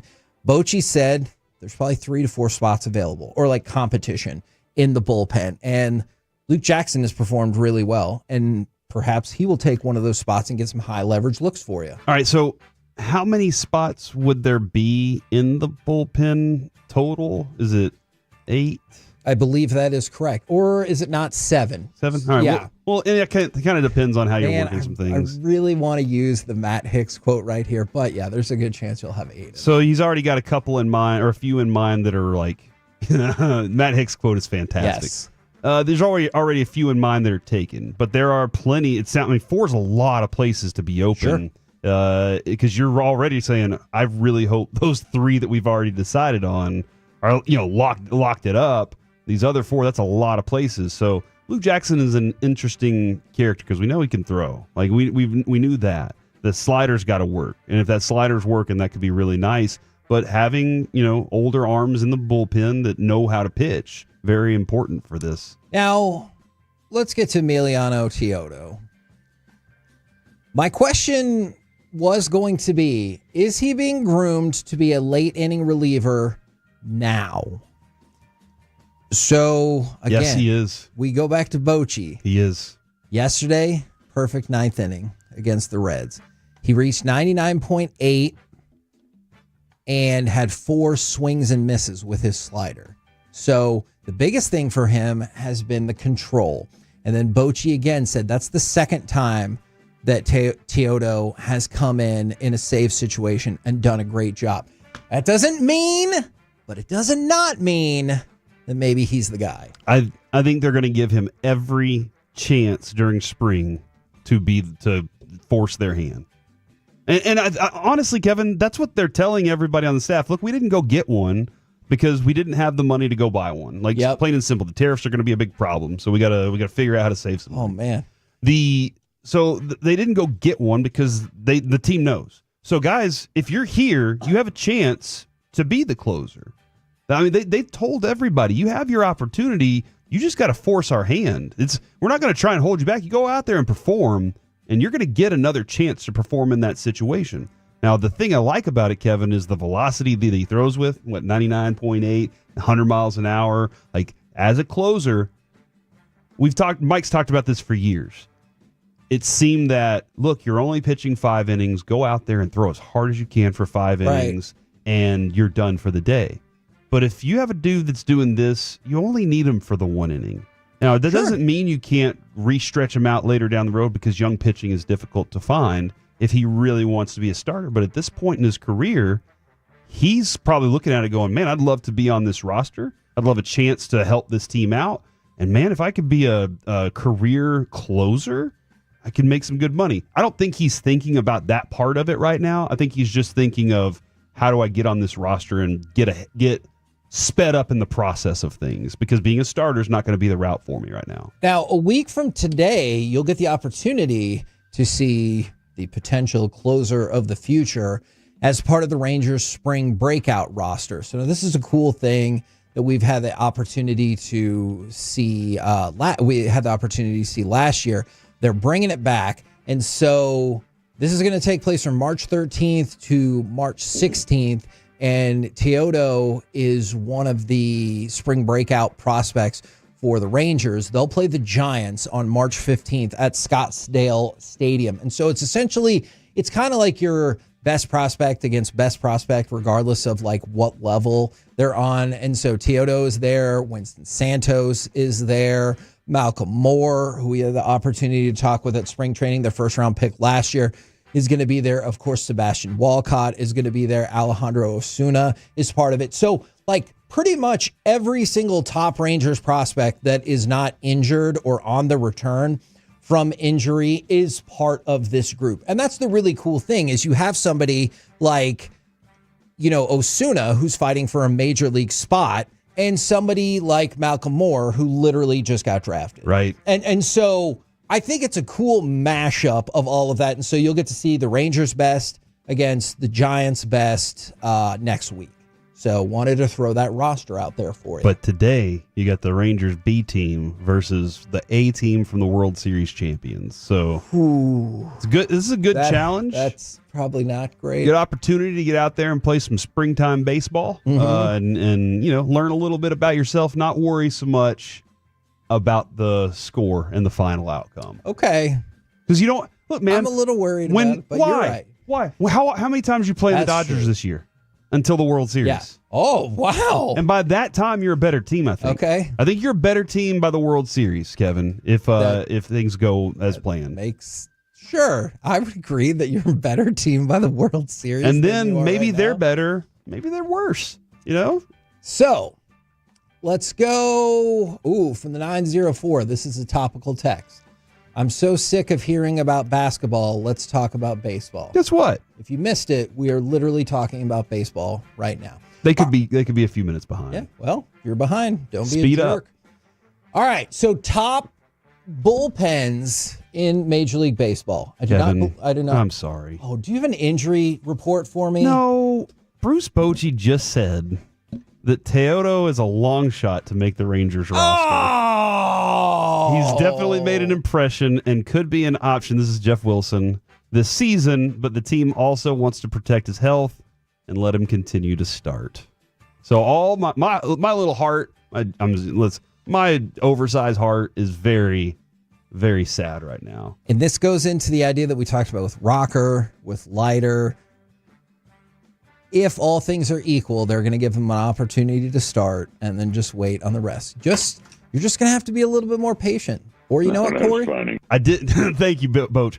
Kevin, I did point out, though, by the end of the year, this team could be better. So there you go. Don't forget that. And it will be because of that. Now, maybe because of this news that Boach said, or maybe this article came out a few days ago, the Texas Rangers did not make the top 10 bullpens in Major League Baseball per CBS, which I can't say is particularly surprising. They weren't even in the honorable mention. Right now, you'd have a pretty strong case to argue that Robert Garcia? Okay, which I hope works out really well. But do you remember what I just told you about him last year? But you can make a really strong case that this is a bottom half of MLB bullpen now. I like Mark Church. We'll see how that goes. Top 5 bullpens in Major League Baseball per CBS Sports. Chris Martin. Milwaukee Brewers. Walter Pennington. Minnesota Twins. Detroit Tigers. The LA Dodgers are only second behind The Cleveland Guardians, and yes, I know this is the part where people bring up that their closer is Emmanuel Clase, who used to be part of the Rangers organization. Yes, I know, we're all familiar with it, and it is unfortunate, but could be worse. Did you hear what happened with the Orioles? Gunnar Henderson, he has an intercostal strain. His availability for opening day is now in question. So I believe it was yesterday that we talked about how Adolis Garcia, the MRI, came back probably better than expected, and he should have no problem being ready to go for opening day. Gunnar Henderson, just a phenomenal player, one of the best in all of Major League Baseball, will potentially miss opening day for the Orioles. So I don't think it's going to be a long-term issue for them, but it's how delicate the spring training balance can be with injuries and everything. Kevin, I just want to point out, we will not give in to terrorists or negotiate with them. Oh. Somebody has asked if we will give them a shout-out on a Thursday, mind you. And if we don't shout them out, they'll throw our Amazon packages. And I'm just here to say, that's not how this works. I've gotten Amazon packages where people wrote Tolo on them, so I'm concerned. I will just say I really appreciate you, but you're going to have to wait till tomorrow. I love you, though. Did they say what the shout-out was? He just wanted a shout-out. Okay. Man. And then this guy says, can we stop talking about baseball and talk politics, please? No! Right. No! We're the KNC Masterpiece right here on 105.3 The Fan. Coming up next, mistakes NFL teams need to avoid and moves the Cowboys specifically should make. Next on The Fan.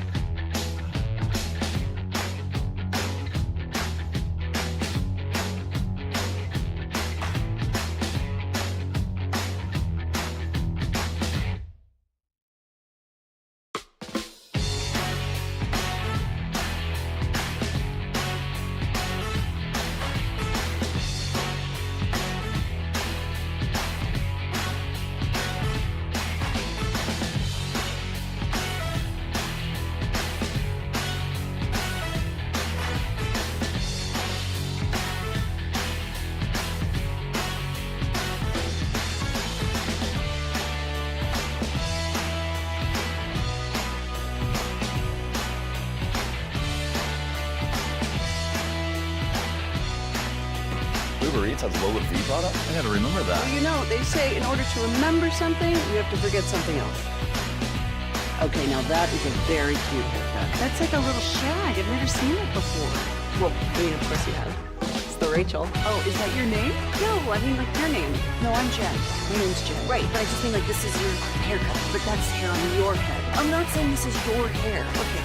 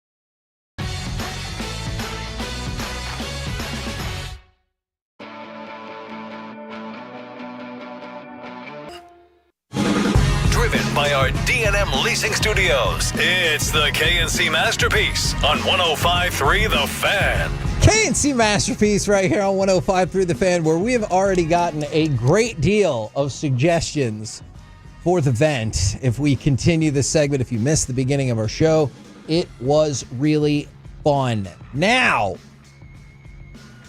mistakes that NFL teams need to avoid making this offseason. I want to see if you think this would be a mistake or not. And then we can get to some more Cowboys-specific things if you like. Mistake number one that a team needs to avoid, any team needs to avoid, signing Aaron Rodgers. Yes. He is no longer a quarterback that is going to help your team get over the hump. And he is also no longer a quarterback that is going to help grow a young and immature team. His world revolves around himself. And I'm not against that for a person. That's you. That's your life. Go ahead and do you. He does not know that he physically can't do some of the things that he used to be able to do, though. And that's where he's like, no, I can still do all these. No, you can't.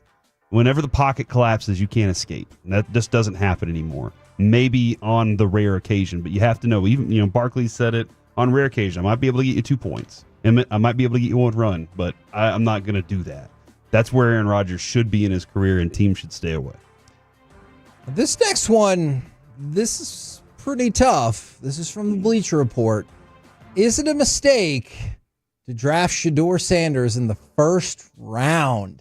Now, they said draft him at all, but clearly after the first round, there's plenty of value there. But they talked about the scouts saying that he takes so many hits because he holds on to the ball for too long. That is true. And then I know there's a whole bunch to do about whether he did or did not have an attitude at the combine, blah, blah, blah. Don't care. I know who his dad is. But let's say top 15 in the first round. Is it a mistake to draft Shedeur in the top 15 of the first round?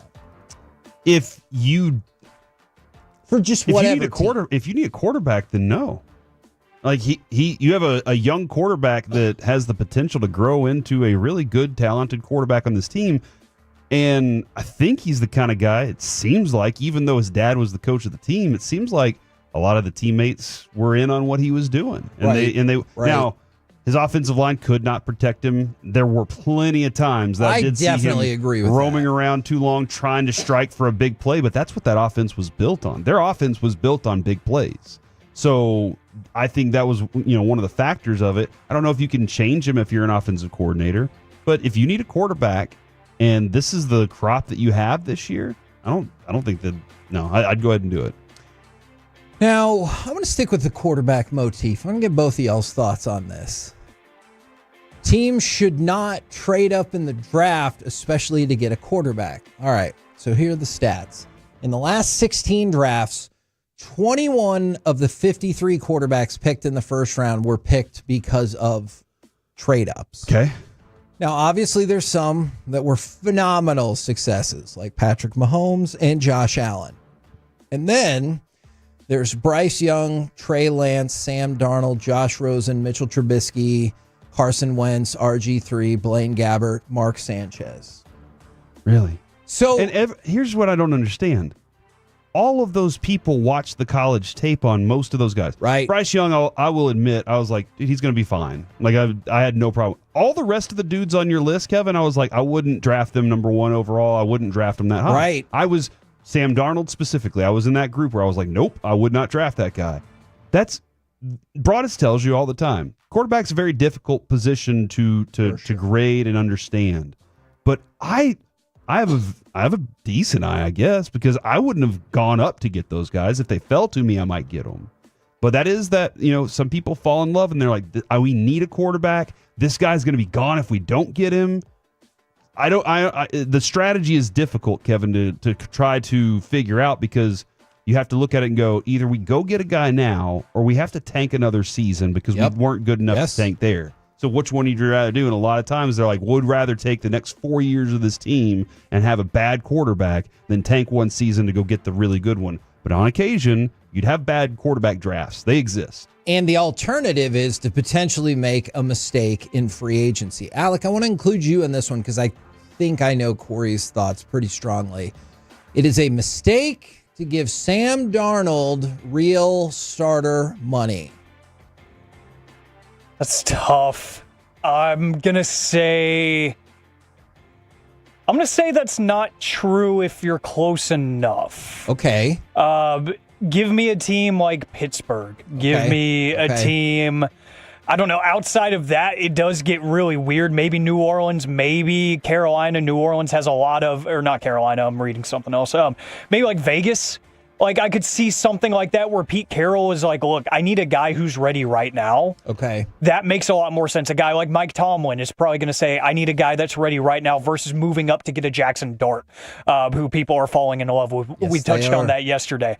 Outside of that, it doesn't make any sense to me. If you think you're close enough, go for it. But I don't think it's more of an indictment on the teams that are close enough. Because it seems like every year you have that 1, 2, maybe even 3 wild card teams that had the veteran quarterback that they don't know what to do with anymore. Then you say, we're in the teens or the early 20s. We don't want to move up and give up 1 million assets and ruin our future to go get that guy that we don't really know about. Let's pay a guy for 2 years. Let's pay him real money for 2 years. Okay.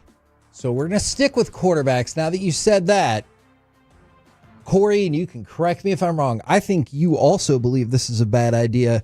Do not trade for Deshaun Watson. I wouldn't. Why would you do? What would you? Hold on. What do you trade? Like, I don't even think I'd trade a 7. You'd essentially trade nothing, and the Browns would get a tiny bit of money off their books.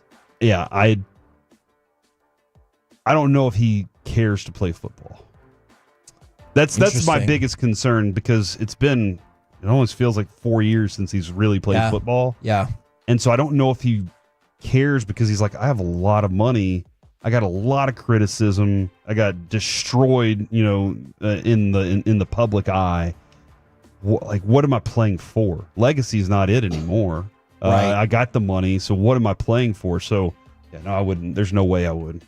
By the way, here's a... And I thought Kevin, we were both like, this is going to be amazing. Look, I would love to be able to tell you right now that I always knew Deshaun Watson was fraudulent and this contract was stupid. Nope. I did think giving a fully guaranteed contract at a time when nobody else had ever gotten one was questionable, but I wasn't like, you'll regret this for the longest time. But here we are. Mm-hmm. By the way, if you look at Deshaun Watson, because of the restructure they did on his contract, he's only going to count $37 million against their cap this year. Gross. Now, the tough part is, and you're already locked in on this, he's going to cost $81 million on your cap in 2026. Now, here's the really tough part, Alec. He's going to count $53 million on your cap in 2027 when he's technically not even under contract anymore. That's how stupid this deal was. It never made sense from the get-go, and now because you thought it was going to be a long-term play. But Yes, you always I did. You always got to think about what can and will go wrong in these situations, and some teams do go that extra step. Cleveland never struck me as a team that thinks about what's next. They've never, no matter who's running that front office, no matter who's coaching the team, they've never seemed like the team that thinks, but what if this happens? Look at the Myles Garrett situation. Like, it feels like they're almost stunned that this is happening, that a really good player, one of the best players in the NFL, period, wants out because they're not winning, and they're like, oh, we're not going to trade him. So, and it's like, well, what happens if he doesn't show up? And here we are. It amazes me that they continue to do this each and every year, that they don't think about what can and will go wrong. And some teams, they don't think about that because, like, look at Cincinnati. Yeah. They don't think about Joe Burrow getting hurt every training camp, it feels like. But they still find ways to win games nonetheless because they have really good players outside of that. Cleveland doesn't do that, so they're screwed for the future. Now, I'm going to add a question to what should the Cowboys do, because a bunch of people asked this.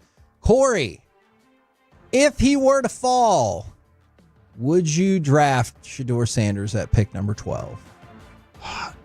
I might pass. Okay.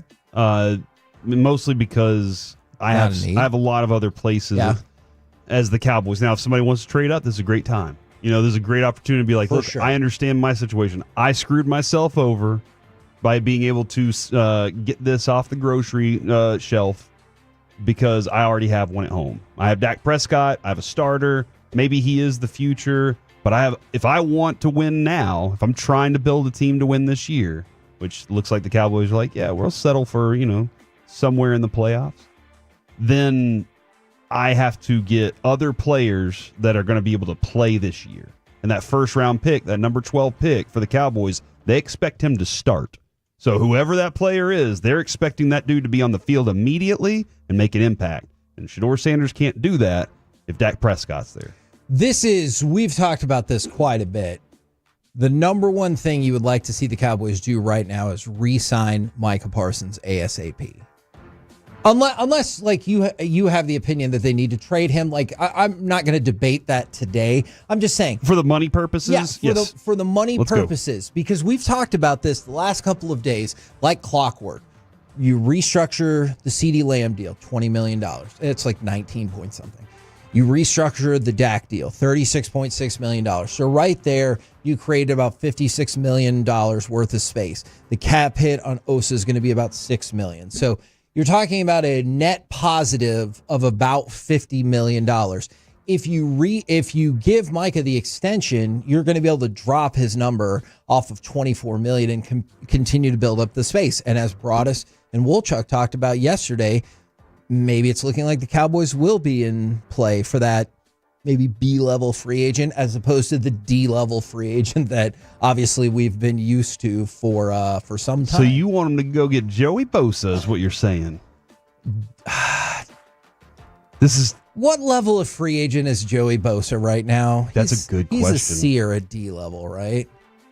The last 3 years, I think it's 2, 4, 5, and 9 games in the last 3 years. And the sack numbers are down. Huge name. When he's healthy and on the field, he can produce sacks. But he's not often healthy and on the field. My mind, Alec, I came in this morning and I said, I want Joey Bosa, is what my mind tells me. But then I go look at his numbers and realize the dude's missing a lot. And I don't know, you need defensive ends. You need those defensive linemen. I just can't do it. If you get a good value, I don't care how many games he plays. What is that? What is a good value to you? Because I'll admit I'm very fascinated to see what kind of deal he gets. It would have to be a 1-year deal. And it's tough because if he does play every game for you, every regular season game, that's a damn good player. Hold on, Alec, let me ask you this. I tell you, I got him locked in for 1 year, $10 million base with a $750,000 escalator clause on every game he plays over 10. I'm doing it. Okay. So now you could be talking about $15, $16 million. Sure. Yeah, because I think if he does play those games, he's probably doing good work. And he's probably earned that money. So I'm looking back at it and saying, great. And if he helps you make a playoff push and whatever, Perfect. And then he can go get another major payday from another team because we're not going to do it. And I'm totally fine with that at that point. I'm wondering if Devontae Adams is a B-level free agent at this point. That is an interesting question as well. I got caught up in the fact that Joey Bosa is only going to turn 30 this summer. Feels like he's been in the NFL for 14 years. Wow. And so I don't know what kind of money he's going to be looking at. I don't know what kind of money Devontae Adams is going to be looking at. I'm very curious. Doesn't hurt to pick up the phone. Pick up the phone. Hey, this is what we're thinking. Send a text. And then his agent's like, hey, we want a minimum of 20 guaranteed. And you're like, thanks for the time. Talk to you later. That was a Jeb Bartlett right there, right? Is that what you're doing? Jeb Bartlett is done. Is a great fictional president. Absolutely. Dude, what are other ways to get in touch with people without having to pick up a phone? Pigeon. Email, text. Shout at them. Is FaceTime, that's picking up a phone, but you could do it on your laptop. Or your iPad. Yeah, or an iPad. Okay. There's But lots that- of ways to get in touch with people. I guess that is true. You're old. Corey, Cowboys must re-sign Jordan Lewis. I think so. And here's leadership. That's who I want the guys to follow. Since he's been a Cowboy, he's been a fantastic player on this team for what I need from him. I think he's really good in the slot. What is he going to command? Does he want to be an outside cornerback for another team? And he thinks I'm going to get more money there. There are a lot of questions there, but I want the dude on the team. I want that guy in my locker room because most of his career, I've never seen him make business decisions. When I watch him on the field, he's like, let me put my nose in there and try and poke the ball out. Let me make a hit. I know this guy's bigger than me, but I got to tackle him somehow. I don't see him turning around and saying, I'll let my safeties do it. So I want a player like that on the team. One more question for you then, because it kind of feels like maybe the Cowboys feel this way. Cowboys should also re-sign Rico Dowdle. You just in the draft will be cheaper. Yeah, I'm fine with him being the starting running back. Okay. I really am. I don't know. And if you're getting him is it $6 million as a starter? I think he'll get less than that. I think so? I can end then up yeah, being wrong. I'll pay him that. I'll pay him anything if it's under 6. Yeah, I'm happy with the running back. So I'll take that. And then I'm also looking to add a younger legs in the draft, preferably not a former injured running back. If that's okay, right? If that's something we can do. And then the last thing on the agenda, Alec and Corey, the Cowboys must actually take the best player available in the first round. Because you can make a pretty strong argument the last 2 years with Smith and Guyton that maybe they didn't take the best player available. You're right. They did BP best player available for the position of need. Exactly. That's what they did. So best player available this time. You have to make sure you have to make sure you sign a bunch of spare parts though to your roster before you can do that. Otherwise, that's how they got CeeDee Lamb. They were like, we filled everything out. I know. We can take this guy. We're the KNC Masterpiece right here on 105.3 The Fan. Coming up next, time for AM on the FM. The question of the day plus the 2 worst people you've ever known had their best day ever yesterday. We're going to talk about it next on The Fan. If you're laughing, we're happy. Thank you. Thank you. Get Masterpieced anytime you want on our Odyssey app, presented by Comerica. You're looking at your house and you're going, man, the paint is chipping off. It's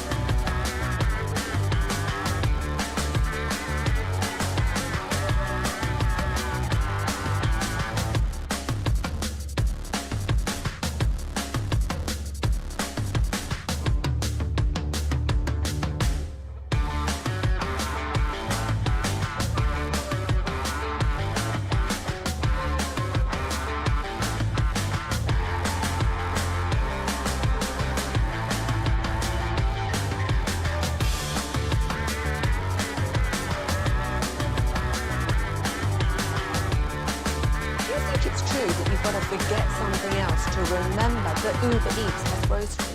No, that's absurd. Hey, remember when you used to be a, what was it, Pepper Lady? Pepper Lady? Wasn't it Cinnamon Sisters? Razor Babes. Saffron Squad? Nutmeg Maidens? Pre-curd? No, Nutmeg Maidens. I just said that. Was it Spice Girls? Doesn't sound right. What was it, Saffron Squad?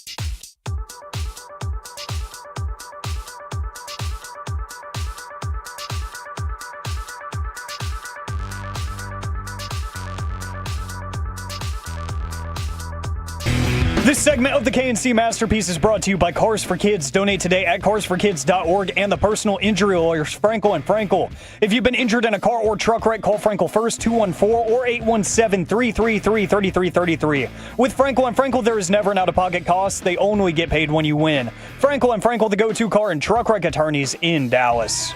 KNC Masterpiece right here on 105 through the Fan. Want to remind you, busy day today around the Metroplex. If you want to do some fan hangs, G-Bag Nation is part of the grand opening of cold beers and cheeseburgers off of 121 in Euless. So good. By the way, Corey, buy one cheeseburger, second one's free. Are you kidding me right now? Nope.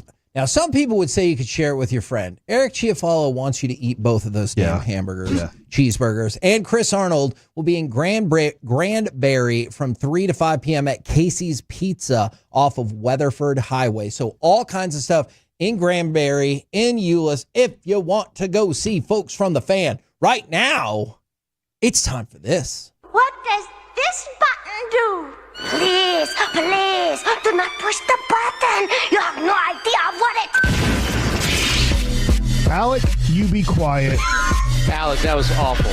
1 for Alec, 0 for Peyton. Don't you dare touch that dial. It is time for AM on the FM. My name is Alec Medford, and I'm supposed to do a radio segment now, but I am so hungry after hearing all of those awesome promotions going on. So Are you pulling a mic right now? Yeah, I'm just like 31 North Central Expressway. I mean, we could do that technically, but now I'm just like, how do I focus? I have so much content to get to. My stomach's rumbling. Don't like that. Thanks, Kevin. You know what I'm going to go do? I'm going to go get a cheeseburger after the show now. Buy and one, you know get what? one free. I'm going to get a second one for free. God, that's a lot of calories, but I'm going to enjoy every single one of them. It's going to be so good. All right, we got the question of the day coming up here in just a second, plus the 2 worst entities you've ever known are joining forces. Not looking forward to it at all because Yankees and the Astros? that would be amazing in the worst way possible, but no. It's actually 2 corporations that I use a lot against my will. Oh. Well, really, I willingly give them my money, so it's not against my will, but it's like if you want to do these things, you kind of have to give them your money. Anyways, we'll get to that here in just a second. We're going to go to the National Day calendar, as I always do. And yesterday would have been very appropriate, but you know, some dude named Zach was retiring. Yesterday... Yeah. It was Zack Martin. You were here. Oh, yeah. You heard it. Yeah, Zach Wolchuk retired and still proceeded to do 5 hours of flawless radio yesterday. You know? That's what I would expect out of that kind of guy. Yeah. That feels like a Broadus thing, too, to announce his retirement, but I'm still going to do the show. Yeah, I'm still here, though. Oh, I can totally see that. Matter of fact, I've added 6 podcasts to the whole thing. I'm actually going to do more work in my post-work life. That sounds like Brian Broadus, if you ask me. So we look at today's national days. There's a lot of actually really good ones, like National Dress Day, National Slam the Scam Day.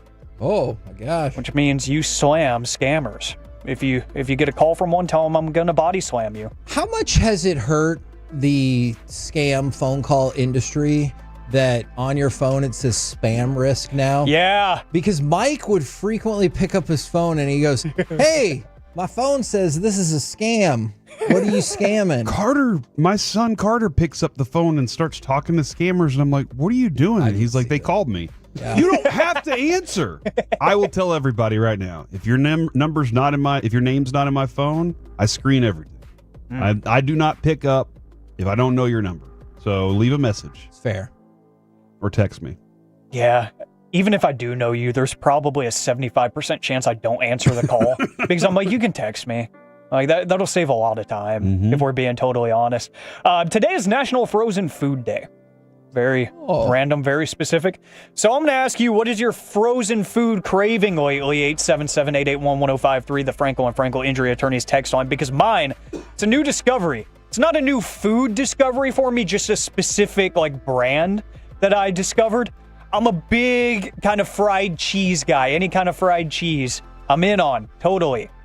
I just discovered that the TGI Fridays frozen mozzarella sticks are awesome. Okay. They are awesome. I read an article on a website called Sport, and they did like the top 10 rankings of frozen cheese, fried cheese variants. And their number 1 was TGI Fridays. I was like, I've had the actual TGI Fridays before. Haven't had the frozen variation. Went down to the store, grabbed a few boxes. It changed my life. I need to have them with every meal now, even though it's probably not the best thing for me. They are wonderful. I've really lately been craving the yellow box Texas toast, the 5 cheese Texas toast. Yes. I can't remember the brand, but it's in that yellowish box. That's really freaking good. How many cheeses is too many cheeses, though? Like 5. None. 5 hits the spot. If you bite into that 5 cheeser, though, you're telling me. So you're telling me you can taste all 5 cheeses. No, I'm telling you that they have told me that 5 cheeses are together, and I have decided that, like Voltron, that means awesomeness when combined. See, the 5 cheeses combined to make like a cheese baby. And that wonderful cheese baby tastes amazing. Yeah.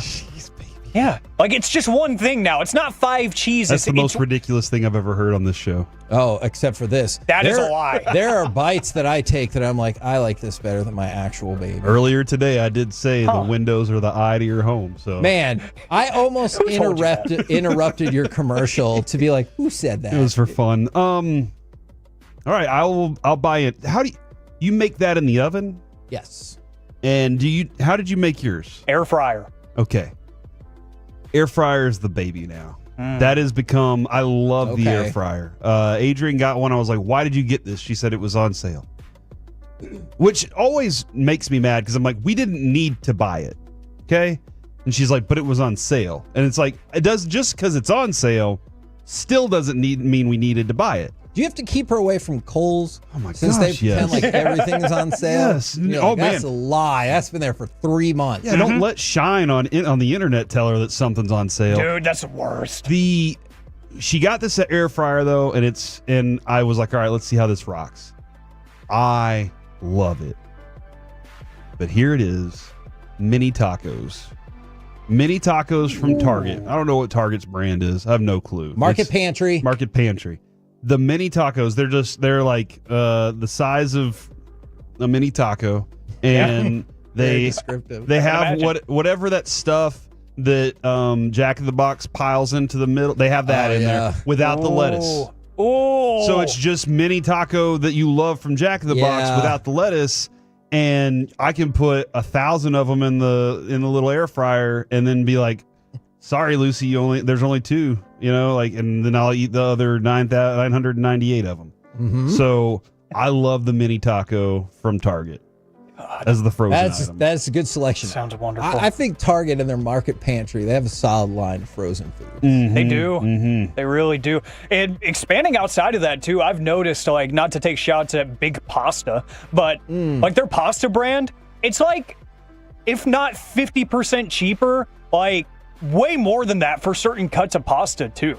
Because, you know, as a runner, growing up, I needed a lot of carbs. So I was like, I'm trying to save money. You know, the blue box is, like, so expensive now because of tariffs and stuff. And why are we having so many references to tariffs on this show? It's the only thing that we're talking about nowadays. yeah, man. the official show of tariffs. KNC Masterpiece. I don't want that title. I don't either, I feel like I don't want but it's that happening. title. I don't like it unless either. it just means y'all listen 25% more. Then I like that. I support this being I the like show that. of tariffs. Topical. I like it. But yeah, there's some really good Market Pantry stuff out there. I'm starting to realize their bakery is pretty nice too. It's not the biggest selection ever in terms of sweets, but what they do have is really, really good. So shout out to Target for being cool. I know Kevin is against pizza rolls. He's always said that pizza rolls are for the poor people. The Totino's pizza rolls, that's a fact I am against. Like Double Dave's, like a real pizza roll, thumbs up. Totino's pizza rolls are fantastic. All right. Don't eat them right out of the microwave or the air fryer. You're gonna melt your tongue off. That's gonna happen. Yes. If you let them wait a little bit, let a little of that oil drip out of the little pouch, and then collect on the plate. Whenever you pick it up, that cheese is now stuck, and the oil's stuck to it. And then they won't be Take down hot a bag of 90. when you deposit them right into the trash. That's not the way they should be. Look, we can agree to disagree on this. You don't have to be so rude about it, though. All right. Have we ever met before? Let my stomach enjoy what it enjoys. Okay. I guess in my tongue, because my tongue's the first thing to enjoy it. Let me go ahead and Masterpiece of the week tomorrow about 1:30. Check it out. 11:33. You guys bagel bite fans? Tongue. Interestingly enough, this might Because when make pizza's on a bagel, might make your brain explode, but I do like the bagel bite, and I think the bagel bite is far superior to the Totino's You pizza make roll. no sense. there's too Disgust much me. bread. There's a lot of bread, very bready. Yeah. Bagels, there's too much bread with bagels. I can't eat a bagel. Whole lot of yeast. A lot of people I will watch, they're like, hey, let me get some of that lox, salmon and lox or whatever. I've yeah. never had it, but there's so much bagel, I'll just scrape the stuff off and eat that. It doesn't even look good. Oh. I know Chiafalo's like, what are you talking about? Everything bagel's the best. Yeah. Especially with 7 beef patties on it. Exactly. I've literally watched him when he was part-time on the keto diet eat a triple meat Whataburger with no buns and no toppings, just triple meat and nothing else. No sauces because they have sugar in it. I've watched him do that, and I'm supposed to take that for gospel. Okay. Yeah, sure. Keep those coming in. Your favorite frozen food cravings. 877-881-1053. The 2 worst entities you know have joined forces. Ticketmaster and Fanatics are teaming up. I love this headline, too, because I saw the announcement. I saw the PR release, but this headline from Bro Bible is even better. Ticketmaster and Fanatics are teaming up to make your life even worse. So no. you probably use Ticketmaster a lot to go to concerts, to go to games, to go to whatever entertainment event you want to go to. And then Fanatics owns pretty much everything on the face of the planet now, including your favorite trading cards, your jerseys, all of this stuff. But they are teaming up now to literally do each other's job. You will be able to buy tickets through Fanatics, and you will be able to buy merchandise through Ticketmaster. So it will be a true partnership where you can get pretty much everything through one or the other. There will at least be some sort of portal that'll take you to the other website and say, hey, since you're going to this game, you want to buy a jersey for that team? You look like you need a jersey. You know what? Here's a 10% discount just because you bought those tickets. Or vice versa. Hey, you just bought a Luka Lakers jersey? Here's a 10% discount to go to a Lakers game. How about that? And $750 in fees, no matter how much it was. Oh, yeah, you're going to get online convenience fees for your jerseys now. But 10% what is off. happening? Yeah, Adrian's like, oh my gosh, 10% off. No! Yeah, Stop it. As a frequent concert goer, that just irritated me because it's like, there was a fine line between my concerts and my sports. Now they're going to be right there meshed with each other. And let me guess, these big name, huge headlining artists are going to send their merch to Fanatics now. That's going to be the next step. You're going to get your concert merch through Fanatics, and you're going to see at the merch stands at AT&T Stadium or whatever, whenever you go to these concerts and shows and wrestling events, you're going to see sponsored by Fanatics. Here's your merch. I hate it, but that's the world we live in. Mergers are happening left and right, and this is the next one that's going to happen. There it is, ladies and gentlemen, AM on the FM. We're the KNC Masterpiece right here on 105 through the Fan. Coming up next, it's time for Gridiron Gravy. Are the Eagles the number one destination team in the NFL now? We'll do it next right here on the Fan.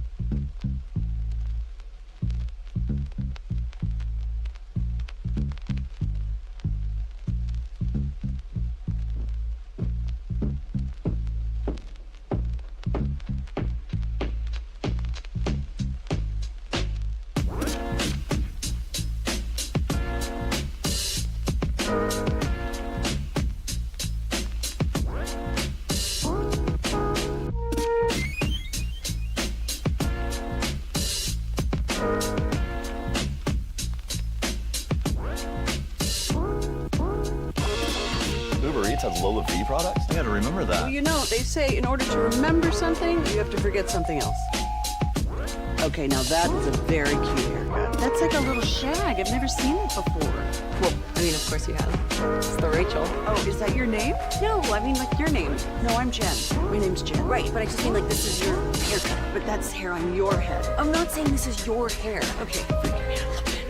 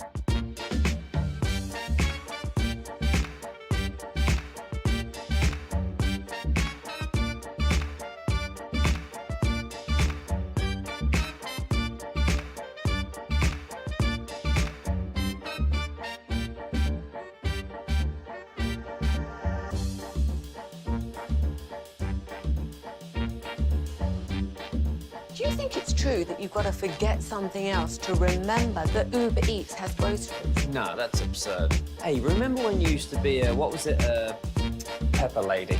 Pepper Lady? Wasn't it Cinnamon Sisters? Basil Babes. Saffron Squad? Nutmeg Maidens? Paprika? No. Nutmeg Maidens. I just said that. Was it Spice Girls? Doesn't sound right. Was it Chevrolet, if you're in the market to upgrade your vehicle, get to Classic Chevrolet in Grapevine. Back-to-back #1 Chevy dealership in the world. They've got more new Chevys than anyone, all priced to sell. Visit ClassicChevrolet.com. This is Texas. This is Classic Chevrolet. Together, let's drive. Based on new Chevy registrations 2023 and 2024. We're going to run some clock, or maybe throw the dagger. Hurts, going deep, fire off, Devontae Smith! He has got it! Touchdown!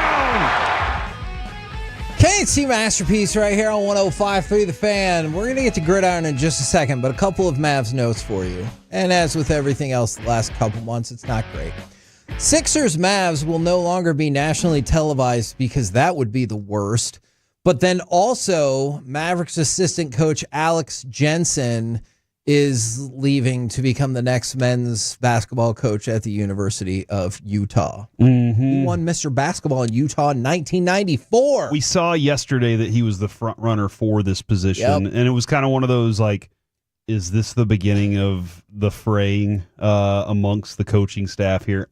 It's one piece, but Kevin, I imagine at the end of the season, there's going to be a lot of guys going, why am I sticking around here? That's just my feeling. I get it. If I'm a guy that would have been a hot shot name last year or the last couple of years, I'm definitely questioning a lot of things about the organization right now. Right now, what say we go around the entire NFL and dip into some gridiron gravy? Yeah, I'm going to have a question for you guys. You might not love it. I think it's a valid question. Are the Eagles now the #1 destination team in the NFL? While you ponder that for a second, I think we'll all agree, I think he'll probably agree that it was worth it, but Brandon Graham did confirm that he retore his triceps in the Super Bowl. Remember, we talked about how hard he had worked to come back and be back for the Super Bowl. He played 13 snaps. Not sure if that's going to push him all the way into retirement, though he has talked pretty openly about the fact that he has been considering retirement. So it's a tough break, but at least you did it still getting to play in the Super Bowl, right? For real? I mean, that's pretty sweet. Can you imagine not getting to play and win a Super Bowl? Yeah, I can. Every year. Sorry, Zack Martin. Yeah. Byron. Yeah. Jason Witten. Tony Romo. Dak. Dez. CD. Hey, those players could... Yeah. All right. So the Philadelphia... I didn't even believe it when I was about to say it. Philadelphia Eagles. Fox Sports says, or asked the question, are they now the #1 destination team in the NFL? Do you think they have leapfrogged or leapfrog the Kansas City Chiefs to be the #1 destination team in the NFL? Just depends which part of it you want to make past tense. Leapfrog? Leapfrogged or leapfrog. Jumped over. Sure. You use too big a If word. you want to be basic. Mr. Right Milkshake.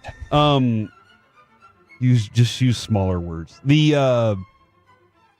Why say more when less word do? Exactly. Huh? Grow.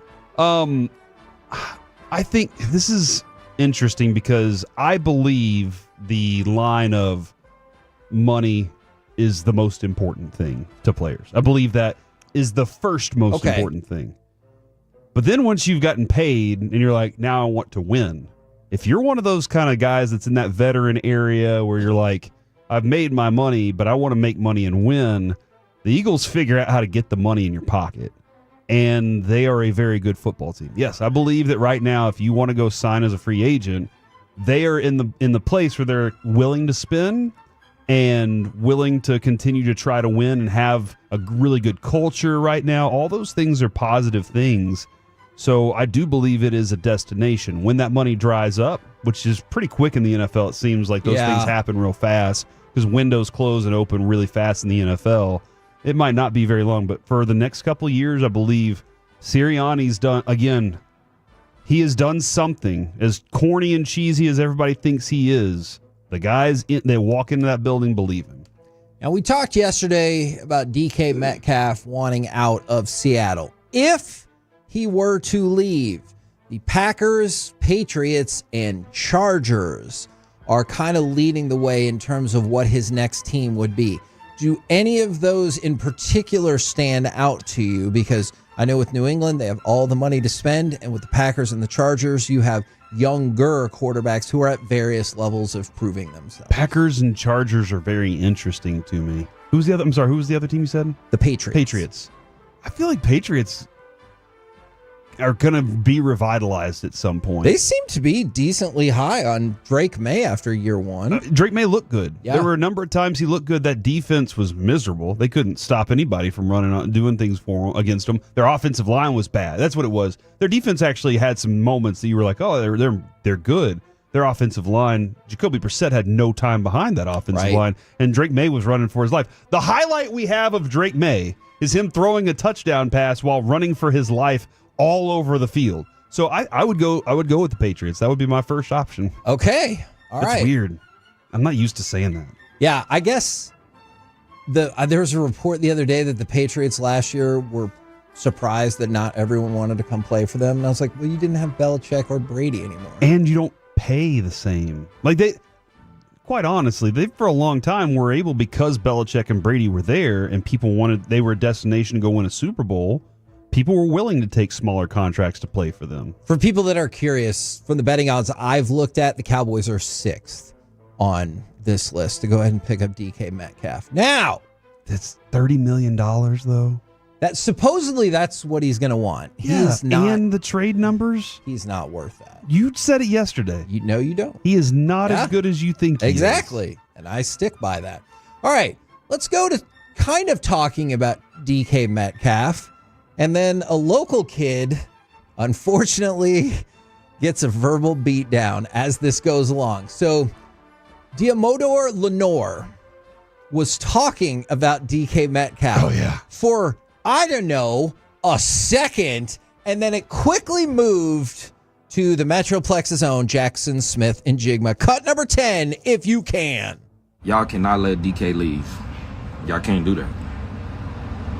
Who I'm gonna have, how am I have fun out there? Najigba, he be crying all day. He cry. That's all he do is cry. Ref, he holding, ref. Oh no, don't hurt me. Cry, baby. That is is awkward, hilarious audio right there. Damn. Cry, baby. What's the name that somebody calls you that ticks you off the most? Because I called you a bad word once, and that was the one or two fights we've ever been in, and I still feel bad about that. I was just mad. Whenever people call me a chicken, I get really mad, and then I can't turn out of the situation. It's actually caused a lot of problems in my life. At one time, I got with this scientist to try to drive a car back into the future because I couldn't handle people calling me a chicken. And then your mom tried to hook up with you, and man, what a weird plot line Back to the Future has if you really think about it. Plus, here's my rankings. Back to the Future 2, number 1. Back to the Future 1, number 2. And Back to the Future 3, number 3. But otherwise, that's not often that a sequel gets the number 1 billing. I don't think so. I think it's like the people right next to me. Like, did I ever tell you I had to go talk to a coach at a flag football thing because they called the kids jackasses? Oh, really? Yeah, our regular coach didn't show up and our team was awful. And so we beat the other awful team in the league. And so the kids came running over to me after they did the handshake, and they're like, "Oh, the coach said don't act like a jackass." And I was like, "What?" And they were like, I don't know, 9 or something. And so I tracked him down. I go, "Hey man," I was like, "Did you just tell these kids not to act like jackasses? They're kids." And he goes, "Yeah, I did. I'm really sorry." And then he unloaded 2 minutes of his life on me. And it seemed like things were going really bad. And we just kind of left it at that because he was like, "I shouldn't have said that, man. I don't I don't know. I've been having a lot of problems. Oh, man. Yeah. Tough day for him. From the 469 when I get called buddy in a demeaning tone or by someone younger than me. When I got called Pops, it really lit me up for a little bit. But the B word is always the one that, like, that for some reason, that makes me clench my fists like Arthur. Okay. Yeah. I'm just like, Alec, do you have a trigger word? I'm not a chill guy anymore. Actually, you know what? My trigger word is triggered. If somebody's like, that makes me triggered, then I'm like, shut up. Huh, so it triggers you when people get triggered. If you like irony, you're like, there you go. Yeah. I do the buddy thing mainly because, especially growing up with management, when you get like your first jobs, you know, like, hey, bud, can you come to the office? Bud is definitely, yeah. Or, hey, buddy, need to do that. I'm like, no, just say, hey, Alec, do that. Like, just address me. Like, I'm not a child. I am like, you know, like. I call both my sons buddy and like, bud. That's your fine. buddy, pal. It's like they're kids, but like when you're north of 18 years old in a corporate environment, it's like, hey, bud. It's like, dude, especially right now. I turned 24 in June. Yeah. I'm not bud. I'm a man. Sorry. See, you can tell. That triggers me. Gosh. Keep an eye out on this. Plenty of people still think the Titans are looking to trade out of the number one spot, and a lot of buzz has continued to grow around the Giants going up and potentially grabbing that number one spot. Wanted to throw this story out there because I think it's just downright heartwarming. Matthew Stafford has donated uniforms to Pasadena High School.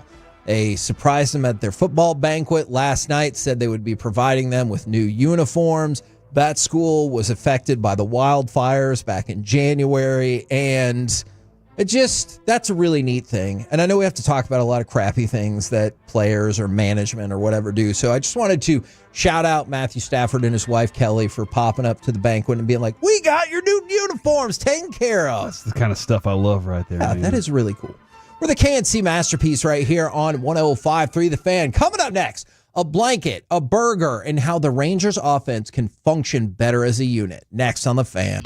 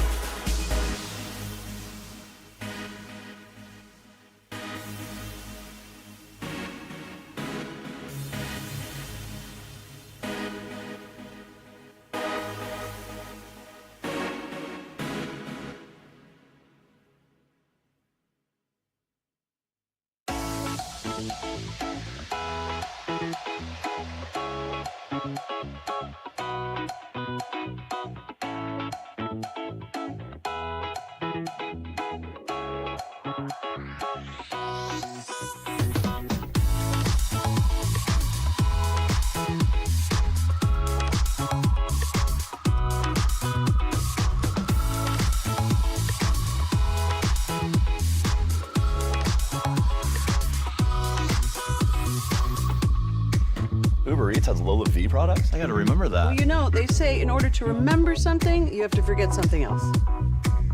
Okay, now that is a very cute haircut. That's like a little shag. I've never seen it before. Well, I mean, of course you have. So Rachel. Oh, is that your name? No, I mean like your name. No, I'm Jen.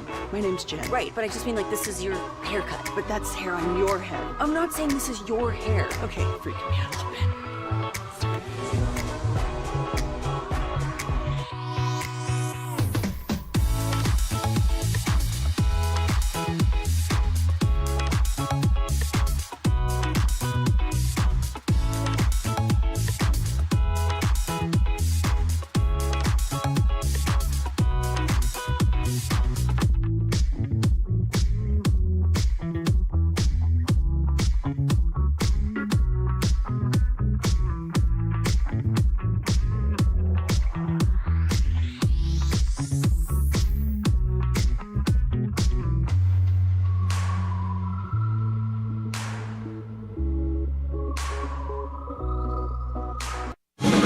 Driven by our D&M Leasing Studios, it's the KNC Masterpiece on 105.3 The Fan.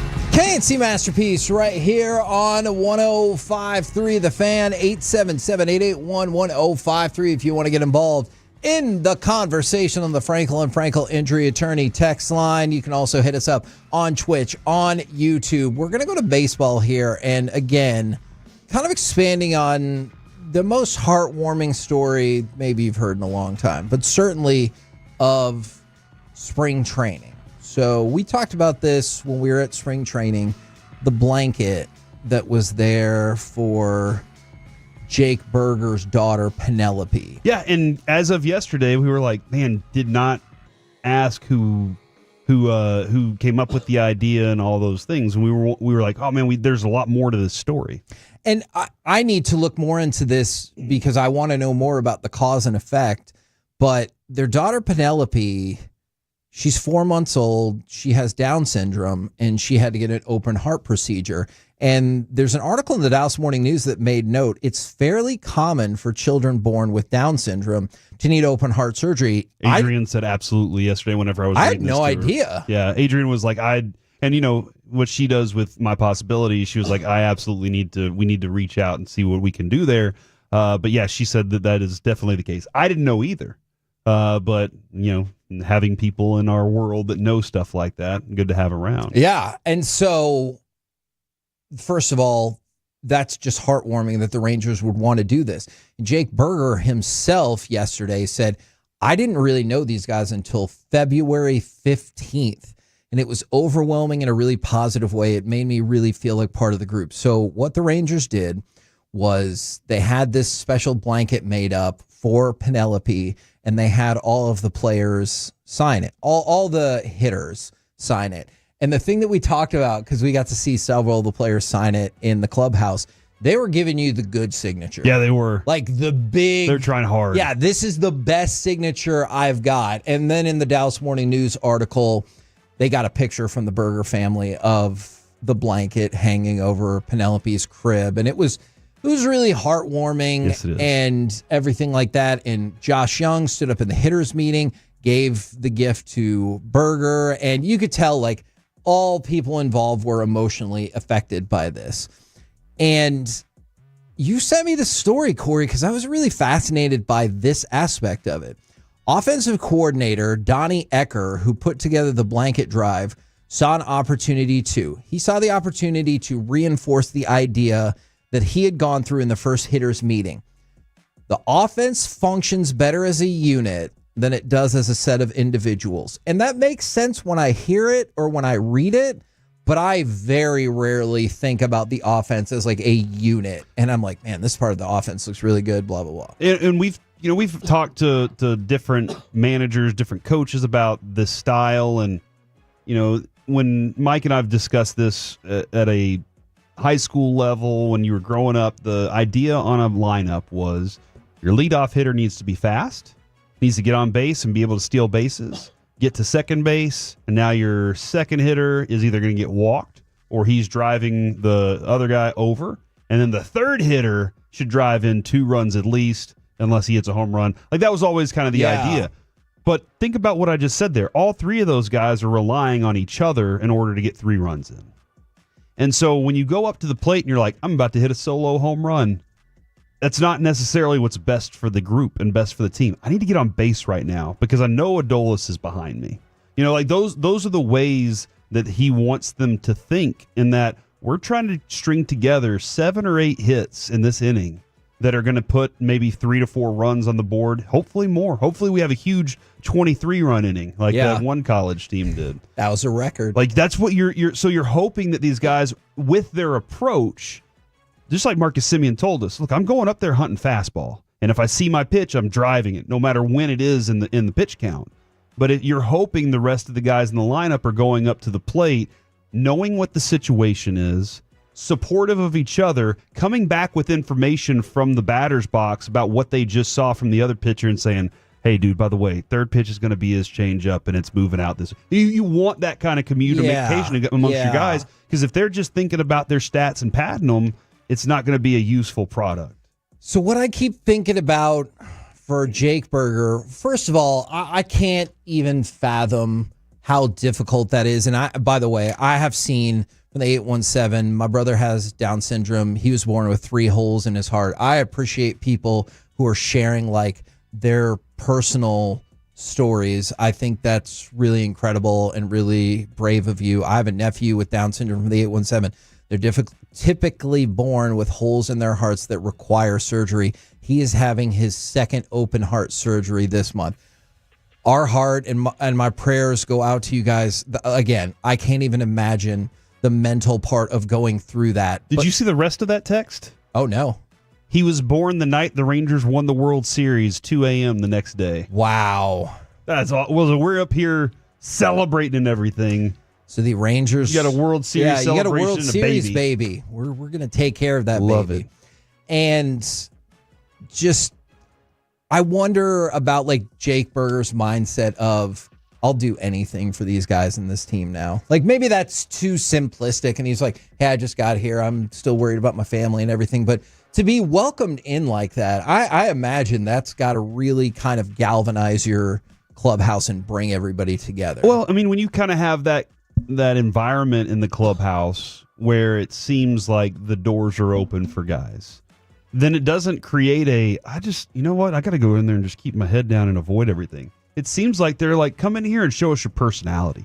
We want to know who you are because we want to know how you're going to fit in with this thing. And Jake seems to be the kind of guy, from what we're hearing, that he comes in. He what did Bochy say? He was like, he's just like Josh Young. He's a baseball. Wash used to use the term dirtbag, and everybody was like, what? And he's like, no, man, that's like a dirtbag. In a good way. It's a good thing. They just want to be on the baseball field. And the faster you find out about somebody and find out about what they are, the faster you know how they fit into the thing and what y'all are trying to do together. So that, like, I think, and it sounds like from this article, Josh Young's at the forefront of that, and in the inviting everybody in part and being a leader. For me, Kevin, though, and I don't know if we wanted to dive into this. Yeah, go for it. It's interesting because Josh Young hasn't played a lot.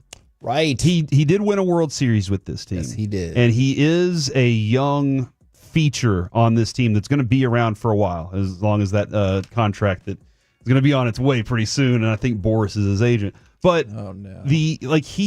it's interesting that as young as he is, he already has that valuable of a leadership role in this clubhouse. And it's because a guy like Corey Seager doesn't have an interest in being a leader. He's like, I'll be on the team. And I'm going to be my, Evan Grant said in the story, his own personal excellence. Yeah. You know, I've got that, and it's going to help this team. Guess what, guys? Whenever we're in the World Series, I'm going to deliver, and we're going to celebrate and party. but I don't have an interest in 162 games being the guy that's rallying everybody every single night. I just want to go do my job.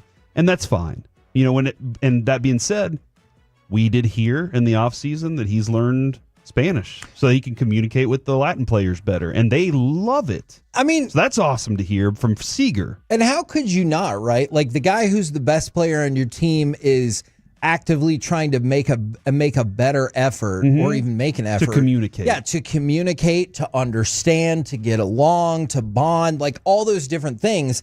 And so, and I know it works both ways. I know there are plenty of Latin players that have vastly accelerated their English abilities to like do the same thing. So Yeah. I think it's really cool that you have both parts of the locker room that are like, hey, I want to learn for my teammates. Hey, I want to learn for my teammates. Like, I think that's really cool. When it is the idea of when your boss does the most menial work that they could possibly do that you hate doing and they're doing it, you're like, well, crap, he's doing that. I guess I have to too. So Simeon in my mind is like Michael Young. He doesn't have to talk. He just goes out there and does his thing. And he is the perfect example of what you should do if you want to have a long pro career. You got to go to work like this every day and be ready for this kind of mindset.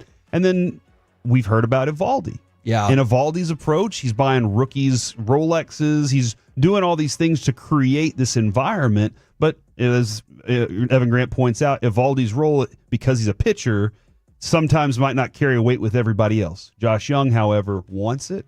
You saw it last year during the season when he wasn't around the team the right way. There's no Bash Brothers with him and Adolis. Right. That's missing from the club. So I love seeing that he's at the forefront of this. I'm kind of curious how that worked, though, because, again, not around a lot, but I guess his personality is just that kind of personality in the clubhouse for them. Will you allow a shout out for one of the kiddos that's having surgery? Yes. All right.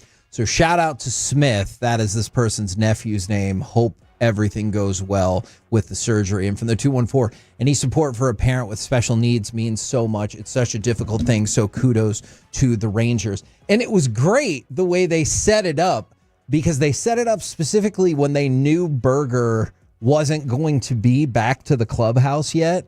And they got everybody involved. And again, I can't tell you how oddly gratifying it was to see each player would kind of step up to the blanket and they would kind of sometimes deep breath it and and then you would hold that blanket as tight as conceivably possible so you could get the best possible signature on there, knowing that that's not necessarily the most meaningful part, but they're this is my part that I can do, and I want to give little Penelope the coolest signature. And I think that's really neat. Whether or not that ends up making a difference, in game 1, game 81, or game 162, don't know. But I think it's cool. Now, I'm not going to steal Gavin Dawson's specific saying, but we do have... See you later. Not that. Oh. But we have... See me, beer me. A little bit of time on the clock.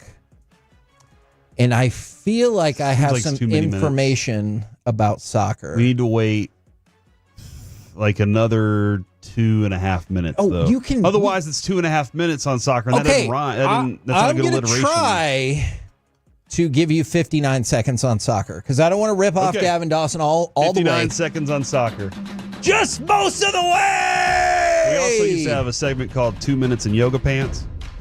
That was a nighttime segment. It was awesome. I missed that. We just talked about people we saw in yoga pants that day. So yesterday, we told you that the Communication Center for the 2026 World Cup would be here in the Metroplex, essentially the Radio Row for the World Cup. But I want to take it one step further.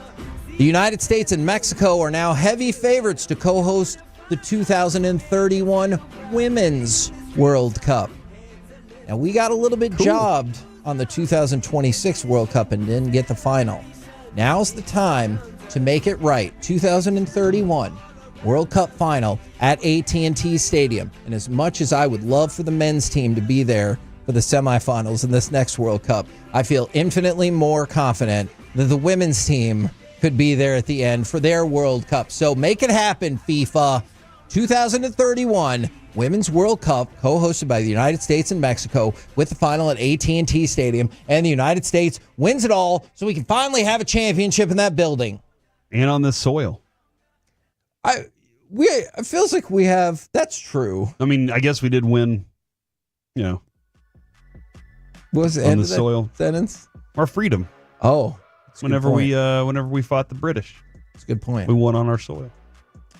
I have a question, and I feel like it's going to set the fan text on fire. Oh, dear. Soccerers. Why do we stink so much in international play? Why can't we win? For the men. Yeah, for the men. Women are fantastic. The men know how stink. women are. Yeah. Okay, well, PJ Washington, they're awesome. You're right. great at soccer. But why are we not good? Like, there's a lot of different reasons. I feel like it starts with political. Like, and I'm not talking about like politics political, like Nancy Pelosi type stuff.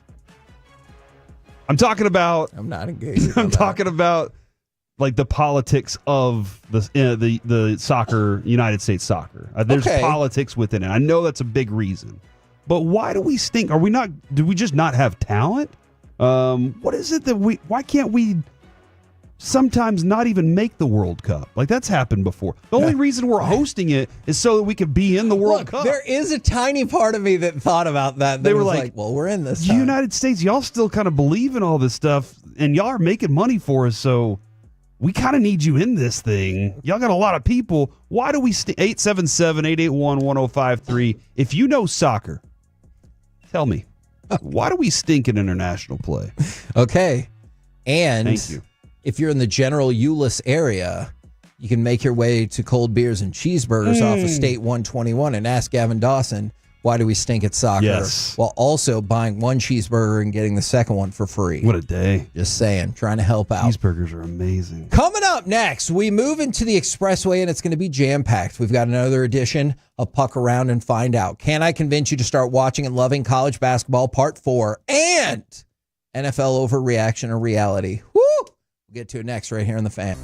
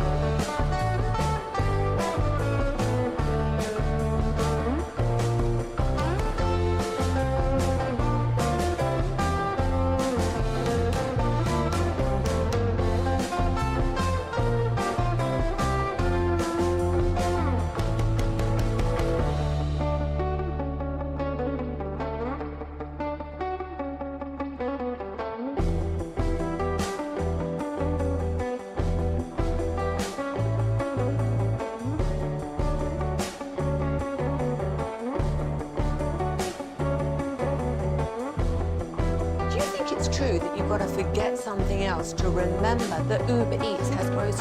No, that's absurd. Hey, remember when you used to be a, what was it, Pepper Lady? Pepper Lady? Wasn't it Cinnamon Sisters? Basil Babes. Saffron Squad? Nutmeg Maidens? Paprika? No. Nutmeg Maidens? I just said that. Was it Spice Girls? Doesn't sound right. Was it Saffron Squad?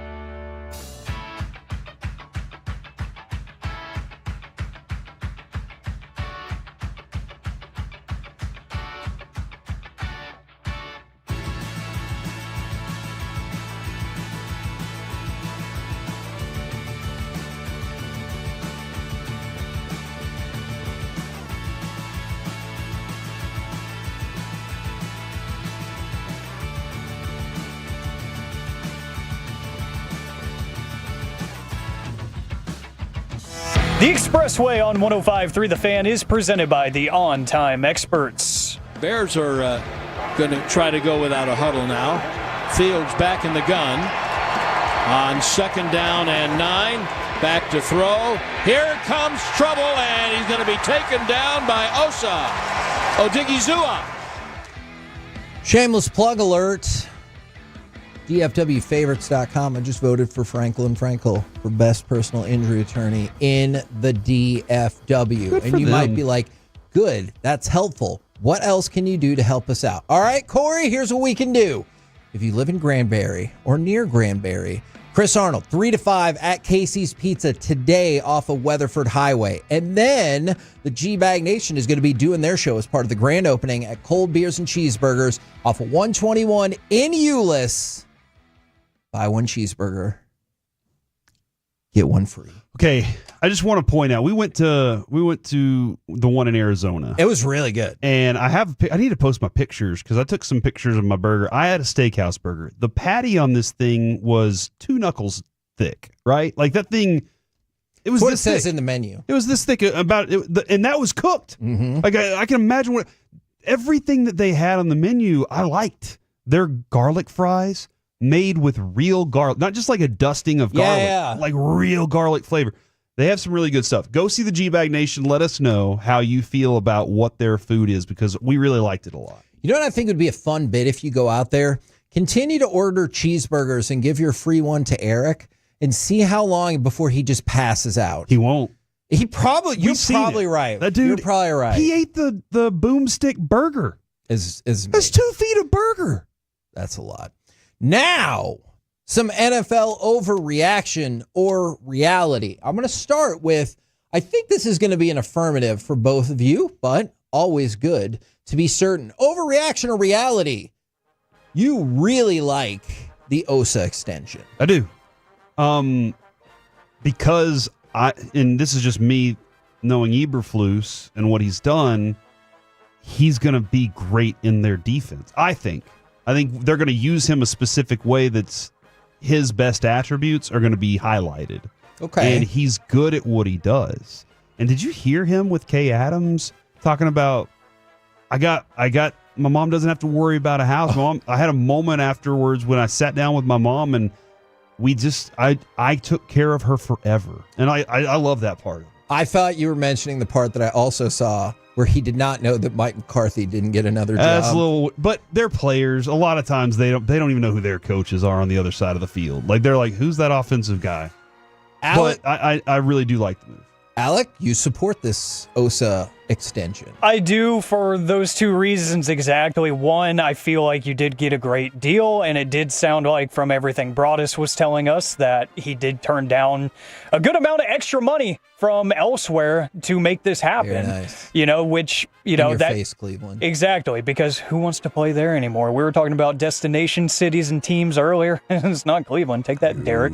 And 2, Corey touched on it really well. The whole Matt Eberflus thing, it sounded like he really wanted that true 3-tech to make his system run right. He needs that. He really needs that enforcer up the middle. He needs a run stuffer. He needs a guy that can have power and finesse. That is Osa Odigizua. The fact that he got that and what it sounds like at a discounted rate, I love it. I love everything about it. NFL overreaction or reality, and this might seem like a big swing, and I can give you a list if you would like. Saquon Barkley to the Eagles was the best free agent signing in history of the NFL. Now, big swing. CBS has it at number 1. Second on the list? Well, Mr. Broadus definitely knows all about this one. Thank goodness for the Red Lobster. It is Reggie White to the Packers in 93. Peyton Manning to the Broncos in 12 is third. Drew Brees to the Saints. Kurt Warner to the Rams. And then Tom Brady to the Bucks. That's your top 6. Where's Deion on this list? Deion Sanders is number 7. And I don't even know, is it better? But it's Deion Sanders going to the 49ers. Okay, I was going to ask that. Like, him coming to the Cowboys, like, it solidified an already built Super Bowl team. True. And gave them a shutdown half the field guy. But that was a fantastic signing. Is recency bias involved with the Saquon Barkley thing because Reggie White's effect on that Packers team was legendary. Yeah. And like Broadus will tell you, it was the everything they needed on that cake. No, by the way, he had 3 sacks in that Super Bowl that they won. Saquon Barkley? No. Reggie White. I'm just joking. I knew it wasn't. Reggie White. Kevin, it's all right. Okay. I will listen to that, but the 1 and 2 are very close to me for that one. Do you feel good about top 5 then? Because here's the rest of the top 5. Or if you didn't include Saquon. Reggie White to the Packers, Peyton Manning to the Broncos, Drew Brees to the Saints, Kurt Warner to the Rams, and Tom Brady to the Bucs. So those are some like super high profile moves. So what's interesting about, Brees wasn't necessarily... This is interesting. You're right. In history now, they're super high profile. You're right. But I was going to go back to this. Kurt Warner... At the time, nobody knew. Yeah, nobody cared. Nobody knew. Like, Barkley going, it was like everybody jaw dropped. Yeah. Jaws dropped. Yeah, I said it right. Everybody's jaw dropped. Except for the Giants. They were just like, yeah, we screwed up. Like, they knew the whole time. They watched Hard Knocks. Reggie White was the same thing. Like, everybody knew this. Whoever gets this guy is going to be in a really good position. Drew Brees, people were like, his arm's done. He's too short anyway. Yeah. Peyton Manning, yes, that was a brilliant move by John Elway to go get one of the best quarterbacks in the league that everybody wanted. And brilliant move. But I guess the first 2 on this list, and then I'm going to Dion. I'm skipping past Brady too. Okay, Dion 94. Does it impact it at all that it was just the 1 year? Maybe a little bit. But to get over the Cowboys, they needed it. Yeah. And the only reason they beat the Cowboys was because of a damn pass interference call that was never called on Deion Sanders while Michael Irvin was set to get one on the 2-yard line. Emmett would have punched it in. Cowboys would have gone back to back to back to back back. I think that's 4. I'm not sure. I think you got it. So I think that's just my opinion on this. I think the 1 and 2, Barkley and Reggie White are... You could interchange them, and then I would go Dion next. But the quarterbacks, obviously, those teams were needing that one thing. Fun facts for you. I guess they got great leadership out of Brees whenever that town needed it. Who replaced Drew Brees? Do you remember? The next year? No, when he left for the Saints. Who replaced him with the Chargers? Taysom Hill. It was Phillip Rivers. Phillip Rivers. Oh, the Chargers. My bad. Yeah. I was saying New Orleans. I was like... No. Huh. And then remember, if not for an injury to Trent Green, perhaps you would not have seen That's the not Hall the one of Fame career of Kurt Warner. That's not the one where he hit it. Was that Heath Schuler that hit his helmet on the padding and then like hurt his neck for the year or something? I can't remember. Because I know that happened with a kicker as well, so I'm not positive about that. I remember, too, the Trent Green situation, Kevin, during that time. Kurt Warner and that team were on fire. Yeah. And the conversation was Trent Green shouldn't lose his job because good call. He got injured. They were like, just because you get injured doesn't mean you should lose your job. Yeah. And everybody was like, but do you see like this dude's on fire right now? Just like Dak and Romo. I do get the argument in the moment if you're like the grocery store guy. Yeah. That's who we're going with. And then it actually turned out to be amazing. All right, NFL overreaction or reality. Jackson Dart will be picked in the first round of the draft. We've talked about him moving up the boards. I think he will. Okay. Because I do think if anybody has questions about Shedeur and like what he's going to be without his dad and can he do all these other things and they didn't love the combine, whatever. If they have any questions about it, then Jackson Dart's the next guy they're probably going to look at. I know there's some other names as well. That was Gus Frerotte, by the way, that did that with the head. The Jackson Dart has done the Blake Bortles. He's done the Ryan Tannehill, where he's just, everybody's like, hold on, what? Why is he climbing up the charts right now? So I do think a team is either going to pick him over Shedeur, or they're going to get him shortly after, and they are going to think they got the steal. Spicy. I have some very big questions about Jackson Dart because of what happened late in this season with Ole Miss. And with Lane Kiffin, whatever you want to say about him, he is a really brilliant offensive mind. Yeah. Like He has no personality unless he's typing things on Twitter, which are hilarious. But he is a brilliant offensive mind. I wonder if somebody can get that quarterback and say, I can do all the similar things. Alec, Jackson Dart, first-round pick, yay or nay? Yeah, I think he's going to be this year's Bo Nix, where we're kind of like, what the heck? You know, like in the moment, we're like, that's interesting, but it's going to be one of those teams that's really committed, just like Sean Payton was with Bo Nix, where he's like, that's my dude. Yeah. Before we even drafted him, we're giving him the playbook and saying, start learning. Nobody's going to take you ahead of us because we know. You know, we've already talked to these people. You're going to be our guy, and we're taking you way too early. I'd love to see, I think a fun fit would be Vegas with the Raiders. I think that would be cool to see him and Pete Carroll. I already know people are drawing the connection with Russell Wilson and whatnot, but I think that would be a great fit.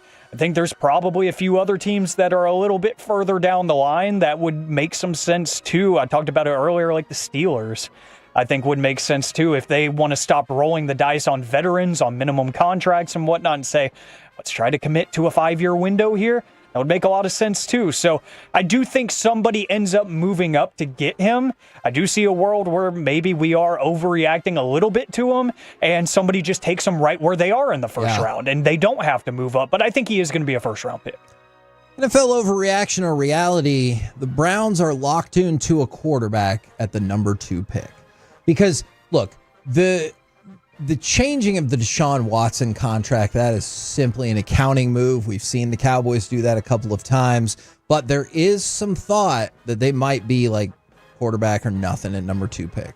I can see it. Okay. Yeah. I mean, because of, and that's so sad because of what that franchise has done with quarterbacks, ruined their lives. Right, like that's what they've done throughout their career. Is their history is how many are we on now?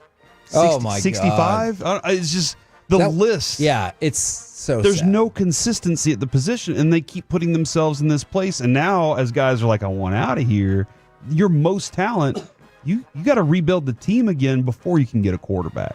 That's what I'm looking at with Cleveland right now. Is you still got to go back and do the other part, or convince Myles Garrett that you're going to fix it right now. And I don't know if he's going to believe you. Man, by the way, supposedly Cleveland is still pushing off those trade offers, just like the Bengals have gotten some questions about T. Higgins, and they're like, hey, we're not trading T. Higgins. And the other teams are like, I mean, it kind of seems like you don't really think he's the guy. Alec, Cleveland, quarterback or bust at number 2?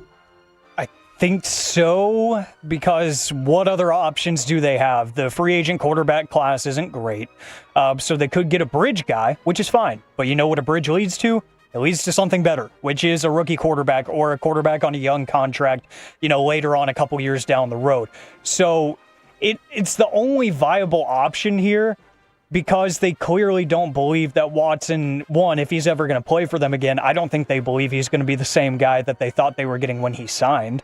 So it doesn't make any sense. They're already maneuvering the contract to try to make it make sense right now to move on from him. They're going to have to deal with some of those dead money hits in the coming years, but I think they know that. And how do you get around that? A rookie contract. Those cap hits are little to nothing until you get to that 5th-year option. So I think you have to take a quarterback here if you want to even pretend like you're being competitive. NFL overreaction or reality, Sam Darnold to the Steelers makes winning sense to you? No. And I'm just down on Sam Darnold. I think what you saw last year was product of the coach, Kevin O'Connell, saying, I'm going to squeeze what I can out of you. And then what you saw late in the season, you were like, oh. I do believe that he's better than the quarterbacks they have on their roster right now. But I don't think he's the quarterback that gets them to where they want to go. And that being said, Mike Tomlin is kind of looking at this going, man, I did benefit for a long time from having Ben Roethlisberger here, who wasn't the same quarterback at the beginning of his career, middle of his career, and end of his career. He was a different quarterback all 3 times. Sure. But that was a huge benefit of having that position secure. But I don't think Sam Darnold's the guy. Alec? With Sam Darnold, it's hard to bank on other people's homework and other people's investments that they made into someone to make it work. And to expect that to translate into a new system, into a new city, into, heck, even a new conference with Pittsburgh. to bank on somebody else's experiment working in your lab, that doesn't make sense at this juncture for Mike Tomlin, who half the city wants him out of there. He's got a statement to make. I do think you need to evaluate on your own. You need to make your own investment. You need to make your own experiment, like I was just alluding to, through the draft. That's how you do it. You re-sign Justin Fields to a really cheap contract. You say you're going to be the guy until proven otherwise. You try to find a guy in the draft. If it doesn't happen this year, I think the quarterback class next year is going to be a lot better.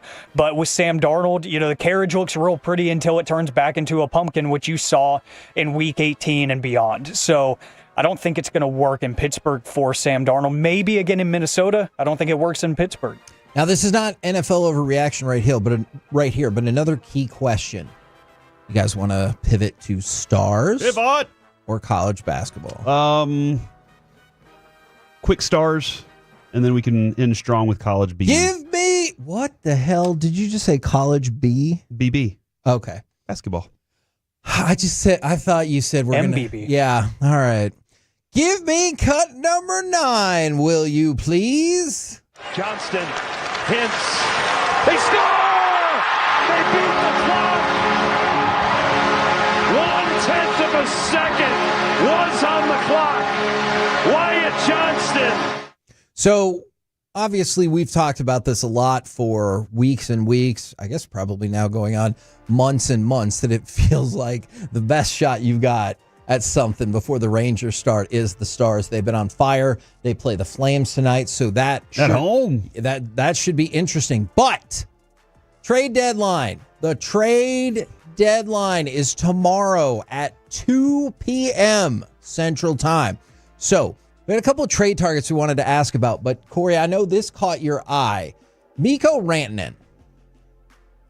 He is a big name. Yes. That's available. But then the question becomes, is he more a big name? And you look at the production and you're like, I don't know. Okay.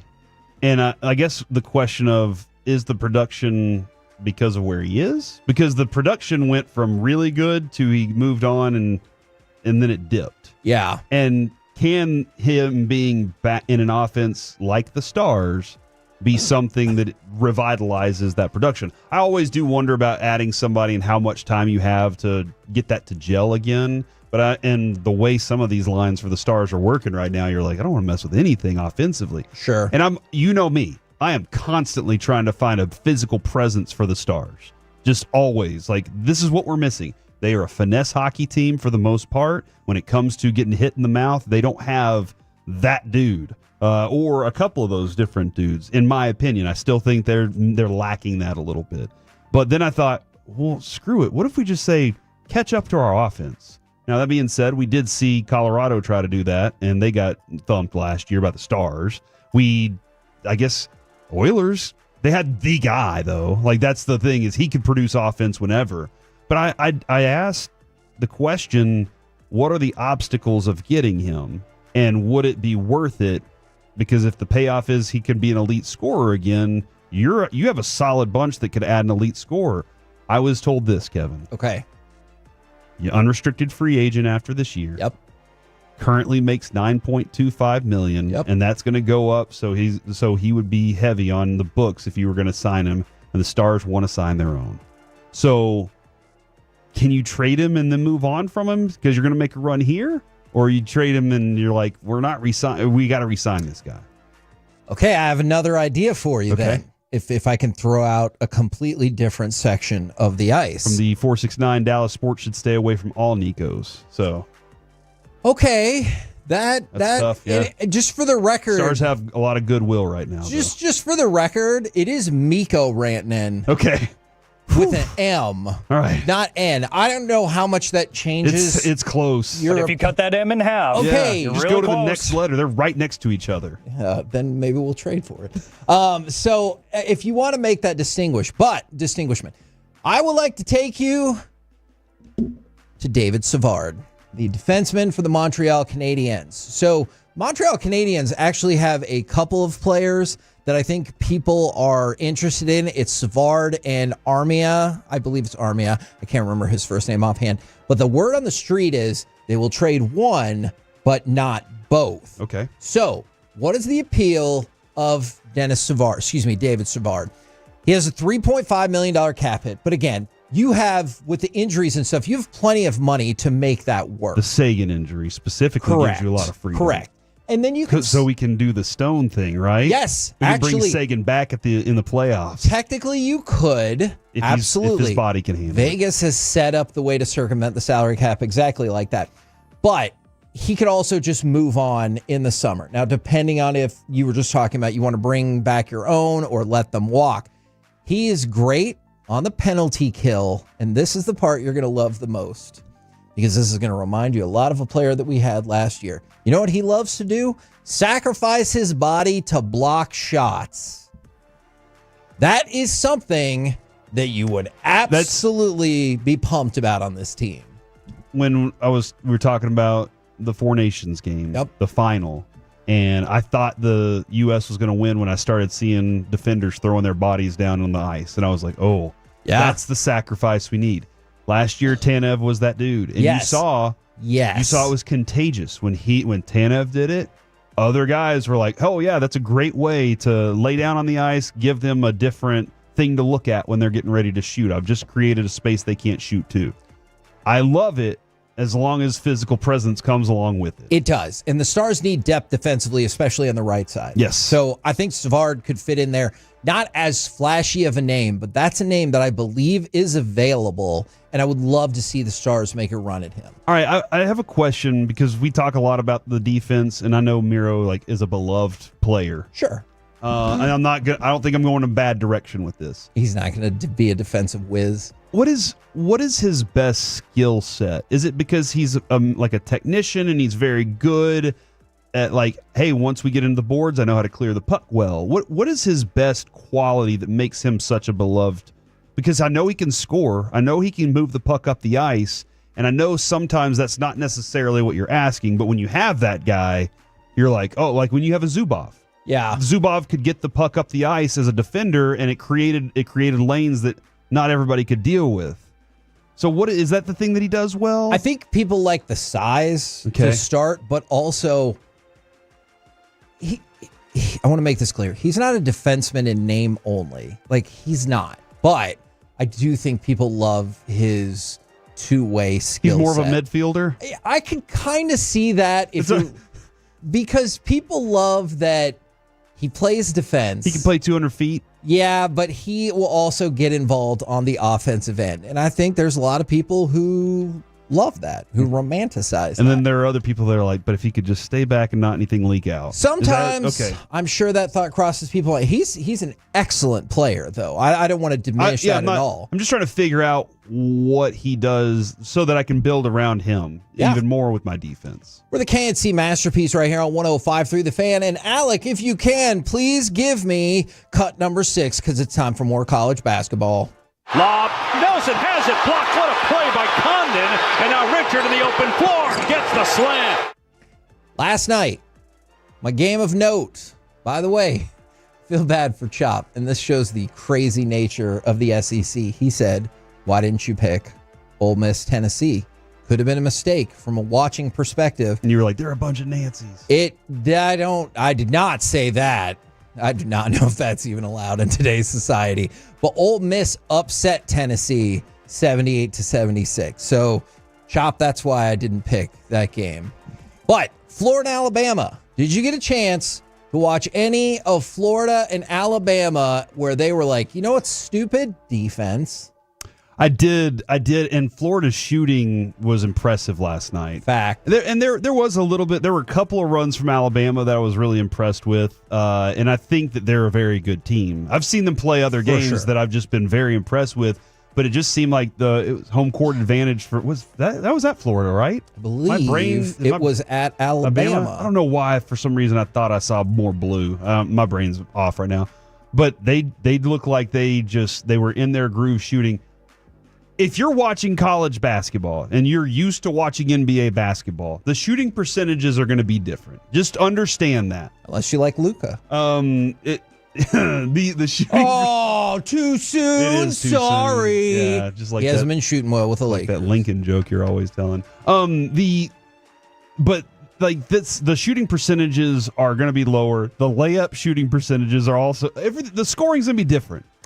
True. But dude, the way that these guys go full at it, like they're going at it, man. And that's the thing that I really have enjoyed the most so far is watching the effort from these college players the last 3 nights. Now, this option is up to you because I know we're going to switch it up just a little bit. All right. Well, first of all, these first 3 days, have you enjoyed college basketball endeavor as it got you more hyped up for the tournament? I have. Okay. I do feel like 2 weeks is a long way away still, but I have enjoyed this. The tournament starts 2 weeks from today.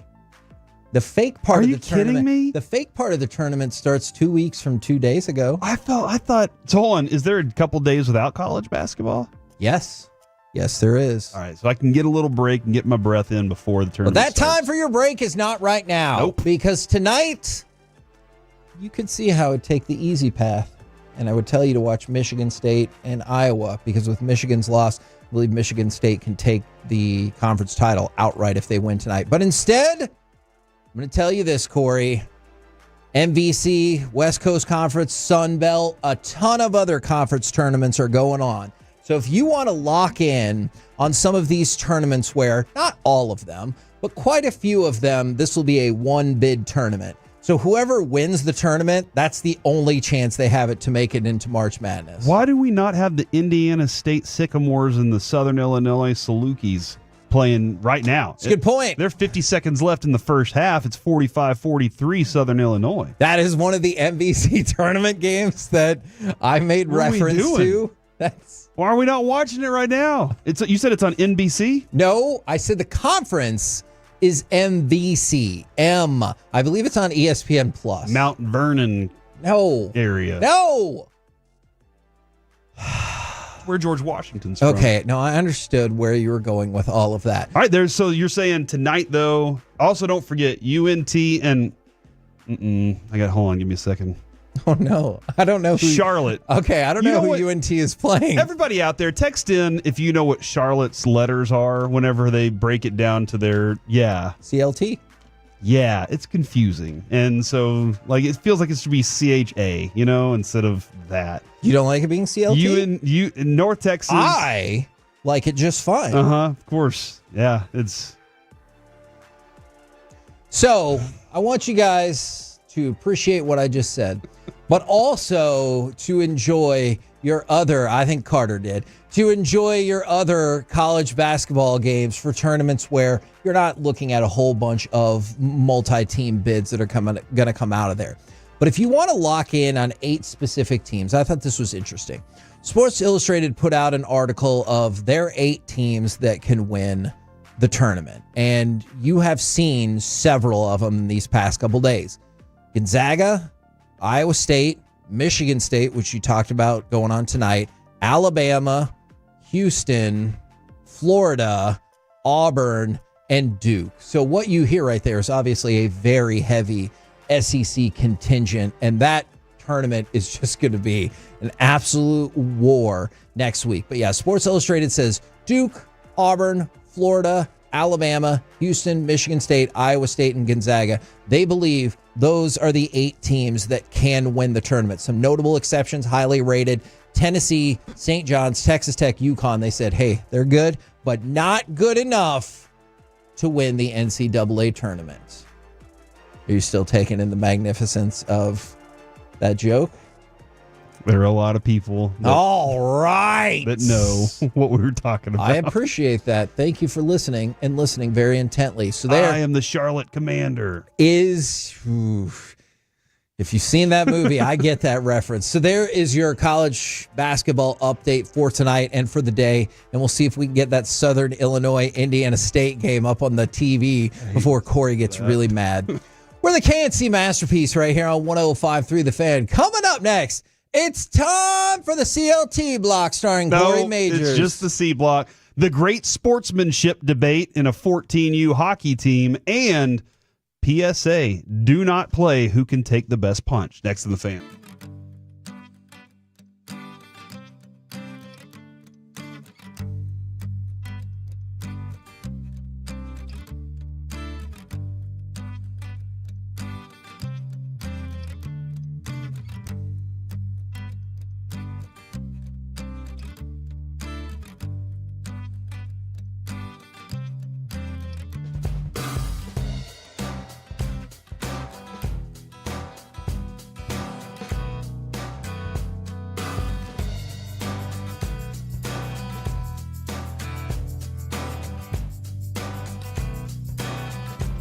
Uber Eats has Lola V products? I gotta remember that. Well, you know, they say in order to remember something, you have to forget something else.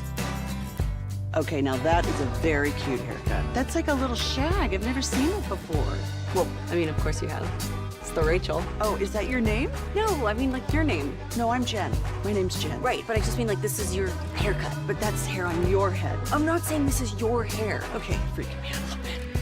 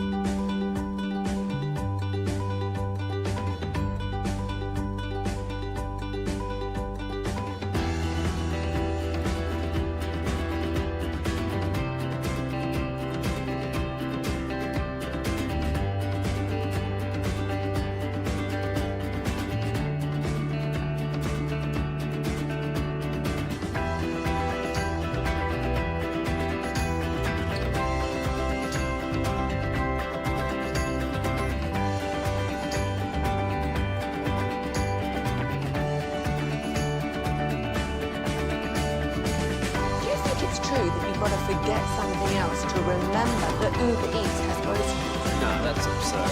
Hey, remember when you used to be a, what was it, Pepper Lady? Pepper Lady? Was it Cinnamon Sisters? Hazel Babes. Saffron Squad? Nutmeg Maidens? Pre-club? No. Nutmeg Maidens. I just said that. Was it Spice Girls? Doesn't sound right. Was it Saffron Squad?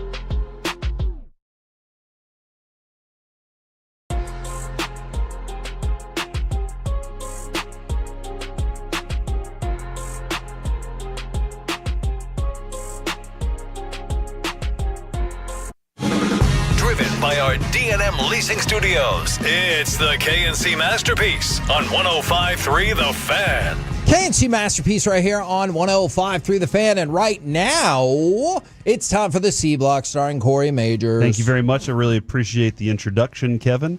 As a matter of fact, my kid gave me a song. He sent me a song. He was like, "Dad, this should be the music for your segment now." I need to send that over to Alec at some point because he's excited about it. We start with the great sportsmanship debate. Michigan U14 hockey. Okay? Oh, no. This is going to be a bad story, isn't it? The Michigan U14 hockey team, who knows? It's Ryan Kessler's Little Caesars AAA team. Okay? They won a playoff game 43-0. Oh. As a matter of fact, that score is incorrect.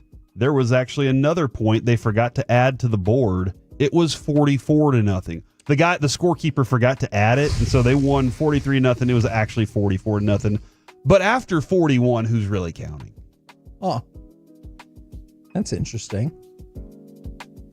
That might not be the most terrifying part of this. Not only did you embarrass them by beating them 44-0, but only left a goal off, so it looked like 43. You outshot your opponent 141-0. Oh, dear. They did not get a shot on goal. Are you embarrassed? I feel like you should be if you're the team that lost this game. But you might know that you were actually like completely outmatched. There might be somebody's probably read a deeper story of this, and they're like, "Hey, dude, they were missing all their starters." I'm not paying attention to Michigan 14 under league that hard. When I see a 44-0 victory, though, I got to ask questions. And the questions are: should you be scoring 44 goals in any hockey match? No, you should not. We just found out the other day the most goals ever scored in a soccer game was like 16. Okay. So. That was in the UEFA. No, it's still UEFA. I don't know why you're saying it like that. You guys are just as agitating without Mike. And so one of the things that I wanted to bring up is we covered a lot of high school sports at the newspaper before we came here. So I was at a girls' soccer game. And local DFW high school sports. That's true. They may or may not have been hosting the tournament. Mostly may. And at halftime, it was 9-0. And it was embarrassing. I was embarrassed for that other team. And then at the end of the game, it was 9-0. Okay. That seems boring. Okay. That seems very boring. It was. For the second half. But it allowed me to write my entire game story in the second half. I asked the coach why they didn't score in the second half. And she said, "Do you want the on the record answer or off the record answer?" And I can share it with you because I'm not going to use that person's name. I said, "Give me the on the record answer." "Oh, they really tightened it up in the second half, blah, blah, blah, blah, blah." And I was like, "Okay, give me the off the record answer." And she said, "I told none of the girls on the team to score and to just kick the ball around in the second half." That was actually what she said. Just kick the ball around the field in the second half. You think it's boring to watch? What if you were in that game and you knew all you're supposed to do is kick it around? I'm not even trying to advance this sucker. I'm just passing it around the outside of the field. Hey, does that coach's name, is it the same as a worm of some sort? No, I'm not familiar with a lot of names of worms. It's not Nightcrawler. I have to admit, my worm knowledge is limited. That's the only worm name you could come up with was Nightcrawler? What are other worm names? Earth? That is the name of a worm? Earthworm? Oh, okay. Yeah, tapeworm. You know what? Yeah. A grub worm? Okay, I'll grant you those other two. A pinworm? I don't know what a pinworm is. Oh, I got a story. It's very gross. I don't want to hear it. About pinworm. I don't want to hear it. Show up at the G-Bag Nation, cold beers and cheeseburgers and Euless. Corey will call in and tell every single person. It wasn't pinworm, it was hookworm. So that one. Is that an off-air? It's gross. All of this is an off-air conversation. Really gross. I mean, it's your segment. Yeah. I think it's too gross. 877-881-1053 if you want to hear something gross. I don't. So at what point though, like what when do you say, I'm not going to just keep scoring? Somebody just texted in and said, that's playoff hockey, baby. 44, they're not coming back. At some point you realize, and I don't even know like if they kept scoring late in this game. It doesn't give me that example. But they're not coming back from this to beat you in the playoffs.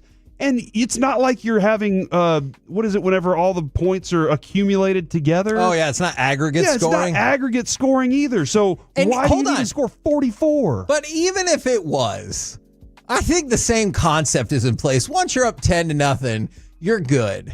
Like in hockey? You know what they say, 10-0 is the most dangerous lead in hockey. Nobody's ever said that. By the way, we brought that up again. When we've had FC Dallas Trinity players in here. They, to a woman, were like, that's true. 2-0 is the most dangerous lead in soccer. I will continue to argue. I would rather be ahead in my soccer match 2-0 than 1-0. From the 972, right now is a toe logo segment, if you would like to. But there are a lot of people saying they want to hear the gross thing, so I don't know if you want to toe logo to the gross thing. They could both be gross. Okay, ringworm, earworm, but those aren't worms in the ground. Inchworm is fair. Inchworm, is that in the ground or is it on a tree? Okay, well, it wasn't Coach Inchworm, if that is your question. Did I say any of the names, though? No, you didn't. All right. Does this coach's last name, do they fly? Is they like a... No. I've been attacked by some of these. Eagle War. I know what you're talking about. It's not her. All right. Now I get it. It's not her, I promise. Stop guessing. It's not her. Is one of the coaches was a former... Stop asking questions, Corey, and get to the rest of your segment. Lead singer for the Monkees? All right. I'm really sorry for exposing my lack of knowledge. I don't know. You don't know the Monkees? I know the Monkees. Hey, we're the Monkees. Yeah, and they didn't really sing any of that. I don't know their lead singer's name, and I don't know a lot of worm names. Okay. Who was the lead singer of the Monkees? Davy Jones. Oh, no. Those are the only three coaches I remember covering. It was not. All right, so last question. At what point do you just stop scoring on a team? I think 10 in soccer or hockey feels fair. Alex? You've proven your point. I think if they leave it, if they're not doing any scoring on their own, you got to continue to embarrass them and let them know. Interesting. What if they're doing the best they can and they're just terrible? The best they can is not good enough. God, there's a ruthless bunch in here. By the way, you may have heard over the weekend, Nick Sirianni did say when they were up 40-6 is when he started telling the rest of his coaching staff, let's go ahead and put our second stringers in. So they were up 40-6. He was like, we're good, guys. So football, NFL football, about 34 points is the number for him. Believe it or not, I'm going to make an exception now because of stupid Tom Brady. If you're in the championship game, you do whatever you like. 40-6, give me 3 more touchdowns. Because they're going to be like, Tom Brady came back from 28-3. I'm never going to be part of that. So it's 40-6. It better be 61-6. Okay, all right. Baseball. If you don't have a closer, you need to score all the runs. I need at least, in baseball, I need more. I need at least 15. Once I get 15 runs, we can ease up. From the 972, I do not believe in a mercy rule. From the 214, Captain Insano shows no mercy. I will tell you this. Captain Insano. If you cover these games for publication of which you're paid for, you do want the mercy rule. Because you're watching a game and you're like, this other team sucks. And it's 14-1 through 2 innings. I need that gap to get to 15 by the 3rd inning so I can get the hell up and out of here. Some people have said they want the gross thing. I want it known on the record, you have all voted incorrectly. You should not have said that. So I have a choice here. The gross thing or why you should not play who can take the best punch. Y'all can decide. I vote punch. I might have heard a variation of this worm story before. I vote gross. Pick the punch story. Oh, it's a mistake. I vote gross. I want it to be up to the people. I think I have time for both. Yes. A British man has gotten 2.5 years in prison for killing a coworker during a friendly game of who can take the best punch. Okay. Is that a game? A British construction worker has admitted accidentally killing a friend in a drunken, drug-fueled game, over who can take the best punch. Jason Thomas, 40, had been drinking and taking cocaine with Liam Morgan Whittle, 22, in Wales when the two started to boast about who could take a best punch to the face. Thomas then punched his pal twice in quick succession, knocking him unconscious. Quote, sadly, despite the efforts of the emergency services, Liam Morgan Whittle died, CPS said. Died after suffering catastrophic head injuries from 2 punches. Okay.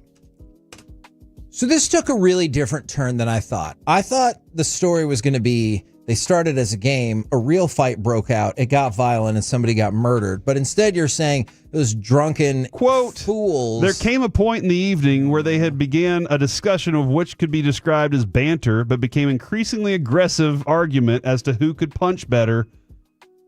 Quote, I'll hit you first. Go on then. And then they tried to discourage the punching game. Somebody did try to discourage that. All right. The tragic event was fueled by your excessive alcohol and cocaine use, which caused you to lose all common sense. Can I pause you again? People think that if you're sober in a situation like this, you have the advantage because you can say, I was sober. I remember all of that. Let me tell you a fun thing people don't talk enough about. Having to hear the inane nonsense that comes from a really drunk person and they're way too handsy and they keep repeating the same point. You're like, I heard your point. No, you don't even know. And I'm like, I know exactly what you're saying. It's not that advanced. Now shut up. The judge, Paul Thomas, said, you were warned by someone present not to do that. He could see the risk, but you, in your substance befuddled state, could not. Both the punches you delivered were with great force, sufficient to knock him unconscious, and then go into cardiac arrest, from which he never recovered. And then he was sentenced to 2.5 years in prison for killing his friend. So, how long? 2.5. It's real weird. It's not so bad. So here's the thing. I'm trying to figure out crime. Do not play who can take the best punch, or don't do it while on drugs and alcohol. I don't know which one's the more important factor here, but I'm just going to put them all together. Now for the gross story. Oh, no. And Kevin has heard a version of this. Then you picked incorrectly. Trust me. My mother-in-law used to work for my doctor. She worked like in the office area. She was an office admin. And a couple of nurses came back in to the office and said, I can't. And she was like, what do you mean? And they said, can you go out there and take care of this? And so she went outside, and the guy standing outside said, don't come any closer. I have worms. And she was like, what are you talking about? I told you. This is all y'all's fault. At which point, the patient lifted up his arm and reached onto and into the arm and began to remove worms from his forearm, one by one, out of these little holes. And these worms were sticking out of his arm, like just poking their little heads through. You ever see at the beach when you go to the beach and you see those little things pop up out of the water and you're like, oh, that could be a dollar crab or whatever, sand dollar. These things were just popping out of his arm, and he was just pulling them out and setting them down on the thing outside. Whoa. And she said, stay away from me, and went inside and locked the door and was like, I know we're a hospital, but I'm not, what's going on with that guy? Turns out it was bad meat. He had eaten bad meat, and the worms were in the meat, got into his system, and were trying to fight their way out of his body. I don't know how they got through it and everything, but that is... Your meat. Yes, well, don't do that whenever it's bad meat. You want to make sure it's really good quality meat there. But that is the gross story. And somebody said from the 817, I'm trying to eat lunch, Corey. I didn't want to do that. Kevin, why are your ears covered? We're done. You're talking to me? Story's done, yeah. Because what I did was took my headphones off and plugged my ears, because as soon as you said I'd heard a version of the story before, I knew exactly what it was, and I knew I didn't want to hear it. And I tried to warn you people that you did not want to hear it either. And then freaking Carter's like, I sent you a text, check this out, which he wanted me to look at, but then I had to take one of my fingers out of my ears, and I didn't want to do that. Oh my gosh, that's a terrifying worm. It's spelled wrong too. So that was the gross worm story. So, Kevin, basically the Spark Notes version. I've heard the story. The 940 Dollar Crab is called something else at Texas Tech. I don't understand that joke. What are they saying? Can they text me in a little better example? Material. See, Kevin, not even close to gross from the 817. This is a drop we need. From the 214, are they regular worms or were they like graboids, like in Tremors? That I don't know. I wasn't there. No, I just heard the story. You do know. It was not like the thing from Tremors. I don't know. That was coming out of that person's arm. Could have been. It was not. We're the KNC Masterpiece. I wasn't there, and I feel confident in that assertion. Coming up next, no more of that, but also, will these comparisons make teams weary of drafting Shador or Cam? Next on The Fan.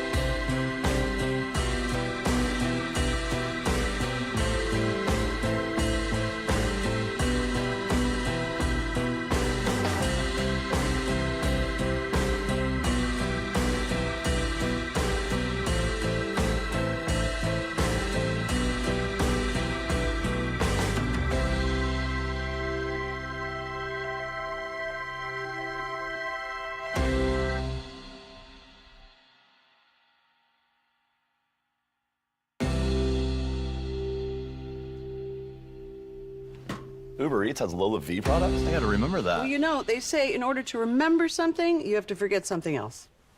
Okay, now that is a very cute haircut. That's like a little shag. I've never seen that before. Well, I mean, of course you have. It's the Rachel. Oh, is that your name? No, I mean, like, your name. No, I'm Jen. My name's Jen. Right, but I just mean, like, this is your haircut. But that's hair on your head. I'm not saying this is your hair. Okay, freaking me out a little bit.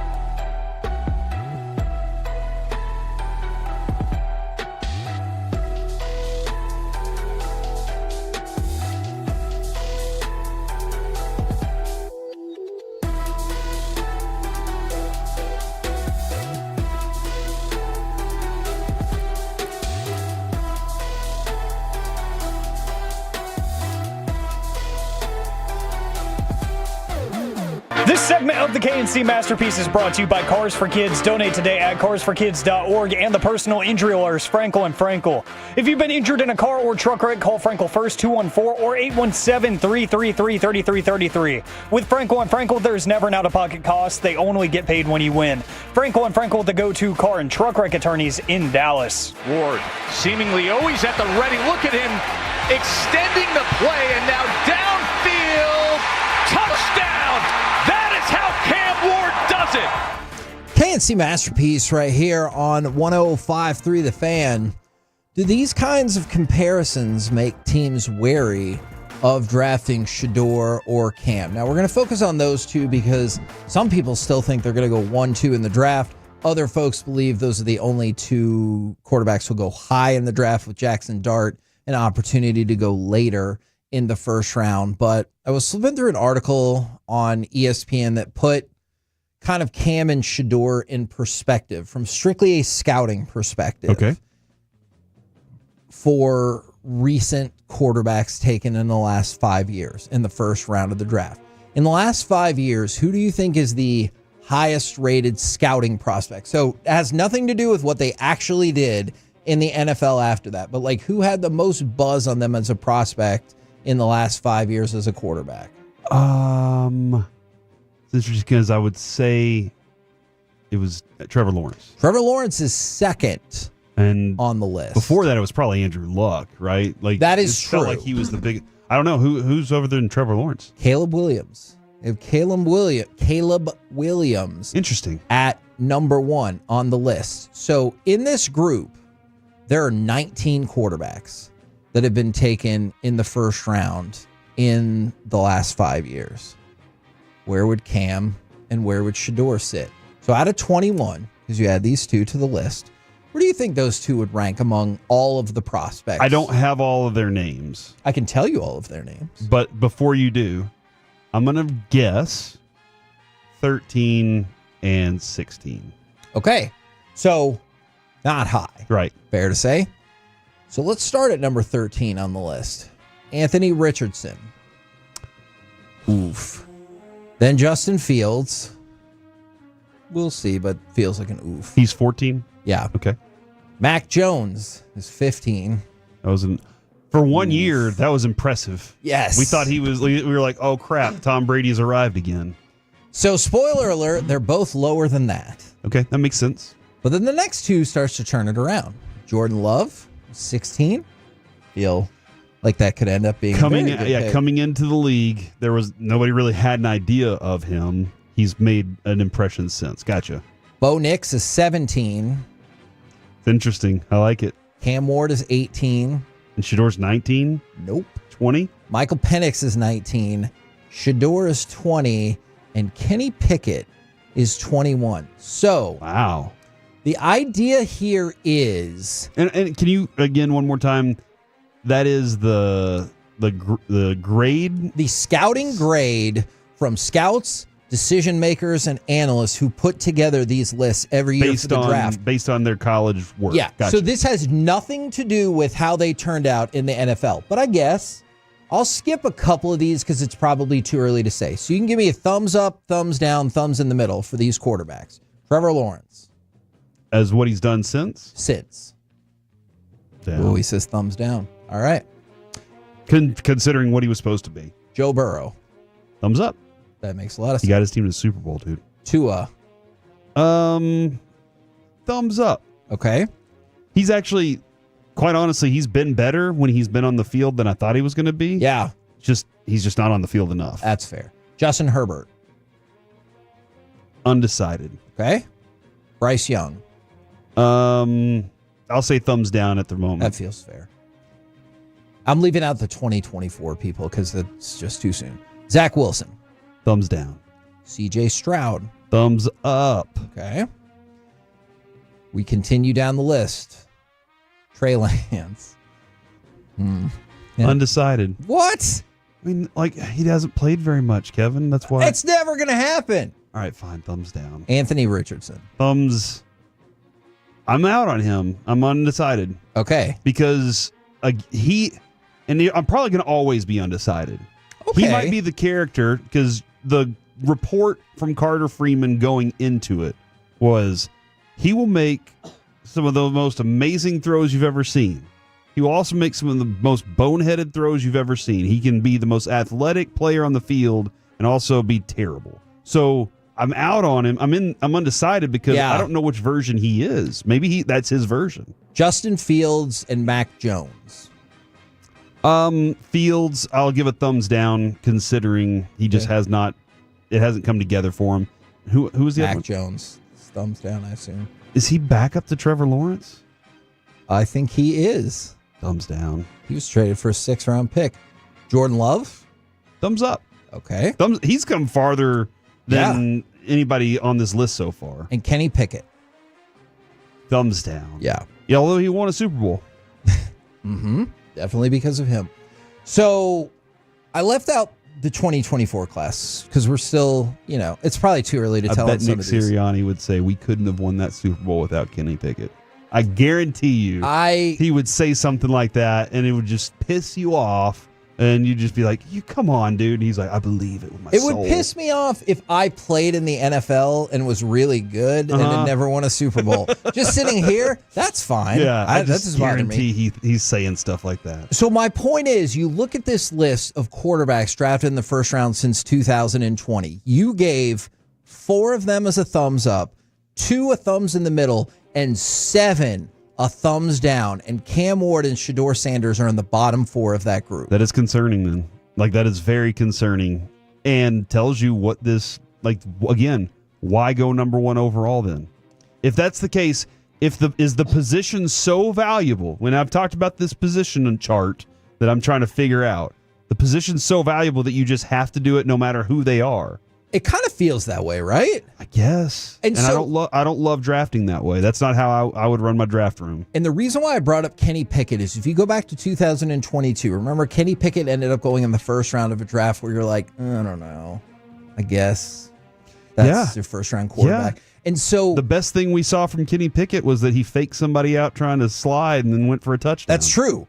And so sometimes I wonder, strictly from a scouting perspective, is the best thing that could have happened for Cam Ward and Shedeur Sanders that Carson Beck and Quinn Ewers flamed out this year? Because both of those guys were viewed as maybe this could be your top of the draft quarterback. And guess what? One of them's sticking around because last year it went so poorly and he got hurt. And then Quinn Ewers is going into the draft and nobody in the world views him as a first-round draft pick. So everybody kind of looks at him as a project or a career backup. So instead, you get Shedeur and Cam Ward. And I'm wondering if teams will take them, whether it's 1-2, whether it's 2-6, whatever, will take them high because those are the options. Like Ryan Tannehill, he was one of the options, and he was just up there, and you'll end up regretting these selections. Yeah, a lot. There are sometimes, I don't know what Broadus's space is on, okay, we can start taking project players here. But there are some times when teams look at it and they go, look, we'll get him up to speed. We need somebody with this skill set. And we believe he's got the mobility to be able to do some things that we need. We'll teach him how to continue growing at the quarterback position. I don't love that. I mean, I'm the NFL. I'm not college. I'm not minor leagues. Yeah. I want players that are ready to play now at a high level. And I'm really not willing to spend a lot of time growing a player unless it's a player that I'm like, that's my pet cat. But I don't need 27 pet cats on a team. 1, 2, maybe at most. So that's going to be tough for them to overcome that. Out of the 2 guys, which one do you think has the mental approach to be able to be an NFL quarterback? I really like Cam Ward just because, don't get me wrong, he got plenty of attention this year, but it just feels like Shedeur and Colorado just automatically get the most attention. They do. Just about anything you're talking about. I will tell you, I know Shedeur has taken his lumps after the combine and stuff, but some of the things that he said, I appreciate the confidence. And this is the fine line, Corey, where I'm going to say confidence. I wonder how many people hear it and they're like, Arrogance. It's arrogant. I don't like it. So Shedeur was asked about what about the critics and blah, blah, blah. And he said, do you think I'm worried about what critics say or what people got to say? You know who my dad is? They hated on him too. So it's almost normal without people hating. It's not normal for us. All right. And then here's another one. If you ain't trying to change the franchise or the culture, don't get me. And so I view that as confidence in somebody who believes in their abilities, obviously believes in their dad. But I know other people are like, that's arrogant and I don't like it. I guess I don't necessarily agree with those quotes, but I wasn't there for all the rest of the You're interviews. not trying to change the culture. Don't In the get, franchise. In the franchise. Don't draft me. And so that is, look, if you draft me, like I want you to run with me on things, not fight against me on everything. For sure. And look, man, I think that his dad knows, and his dad will be in his ear about a lot of things. Hey, man, and that's something you might have to deal with. Is Dad talked to me, the other day, and he would do it this way. And I need to go start impressing upon my front office that they need to do it that way. And it might be for the best. Maybe it is. Maybe you've been running your organization so terribly that you need something like that to come along and get everybody behind them and have maybe not the best quarterback, but I'm going to build a different culture in this place. Are you guys okay if I pivot to the NBA collectible space for just a second? All right. Have you seen the 2 unbelievable jerseys that are about to go up for auction? I hear there's a Hank Aaron jersey or Henry Aaron jersey. We will have that for Peace-a-thon in November. That is true. Okay. Breaking news in 8 months. But this auction starts on March 21st. Here's the first jersey. Going to be tough to beat. It's Kobe Bryant jersey from November 3rd, 1996. Also known as the first regular season NBA game that Kobe Bryant ever played in. At the time, he was the youngest player in NBA history to take the floor. I think I watched that game.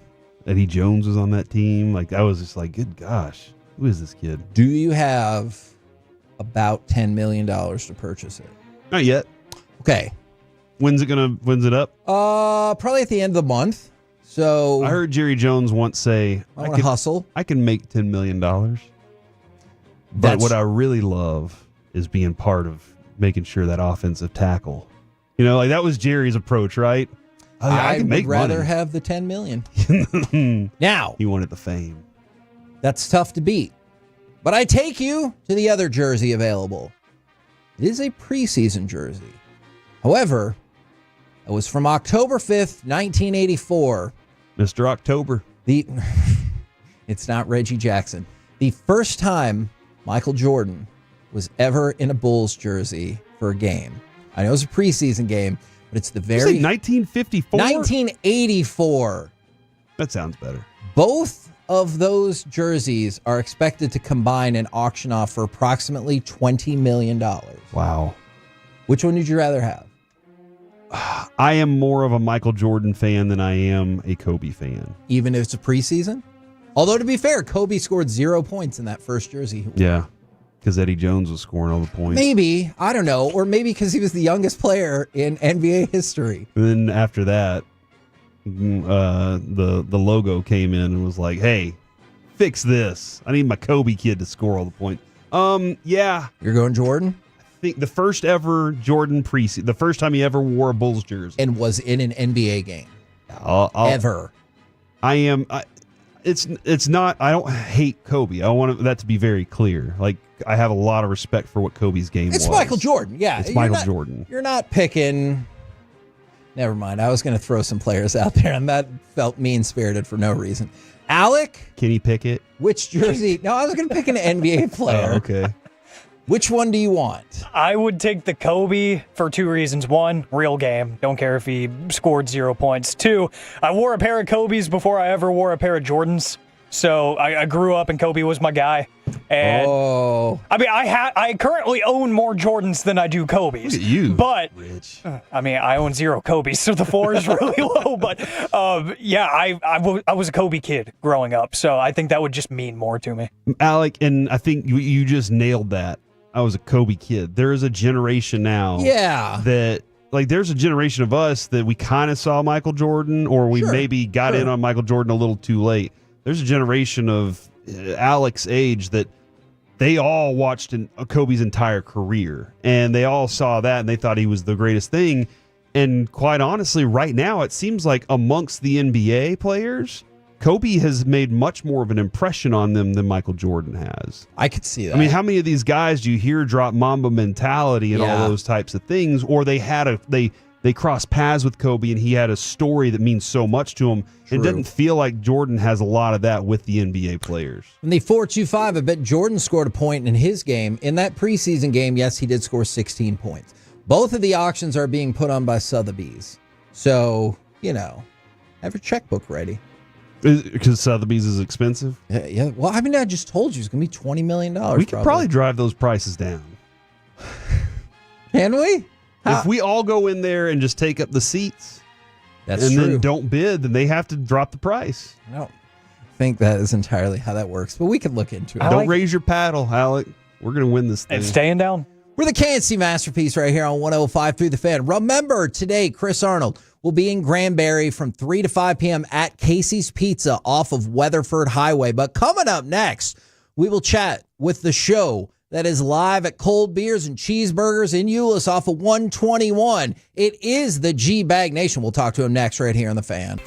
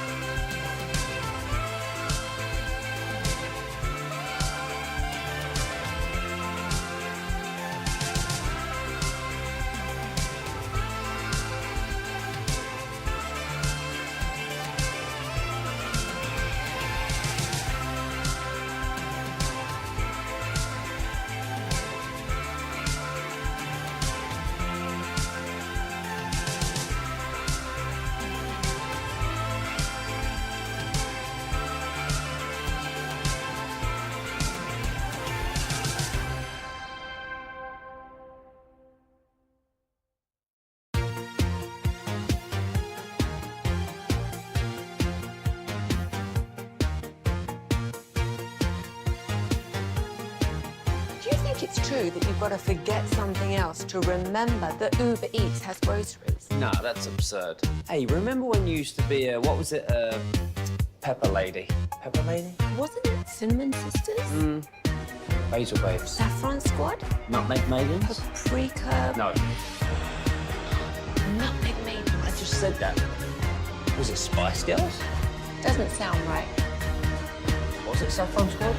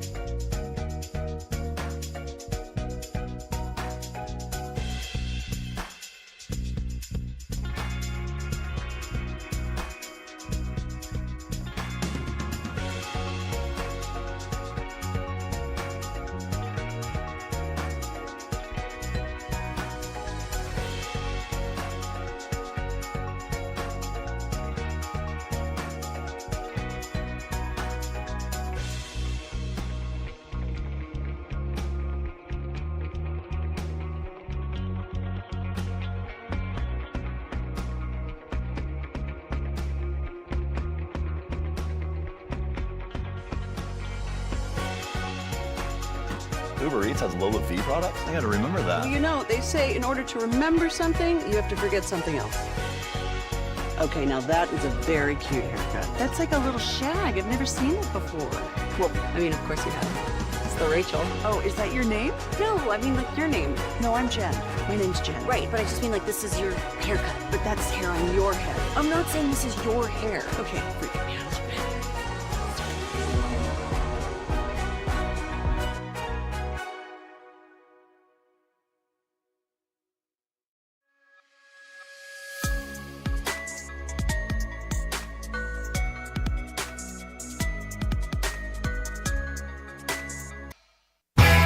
This segment is brought to you by Classic Chevrolet. If you're in the market to upgrade your vehicle, get to Classic Chevrolet in Grapevine. Back-to-back #1 Chevy dealership in the world. They've got more new Chevys than anyone, all priced to sell. Visit ClassicChevrolet.com. This is Texas. This is Classic Chevrolet. Together, let's drive. Based on new Chevy registrations 2023 and 2024. KNC Masterpiece right here on 105.3 The Fan right now, courtesy of D&M Leasing. We take you to Euless off of Highway 121 to Cold Beers and Cheeseburgers for our chit-chat with those fellas from the G-Bag Nation. Gentlemen, how is you today? Excellent, Hagee. How are you? I'm doing very well. Did y'all get any of the garlic fries yet? No, not yet. I just had a heck of an Asian chicken salad. Looked like Lucius had some buffalo chicken egg rolls that were, I believe, outstanding. Is Eric part of your crew today? He is. I'm here. Okay. This is a good challenge we have going on. So, Eric, I want to know how you think this will go. My suggestion to the Tolos all day has been, if you buy one cheeseburger, you get the second one free. I think they should buy the one cheeseburger for themselves and then give the second one to you and then see how long you can go before you pass out. Okay, we're going to take it all the way up to the pass out. I was wondering where we were going to draw the line on this, but that sounds like something I'd be up for that challenge. I'm totally in on that challenge. And honestly, I appreciate it, Hagee, because you know how much I love cheeseburgers. And that means I could probably eat enough for dinner tonight as well. Now we're saving money. Exactly. I love this idea. Yeah. Tate Skaggs usually comes out and sees this legendary Tolo. He already has said he wanted to challenge you to the triple-triple. So you took down the triple patty last week. That's right. So he thinks he wants to go patty for patty challenge with you here today. Oh, my goodness. Okay. Well, I'm glad I showed up hungry. This is going to be a good time. And maybe inebriated. Yeah, well, Big Surge is here. We have, the Tolo show-up has already been fantastic. Pastry chef Eric hanging out, and Big Surge just delivered a couple of tequila shots over. So I don't know if Volchuk whispered in his ear and said, let's get this party started now, but it's starting. Lucius, I've always wondered, are you impressed by what Eric accomplishes with these meat feats? Meat feats is hilarious. Meat feats. What is that, like a size 13 or 14? Wide? That's exactly what it is. Yeah, I am. Actually, I was talking to, I'm not going to tell you who I was talking to about it, but I am, because Eric ate a Big Mac, and maybe how long was that? How long did it take you? Ooh, what was that? Was it 60? It was 60, less. That was a minute 9 was seconds? minute 9 was my record, and I think you bested it by about 15 seconds. Wow. Yeah, I think it was under a minute. Might have been sub 60. Yeah. That right there alone was a perfect commercial for McDonald's, because all I thought about was a Big Mac for the rest of the week, and how fast he ate it, and how the sauce was on his fingers, and he didn't care, and he just shoved his fingers in his mouth with the sauce. And I said, look at that, man. That is brilliance. I appreciate that, and that was damn good too. I hadn't had one in a while. Broadus, how fun was that? That was one of my favorite competitions, because you breeze through it. It's not one of these marathons. I've never seen anybody do that. When you start boomsticking or something, all of a sudden you're in it. You better buckle up. When you get the Big Mac challenge going, blink of an eye, boom, it's done, and it was delicious. When we were in Arizona, I had the steakhouse burger. That was the option I ran with. It was fantastic. So if y'all are looking for a burger out there that you want to try a new one, the steakhouse one is really good. I was thinking about that. I was thinking about the Juicy Lucy. Yeah. It's a Minneapolis burger there. The All-American always sounds good. Always. Yeah, always. One of the more patriotic burgers you can consume. How do you guys feel about the egg or the fried egg on your burger? Because that's that's the kind of burger I got, and I thought it was delicious, but I thought I remembered, Broadus, you not supporting that. No. I did buy it for you, though. He doesn't eat eggs in general, though. Hey! He's totally out on a fried egg. I'm totally out on a fried egg. But yeah, I purchased it for you. Broadus, that's a fair point. I have cash for you in my wallet right now. I gave him cash right then. I got in the car and I go, hey, Heggie was the only one that enjoyed his meal more than you guys. Okay. But at least I didn't yell at you afterwards about not talking football with me. How about this? I bought your dinner, and you invited a guest that just went after me.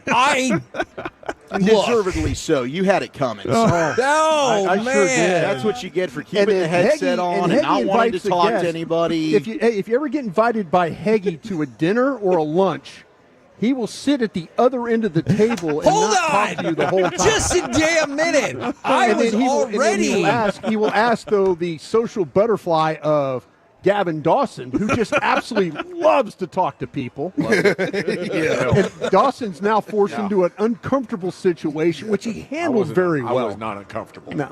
Yeah. I had my guy Majors to hang out with. Well, and see, that's the thing. Burgers diagonally. Yeah, exactly. Dawson got to watch how I cut the burger diagonally. That's the thing with me is I run out of topics really quickly, like in conversations like that. So I can have a good 4-minute conversation with you, but it's once that topic's done, now I'm looking around going, what else is there to talk about? I was very lucky Dawson was there to keep things going. Yeah. Look. Just a good volley back and forth. Mistakes were made, mostly by me. Multiple errors. I do apologize. I do promise I had cash in my wallet today because I don't have Zelle. That's not going to help him now. I know. That's convenient. You knew we were on a remote. Yeah, it was a good idea. Heggie goes up to me and goes, hey, do you take pesos by any chance? No, that's not. And then I go, no, not really. But okay, I'll catch you later on that. I'm like, hey, cool, man, we're good. So yeah, I bought you and our friend dinner that night. I felt like, and then got just attacked.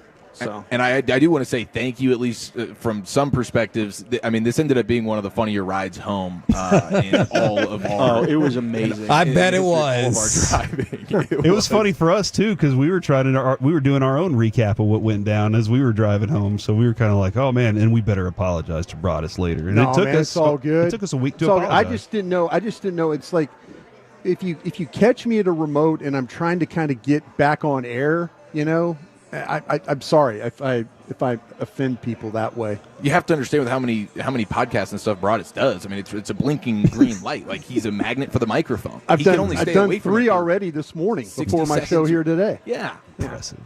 Yeah. It sounds like it's going to be an awesome show. It does. These It guys is sound like gonna they're be on awesome. fire Go ahead. already. Thanks for asking. And, man, I really don't make me send people over to your house, Hagee. I really dropped the ball on all of this. Like your pinkies, Hagee? I know where you park out there at that. That's a good place. point. Broadus sends his regards. He wants both kneecaps brought directly to him. Hope that burger was delicious. It was. I don't know if the incredible. slogan should be pinky breaking delicious hamburgers, but all right. I like it. Remind everybody where they can see it today and what do we got coming up on the program. Cold beers and cheeseburgers here in Euless. You can enter to win a $500 gift card. We have a bunch of $20 gift cards we're giving away. Lucius is here if you couldn't tell. Okay, that's historic in itself. But this is a grand opening at Cold Beer and Cheeseburgers where they have award-winning half-pound burgers that are hand-formed from fresh, never-frozen ground chuck, Hagee. And we do have pure gold, as always. Thanks for asking. Including DeSoto High School's Abar Muhammad coming up at 4 o'clock. Jabbar Muhammad. There you go. Jabbar. My bad. I missed the J on that one. But he played at DeSoto. I bet and then you he went didn't. to Oregon. And he's going to join us at 4 o'clock to talk about the draft coming up. We won't bring up Christmas, Hagee. Okay, I learned my lesson from that. That's a fair point. I love y'all. All right, I learned my lesson for that. I'm going to give Broadus $40. Roll home with the G-Bag Nation or go see them at Cold Beers and Cheeseburgers in Euless off of 121. We have been the KNC Masterpiece. Make your way back with us tomorrow, 10 a.m. to 2 p.m. right here on 105 through the Fan. Say meat feet, Kevin. Meat feet.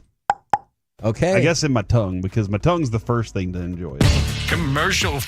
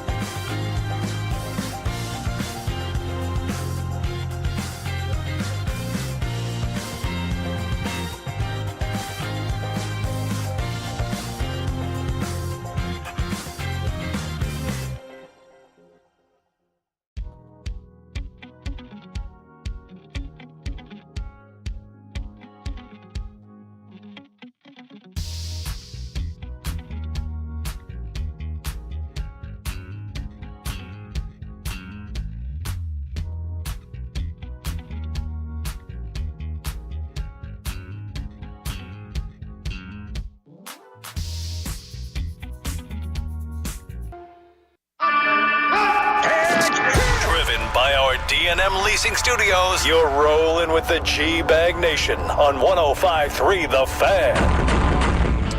Here we go. It's hour one, G-Bag Nation. It's time for cold beers and cheeseburgers here in North Texas, the grand opening of their Euless location. Woo! And we want to invite you to come join us and fellowship. General at your service. If you see me, bear me, N.A. Okay, there's Brian Broaddus, the former Cowboy Scout Super Bowl champion. Lucius Alexander is not in the Pimp Cup today at 75 and Fitzhugh. He is on location with us this afternoon. And a good afternoon to you, sir. We have Wolchuk and Chiafala in the house. Of course, Carter Freeman's coordinating your video. And Ruben Portillo, remote engineering. As we come to you with great grand opening giveaways. You can enter to win a $500 gift card. You have buy one, get one free burgers all day long here. Cold beer and cheeseburgers. All day long. All day long. If you're riding solo, you could eat them both. You could maybe give one to Eric and see how many burgers he could possibly eat during a show. I think I'd set the over-under on that at 4.5. 4.5 burgers. 4.5 single patty burgers? Yeah. That's a lot of bread. Right. Yeah. Exactly. That's a good point. I would love to stack. If it was up to me, I'd probably double them up, and now I would. I think the patties are what makes it more impressive because I know the bread will slow you down. Maybe you should do that. Just go ahead and stack the patties up on those. Yeah, I'm open to it, but definitely exciting. I mean, the BOGO burger deal. How often do you get that? I mean, there's BOGOs all over the place. When is it burger BOGOs? Rarely. Almost never. Rarely, if ever. But that's how, that's the kind of impression they want to make here. It's a great place to come and watch sports and drink your cold beer, as a couple of you fine gentlemen are doing already. Brian, what do you think about that number 4.5 for? That's probably low. I should probably put it at 5.5. I was thinking that number was low. I had a chip on my shoulder when you said 4.5. We'd get a bunch of sharp money hammering the over on that if I posted it. 4 patties on one burger. Well, I mean, that's just like that's just a no if you're the bread factor is something that is an issue there. Right. So if you have to do the bread, I don't mind that, but the patties will not be an issue. Like, I think you could do a 5-patty burger, no problem. Yes, it's all about really just the being able to. But these are thick patties. These are half-pound patties. These aren't just 3-pounders. Absolutely, yeah. I don't know. I'd love to see you try though. Yeah. That the demonstration of eating prowess you put on there in Arizona that had that cook coming out of the back just to see the man who had took down his creation. That was legendary. That was a notch on the belt that I wasn't expecting, but I'm proud of. Yeah, you can download the Cold Beer and Cheeseburger app, by the way, and be entered to win burgers for a year, Brian. I've never seen anybody like the staff in the kitchen lined up like it was a salute. Yep. Like they had to come and see, who is this guy? Yep. And I've never been at a table where they sent a dessert out in appreciation. Yes. Like not just like a little piece of cake, like a full-on sundae kind of deal. They hooked it up. Yeah, me and Dawson sort of shared it there. Lady in the Tramp style was awesome. So what do we owe your fine presence to today, Lucius? Oh, nothing, man. Just chilling. What are you talking about, buddy? Well, you're never out with us. Just relaxing here, man. I love it. Look at Dawson Hayes. Not do that. We weren't really pulling on our remotes. We needed Lucius. Everyone's like, where's Lucius? Yeah. Where's Lucius? That's probably what it was. I think there was a request from Arizona to get Lucius on set. Hey, man, I think the buy one, get one burger free is amazing, though. Like, if you're out there with your buddy right now, y'all are working when work is wrapped up, get over here, and y'all can chill and drink some beers and watch the girls' games. Yeah. I've been watching the girls' tournament basketball. Oh, I bet you have. I have. Well, I've been watching that all year. No, in you fact. are. I haven't seen the college boys play at all. You're not missing this much. season. I don't know what's the dude? Flag.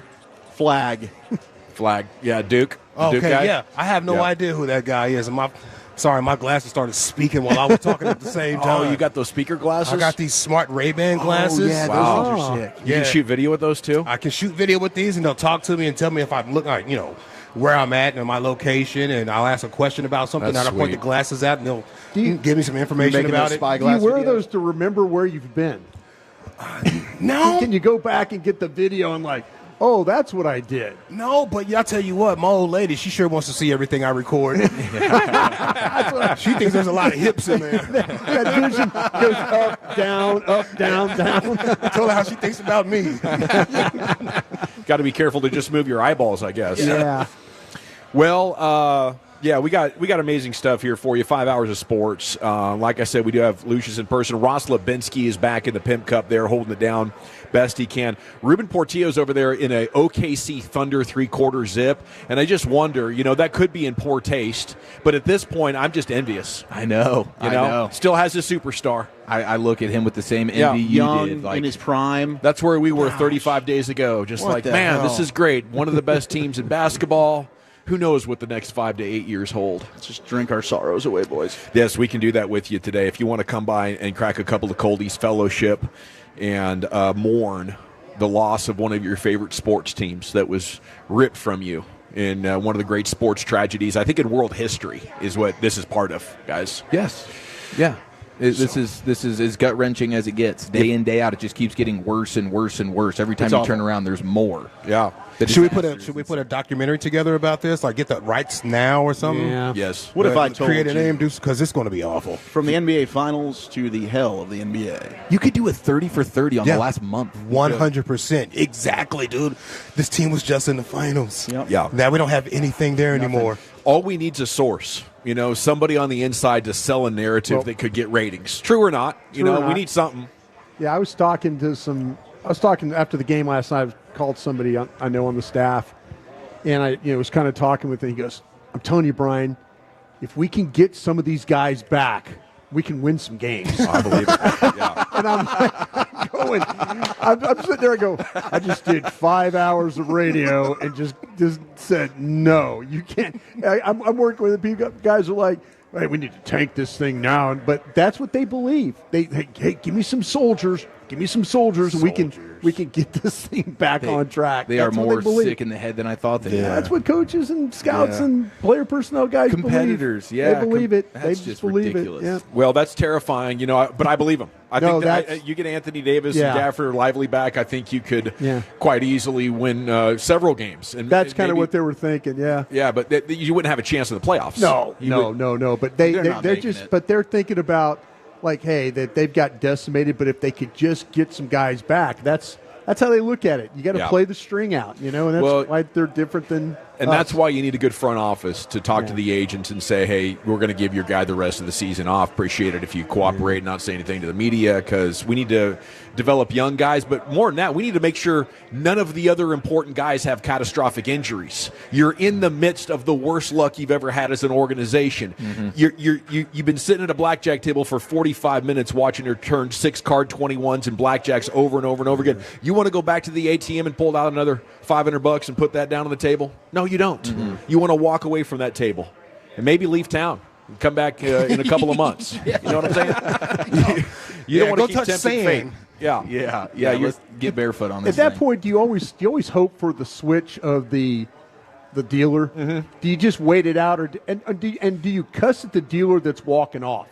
You say, "Hey, good riddance," one of those. No, things. I'm usually pretty level-headed about it because You don't it's just, say anything it's as just they're fate. walking It's away. the turn of their cards. I'm their friend. Yeah. Because I'm usually asking them for advice on should I hit here, should I stay, should I double down. Who's Right, so more we have a hel- good relationship. Who's more helpful, though, male or female, when it comes to card advice There for we the go. 21s? There we go. Now the There we show go. has That's what I'm begun. talking about. Get a Question. little toxic, baby. I think Women I've are a had lot more more success helpful. with the women, yeah. Yeah. As being helpful? Yeah. Yeah. Some of the guys can be like the IT guy who's Yeah. kind of annoyed that you don't know the answers. Yeah, why are you asking me kind of a thing? Yeah. I've kind of felt like, and I'm a terrible card player, but I felt like that the female dealers are more helpful. The men kind of look at you like you don't know how to play the game. Why are you sitting here? Kind of. I told you that's why I love female energy more than the males. The males start hating on you a little bit, They even do. though They they do. might have helped you get that parlay. Yeah. But when you hit it, they're like, "Oh man, good for you." Yeah. Jealous as hell. Should have been me. It is. I love watching the guys get into the arguments though about you should have hit, or you shouldn't no. have hit. Hey, I tell you what, those old guys start. I was sitting on the third base side of a table one time. Yeah. Took some questionable hits. A guy looked at me and goes, "You don't know what the hell you're doing, do you?" And I go, "Not really. I'm just kind of here having fun." No, He goes, really. "Go have fun somewhere else." And Wow. as he said that, everybody at the table nodded their heads. Oh, Yeah. Because I took some questionable hits and I got up and left. I don't want to cost people money. I don't. That's why I got up and left. What'd you say when you left? Nothing. Sorry, guys. Sorry about that. Bow on out. Yeah. You know me, Lucius. Like, oh, hey, guys, I'm really sorry for losing making you lose Get around on you guys. Yeah. I'm going to go to the ATM and get your money for you. No, I didn't do that. It's a game night here in DFW, though. Stars hosting the Flames at 7 o'clock. Trade deadline final countdown is a big focus, though. And this is kind of exciting because Sportsnet's Elliot Friedman reporting the Stars are among the teams believed to be very interested in Hurricanes right wing Mikko Rantanen. And this guy is a stud. So I guess there's two other teams that are interested, the Maple Leafs and the Kings. Maybe you can't get the defenseman that you would ideally snap your fingers on, but if they go get this guy, this is a team committed to winning the Cup. No, I mean, when you talk about goal scorers, he's one of the best in the NHL. He was an absolute pest for the Avs when you were playing him last year in the postseason. Avs traded him to Carolina. I guess he hasn't been a fit with the Canes since they moved him a few weeks ago. So now he's back on the market. I mean, he's got 27 goals, 43 assists in between both Carolina and Colorado. So, yeah, I mean, this would be, hey, we're just going to try and be such a good offensive team and hope what we've got defensively is enough. I still think their Cup chances really hinge on can they get Miro back. Maybe in the first round they'll be okay. If they play Minnesota, I don't think they need him. But if they're going to play against the Vegases, the Colorados, they're absolutely going to need Miro Heiskanen if they want a shot. How do you get this guy from Carolina, though? What is the...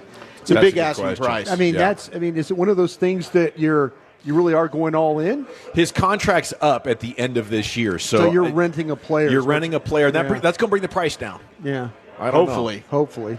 He's a hell of a player, though. He is. Yeah. He is. Yeah. Would you give up the 2026 first rounder for him? I'd give up a 1 for him. I know they've done an excellent job when it comes to drafting. That might be a late one, but that's okay, right? That's fine. Yeah. And right now, when you look at the core of this team, like Jamie Benn, he's not getting any younger. Tyler Seguin, the hope is he can come back for the postseason, maybe even before the end of the regular season. You got to win now. Like the window's open because you've got a lot of youth with Wyatt, Otter, Stankoven, Maverick Bork, of course, Thomas Harley, Bischel. But some of these older veterans on your club, like the time's now to cash in. You can follow Cold Beers and Cheeseburgers on Twitter at Cold Beers and Cheeseburgers, all spelled out. We'll be here until 5 o'clock this evening. Jason Kidd blasting speculation that heavy workload led to the Kyrie Irving injury. It's a freak accident, he said. That's how it should be reported, but we're not reporting it, right, Lucius? Oh, yeah. Don't believe your eyes. What is it? Don't believe. What is the phrase? Believe me, not your lying eyes. There it is. That's what he told us right there. Yeah, yes. That's what he told us. It was easy to Eagles, lying eyes. That was one of the main things we said throughout this time when the deal got done is like now the wear and tear factor on Kyrie is going to skyrocket. His usage, you're going to need him to be the man offensively. In particular, when Anthony Davis, we knew he was going to be out for an extended period of time. It was like, how much is he going to be worn down by the time you get to the postseason? I just think the basketball gods hate us this year.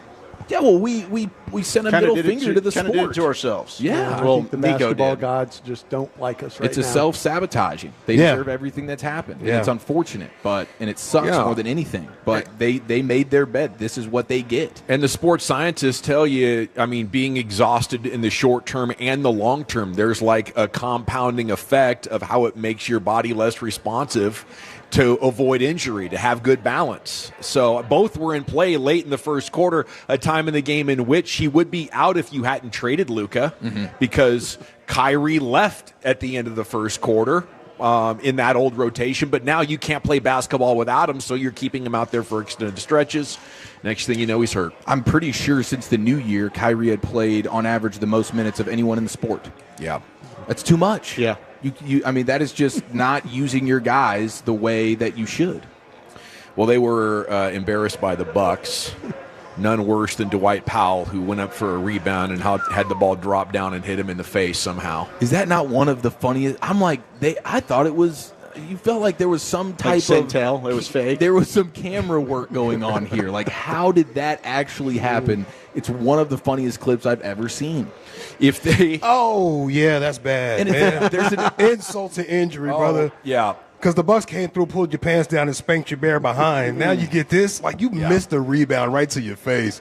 That's 11-year-old. Like, get your head in the game, kid. Yeah. Yeah. Seriously, dude, you let it hit you in the face as well. And there's that Twitter account that's basically like, did Dwight Powell get hit in the face tonight? In the face. And it's just always yes. Yes. And they always have a He picture. gets hit in the nose a lot. He gets hit in the face by either the ball or an elbow or Somebody someone's always hand gets or it. forearm. Yeah. He's just, his face is a magnet for contact. That's the account I'm looking at right now. That's hilarious that you say that. And it says yes, and he's getting hit in the face. Is this an encore thing for him? Yes, this is his. Poor guy. This is his whole bit, man. He's got to talk to a doctor. It might be something visually going on there that he's not even, he's hustling through. Don't even realize LASIK. He short-circuited on that rebound because that thing did not double bounce or do something weird where you jump and all of a sudden, oh crap. This is just a run-of-the-mill classic rebound. Classic rebound. That's when we knew Mark Cuban kind of had it as an owner. But, man, wouldn't we love to have Mark Cuban and Dwight Powell in the starting lineup right now with Luka.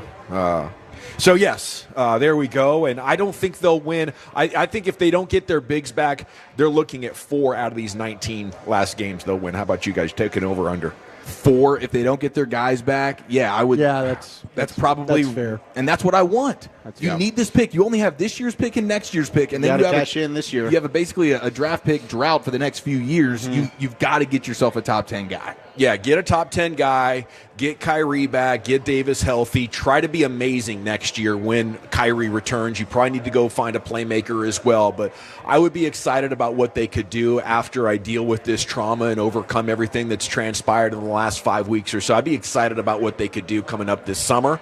But right now, it is just going to be a sad, painful grind. And if you're wondering, yes, I've stopped watching. That's what that injury did to me. Right, Yes. I was in it the whole time. I was hoping. I was like, man, just get us to the playoffs with Davis back and Gafford and Lively, and we will pave a path to the championship. And now I'm out. You stopped watching last night, right? Yeah, Okay, yeah, I get that. Yeah. I Did he get ever that. That was pretty start? bad. Yeah. Yeah. Did he ever start? It's over now. What 3/4 of the fans left in the game? Kyrie got hurt. Yeah. By the time they were in the fourth quarter, it looked like the JV game. Yeah, mass exodus. It looked like a fire drill. It sure did. It did. Okay. G-Bag of the Day is coming up at 2:30. We are live at Cold Beers and Cheeseburgers in Euless, the first Texas location. This is a spot you want to have on your radar. So come join us. It's buy one, get one free burgers, Wolchuk. It sure is. Come on out here. It's a party. Let's do a Chuck Wagon next. We're talking auctions. I can't believe these items are being auctioned off. A hypothetical KD trade that I hate, and measles parties. Let's do that next in the nation.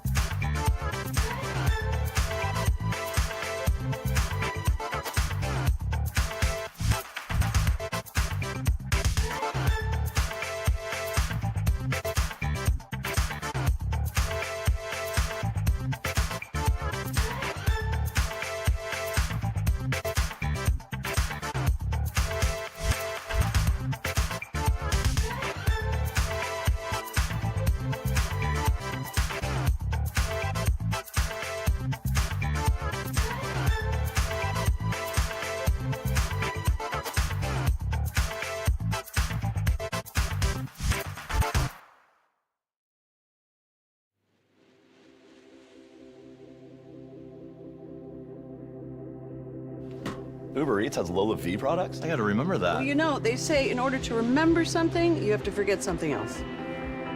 Okay, now that is a very cute haircut. That's like a little shag. I've never seen that before.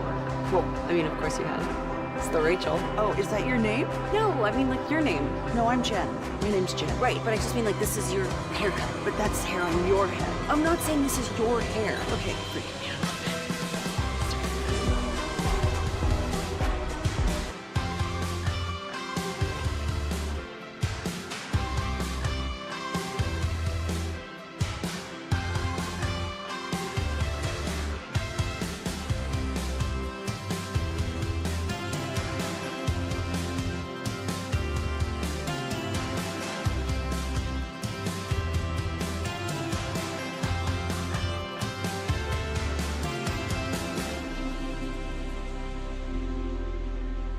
Do you think it's true that you've got to forget something else to remember that Uber Eats has groceries? No, that's absurd. Hey, remember when you used to be a, what was it, Pepper Lady? Pepper Lady? Wasn't it Cinnamon Sisters? Basil Babes. Saffron Squad? Nutmeg Maidens? Paprika? No, Nutmeg Maidens? I just said that. Was it Spice Girls? Doesn't sound right. Was it Saffron Squad?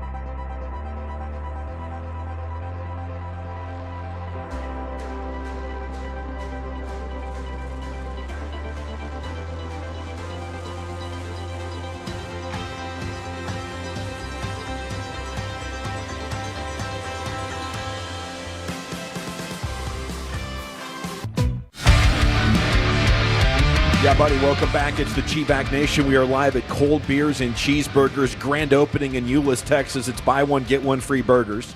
Plus, I have some $20 gift cards and some 20% off gift cards right here. So if you want to go big, I'll hit you with the 20% off. If you're going a little smaller, I get you a $20 gift card right here. All you have to do is come in and at a break, give me 8 of the all-time 13 G-Bag Nation cast members. We'll make it a little bit easier there because I got a lot of giveaways to do. So come on in here to Euless location. This is the only location, Cold Beers and Cheeseburgers, here in the great state of Texas. They got like 18 of them in Arizona. We were there last week. 60 televisions. It's a great place to watch sports and fellowship. Anyway, it's time for a Chuck Wagon. Segment is brought to you by the Frankels. Life is unpredictable. Accidents happen. If you or a loved one's injured in a car truck wreck, call the Frankels and get a free consultation, 214 or 817-333-3333. Go online at frankelfirm.com. Here's the Woolly Bully, Chuck Wagon. All right, I just had one of our Tolos that are here in attendance at Cold Beers and Cheeseburgers say, hey, you guys need to talk about this. Would you drink this?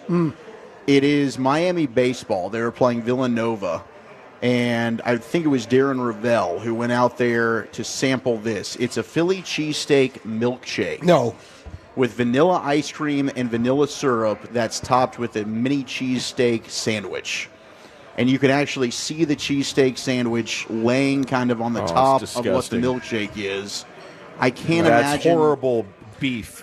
That's terrible. Yeah, that's meat and milk together. Thank you, John. We got Tolo John over here who's just kicking ass, taking names. We got another Mardi Gras Brian's going to be here pretty soon. We got another Shotsky. Oh, thank you. Wow, Appreciate that meat Thank looks you. disgusting. It looks gross, right? They look at got this. it wedged Little in there. 0.0. Nice. Cheers. Yeah, Thank you, cheers. John. At that point, why don't Cheers. you? Thank you, John. Why don't you just? I mean, this is doing too much. I'm all for creativity. Fireball there. Fireball. They've crossed. Oh, Broadus is doing a fireball. Oh, he's going fireball. Look out. Fire. Wow, that This went is. down I'm glad quick. because John asked me. He said, "Hey, will Brian drink?" I said, "I don't know. It's pretty hit or miss, but you can either try a beer or fireball. Would be the Fireball's one thing good. that gets him going." Fireball's great. Yeah. Fireball for the guy, for the big man. Well, we did it Yeah. again. I just I'm doing did a little one. beer ski. Yeah. It's only 20 proof, Brian, or 40 proof. He'll take a shot at tequila. with Tequila, me. He right? will. Yeah, we're Yeah. getting hammered today. That face, why you have your face is concerned?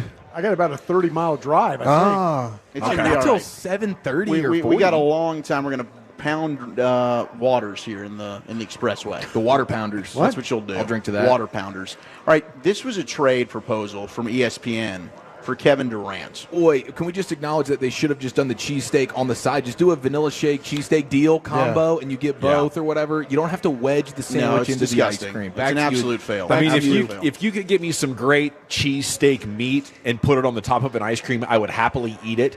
That looked like bad, budget grocery So, yeah, store. you're talking cold cuts sirloin stuff that like were that. sliced, They bought that from like the Town Carl Buddig. Yeah. You know, no you would eat disrespect to Carl. meat and ice cream together? If it was well done, Wow, really. man. That's artist. adventurous, Yeah. by the way. I don't know how that combination is going to sit in your belly at the age of, 40? You're almost 50. Right, you're right. It would be bad. That's That gonna be might have rough. been what contributed to last Friday's show. That's true. Well, I thought Unfortunate yesterday gastric you Hey, were what gonna happened crap your yesterday? pants. You popped up quick. Man, It was that was a bad deal. I'd been a little irregular for about 72 hours. Where was Wolchuk? He couldn't save you. What was he doing? So I'd been doubling down. Pulling Trajan. Wolchuk was over there doing some post-show production stuff just a little bit early, and I'm looking around like, oh my goodness, I might have a really bad situation on my hands. Okay. So I survived like the first wave of it. If you go back and look at the YouTube video, right as that segment is about to begin, I get up and like clench my cheeks, and I'm like, oh my goodness, this is bad. I need to get to the restroom now. So I'm waiting for Wolchuk to come in, and the clock's going, and I'm like, and then I kind of calmed it down, but then round 2 came through and gave me another scare, and I was like, this can't happen. So that's when I texted Wolchuk. I didn't want to tempt that round 3 could have been fatal. 911? Mayday. He texted me. He goes, "I need you in here." I was like, "Oh crap! Okay, I'm so sorry." So I ran right in there. Dawson leaves. I think something serious is going on. You were back in a hurry, though. Mm-hmm. You didn't. I mean, you were back to close out the show. Here's what happened. I had doubled down on the Metamucil fiber thins. Oh, okay. Right? So it Trying to it built up an avalanche of that. That's amazing, right? It feels great, too, That's when a that happens. tremendous vision. Yeah. That's, I would have won a contest last night. Let's just say that. You would have. Okay, tell me how bad you think this trade is. These are options for Kevin Durant in the offseason. They have trades for the Mavs, the Rockets, the Heat, and the Knicks. We really only care about the Mavs, but this is the trade that ESPN is proposing to get Kevin Durant in a Maverick jersey. Mavs get KD. Phoenix gets Klay Thompson. Cool. PJ Washington. Settle down. Najee Marshall. F yourself. Derek Lively. Okay, now you need to do something worse than that. And the Mavs 2025 first-round pick. Whoa. Who's That proposing is this trade? Is ESPN. Is this Suns? Yeah. Is this Suns.com? Like, are you bleeping kidding me? This is Media Watchdog time, right? Absolutely not. That's a hell no for me, dude. Is this a Kevin Pelton article? I'll email him right now. It was NBA Insiders. Oh, wow. This was the collective. It's Couldn't a- even put a name on it. Don't put Bontemps. They were so, but isn't that way too Windhorse. much to try and get a Kevin Durant who's aging and really hasn't been that dominant? I mean, Windhorse. he was a foot away from maybe knocking out Milwaukee Yeah. with the Nets, and ever since then, it's really kind of been downhill for KD wherever he's gone. Yeah, that's a non-starter. There's no I mean, chance. and I'm not trading Derek Lively. You mentioned that. And I get the injury risk with Lively, okay? But he's your best young piece to build around right now as a center. Sure. I'm not moving Derek Lively. You want Klay, you want Najee, okay, fine.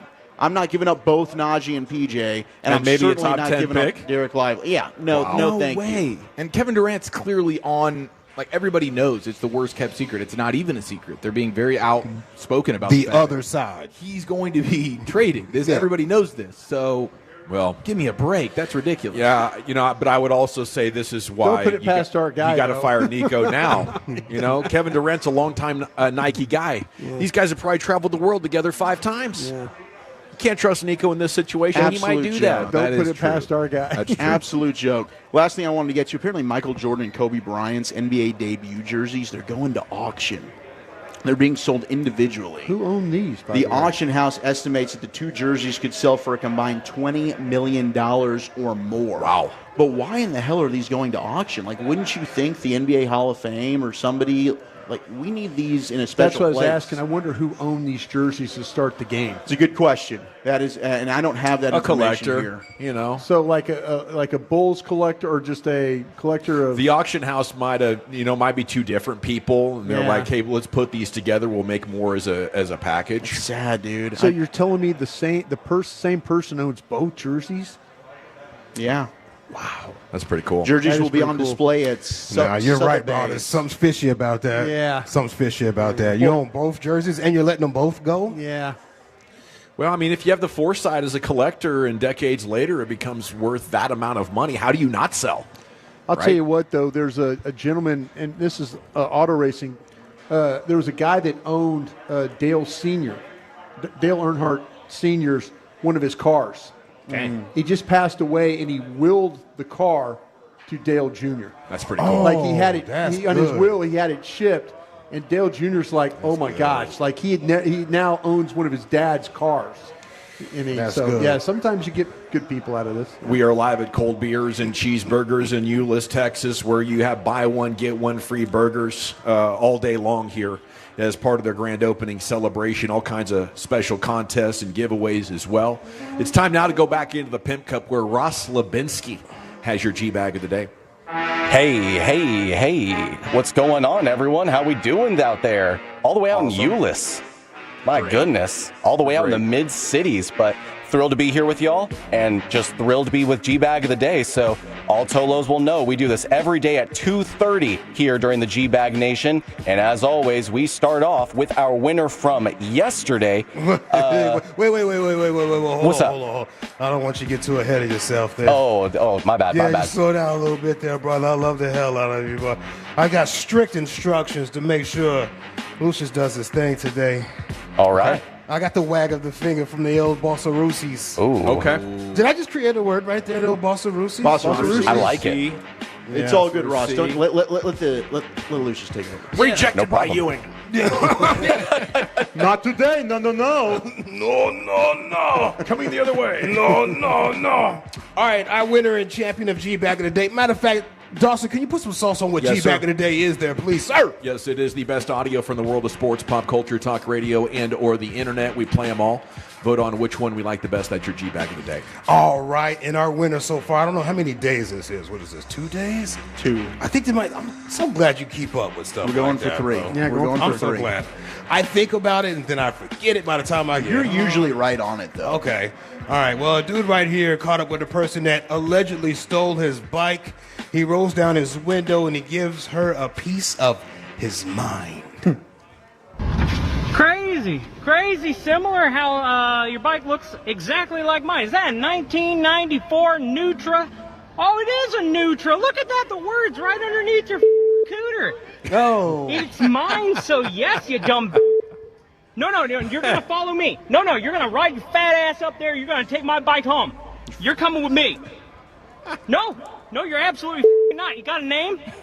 You got a name? Oh, you don't have a name. Oh my God. Thievery at its finest. You what? Oh yeah, I paid $600 what he said, right? For a bike from the early 90s? Are you No. You always gotta ride by the scene of the crime. I bet you live within walking distance of this bitch. You got a name? I bet you don't. I'm so glad to have my bike back. I'll be back in a second to come and pick her up. Bye? You dumb bitch. It still tickles me every time. Hey, you guys remember that video? That dude, it's a viral video. He goes walking around strutting that ass. Oh, Yeah, strutting that ass. Yes. Yeah, I don't know why it came to my head. Strutting but that ass. Strutting that ass. I don't know. All right, let's see what we got here on deck today for G-Bag of the Day. Let me hear that music. Can I hear that?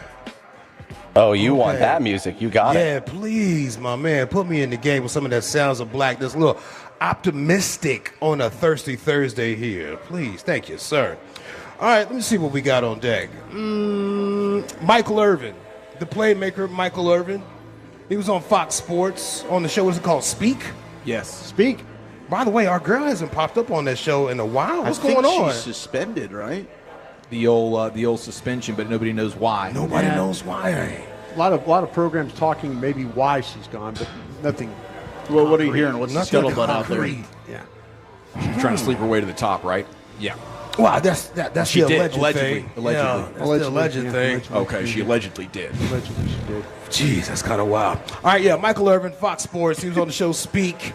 They were talking about should the Cowboys pick up a QB in this draft, and I think Michael Irvin got a little too comfortable. He started thinking he was on Cameron's and May's show instead of thinking he was on Fox, and he got, here we go. Give it to me, Ross. That's right. We've already established now that Jalen Hurts has shown you a new way to win a Super Bowl. Now I want you to go, that was a quarterback that can run. Yes. I want you to go find me a fourth-round quarterback that's a running quarterback. Not a quarterback that can run, but a running quarterback. Ooh, Mike, you're so good at this thing. I want to go find me a Jalen Hurts. You see what I mean? I want to go find me a Jalen Hurts. Of course you do. Right, that's what I'm saying, because now I know it can win a championship. That's what I'm saying. I want to get together. Hold it together. Did you hear what did you hear it? I sure did. Yeah, heard Cassandra showed me this a couple of nights ago. Okay. You didn't get it? I didn't hear the quite. moment? He got a little too comfortable. He almost dropped a naysayer. Go get me a naysayer Oh. instead of a quarterback. Oh, my God. In the pejorative way, almost there. My man Mike got a little too comfortable, bro. We love you, though, Mike, 100%. What else we got here on deck for you boys? Yesterday was the church day. I pray you got your blessing. Shout out to my Reverend Dr. Pastor Freddie Haynes and Reverend Ike. Reverend Ike. I am with that Reverend Ike. I have dualities, man. You know what I'm saying? Reverend Ike, I like his little doo-wop hairstyle he has, too. I've actually never seen him. You should look him up. Okay. You should look him up. He's got diamonds everywhere, a doo-wop hairstyle from the 50s. Yeah. Oh, man. My man is tailored, and he talks about getting that money. All right, anyway. We got some pastors right here in the middle of prayer. I don't know what they're praying about, but give me the pastor that was running out of things to pray for there, Ross, please. God, there's no God like you, God, that created the bird and gave the bird the flight. You are that God. You're the God that put the gallop in the horse, the stripe in the zebra. You are that God. Not like you, God. That's why we can depend on you, God. That's why we can trust on you, God. God, you gave the bark to the dog, the oink to the pig. You gave the flight to the bird. You gave the flight to the bird. There you go. Workshop this. God is so miraculous. It's hard to put it in words. Yeah. This is so hard there. Speaking in tongues. Yeah. That's what that was. What is that time? The breakfast, looking the like? breakfast, the breakfast. Oh, the breakfast. The breakfast. That's a classic. 2:38. Hey, you take it. I don't know. Let's see. Should I do another church clip or Jay Farrow? Oh, Jay Farrow, please. Do the Jay Farrow? Yeah, Jay's great. Okay, comedian Jay Farrow was on DJ Who Kids podcast, and he was asked if any celebrities confronted him about his impersonations. Do any celebrities ever get mad Of at course your they impressions? do. Well, one person did get mad, and that was Shannon Sharp. And he said, when you first did me, I was really offended. Hey, yo. I was very offended. Wait a second. Paul. Hey, look, hey, nah, don't start. When you first impersonated me, I want to get technical with words. Vernacular. When you first impersonated me, I didn't feel like you really had locked into the character. I said, do I really sound like that? And I was like, you do sound like that. But then, Jay Farrow, what you did was you did your homework, you went to school, you went to class, and you really started embodying the character because, look, we know you talented. We know you talented, but sometimes when you just half-ass an impression, we can tell because you're so good at it. You're so good at it. Because you're so good at it. Really good at it. Yeah. That's something right there. That was Exhibit, the rapper, in there laughing with them crazy laughs. Why is this X to the Z sounding like that, bro? It's good to know he's still doing something. I hadn't Yeah. seen him since Pimp My Ride. for a while, Right? yeah. Pimpin' Podcast now. Is it the comedian Jay Farrow with the Shannon Sharp? Is it the pastor running out of things to pray for? The playmaker Michael Irvin would prefer something other than a quarterback, or the guy that found his bike. I'm going to vote for Jay Farrow today, Chief. How about you? Yeah, samesies. Lucius? Huh? What? Oh. Who'd you vote for? Shoot. I didn't write him down. What was it? Hold on. Okay, you got the guy that found his bike. I'm just playing, bro. Okay. Oh, that's right. I didn't write him down. The dude that caught up with his bike. Okay. I'll go with the champ as well. We're tied at 2, Brian. I'm going to go with the pastor. Well, we're Looking for tied. We are still tied at 2. Somebody on the fan text said, "You gave peanut butter jelly." That's my God. That's good. Speaking of peanut butter and jelly, we are at Cold Beers and Cheeseburgers, and my favorite burger in the entire world is the PB&J burger. It is so good. It's existing right here along with several other burgers, 150 different beers, Scratch Kitchen. Some of the best burgers in town. But you're going to want to jump onto @GBagNation on Twitter, @GBagNation. You can follow us all when you get there. All of our handles are in the bio. I'm going to create a little bit of an Insta poll right here and give you a chance to vote and break this tie 2-2 in the G-Bag Nation. And then when we get back, what do we have? We have more sports, don't we? Yes, sir. I asked on Twitter, what is the position the Cowboys most need to fix? Got some very interesting answers, and that's coming up next year. It's the G-Bag Nation.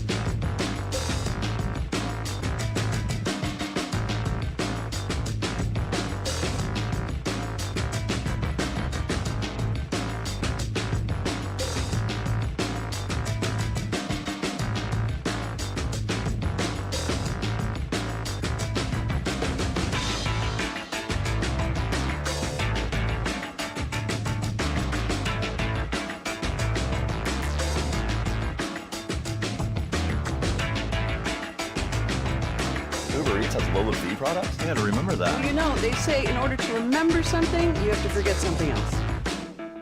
Okay, now that is a very cute haircut. That's like a little shag. I've never seen it before. Well, I mean, of course you haven't. It's the Rachel. Oh, is that your name? No, I mean like your name. No, I'm Jen. My name's Jen. Right, but I just mean like this is your haircut. But that's hair on your head. I'm not saying this is your hair. Okay,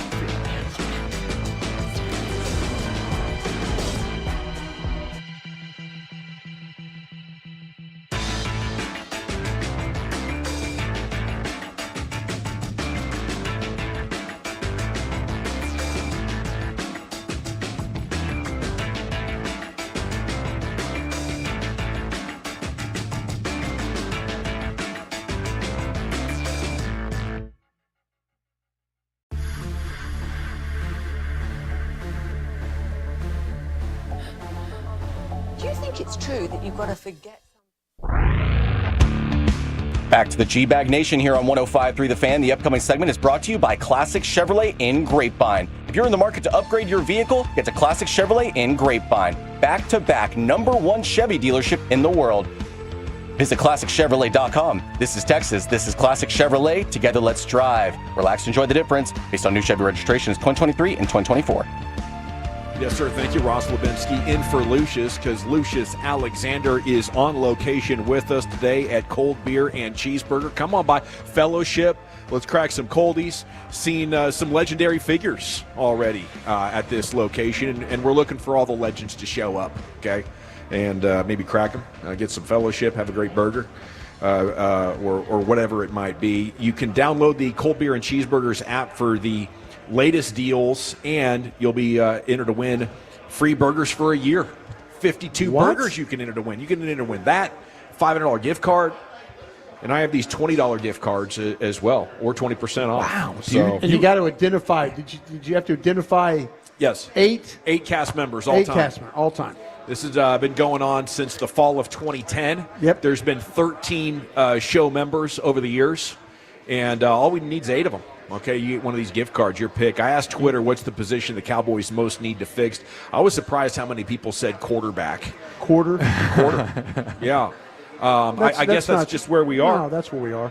I thought we'd reached a pretty good middle ground with a lot of people, like, hey, Dak's maybe not a Hall of Famer, but he's not a massive liability, right? That's kind of way. Yeah, but now his I mean, at least his last season, his play production went down, and we have another injury to add on to it, and his dollar figure went up. So it seems like things are heading in the wrong direction right now. Heck, if he gets hurt again, then I would probably agree, like, hey, it's time to get a new one. But I think at this point, it was injury. It was basically 3 years kind of playing a lot of games, and then another injury. But as you get to the other side of 30, and if his performance isn't great next year, like I've heard this injury that he had is called an avulsion fracture. Mm-hmm. It can have long-term impact on how athletic you are.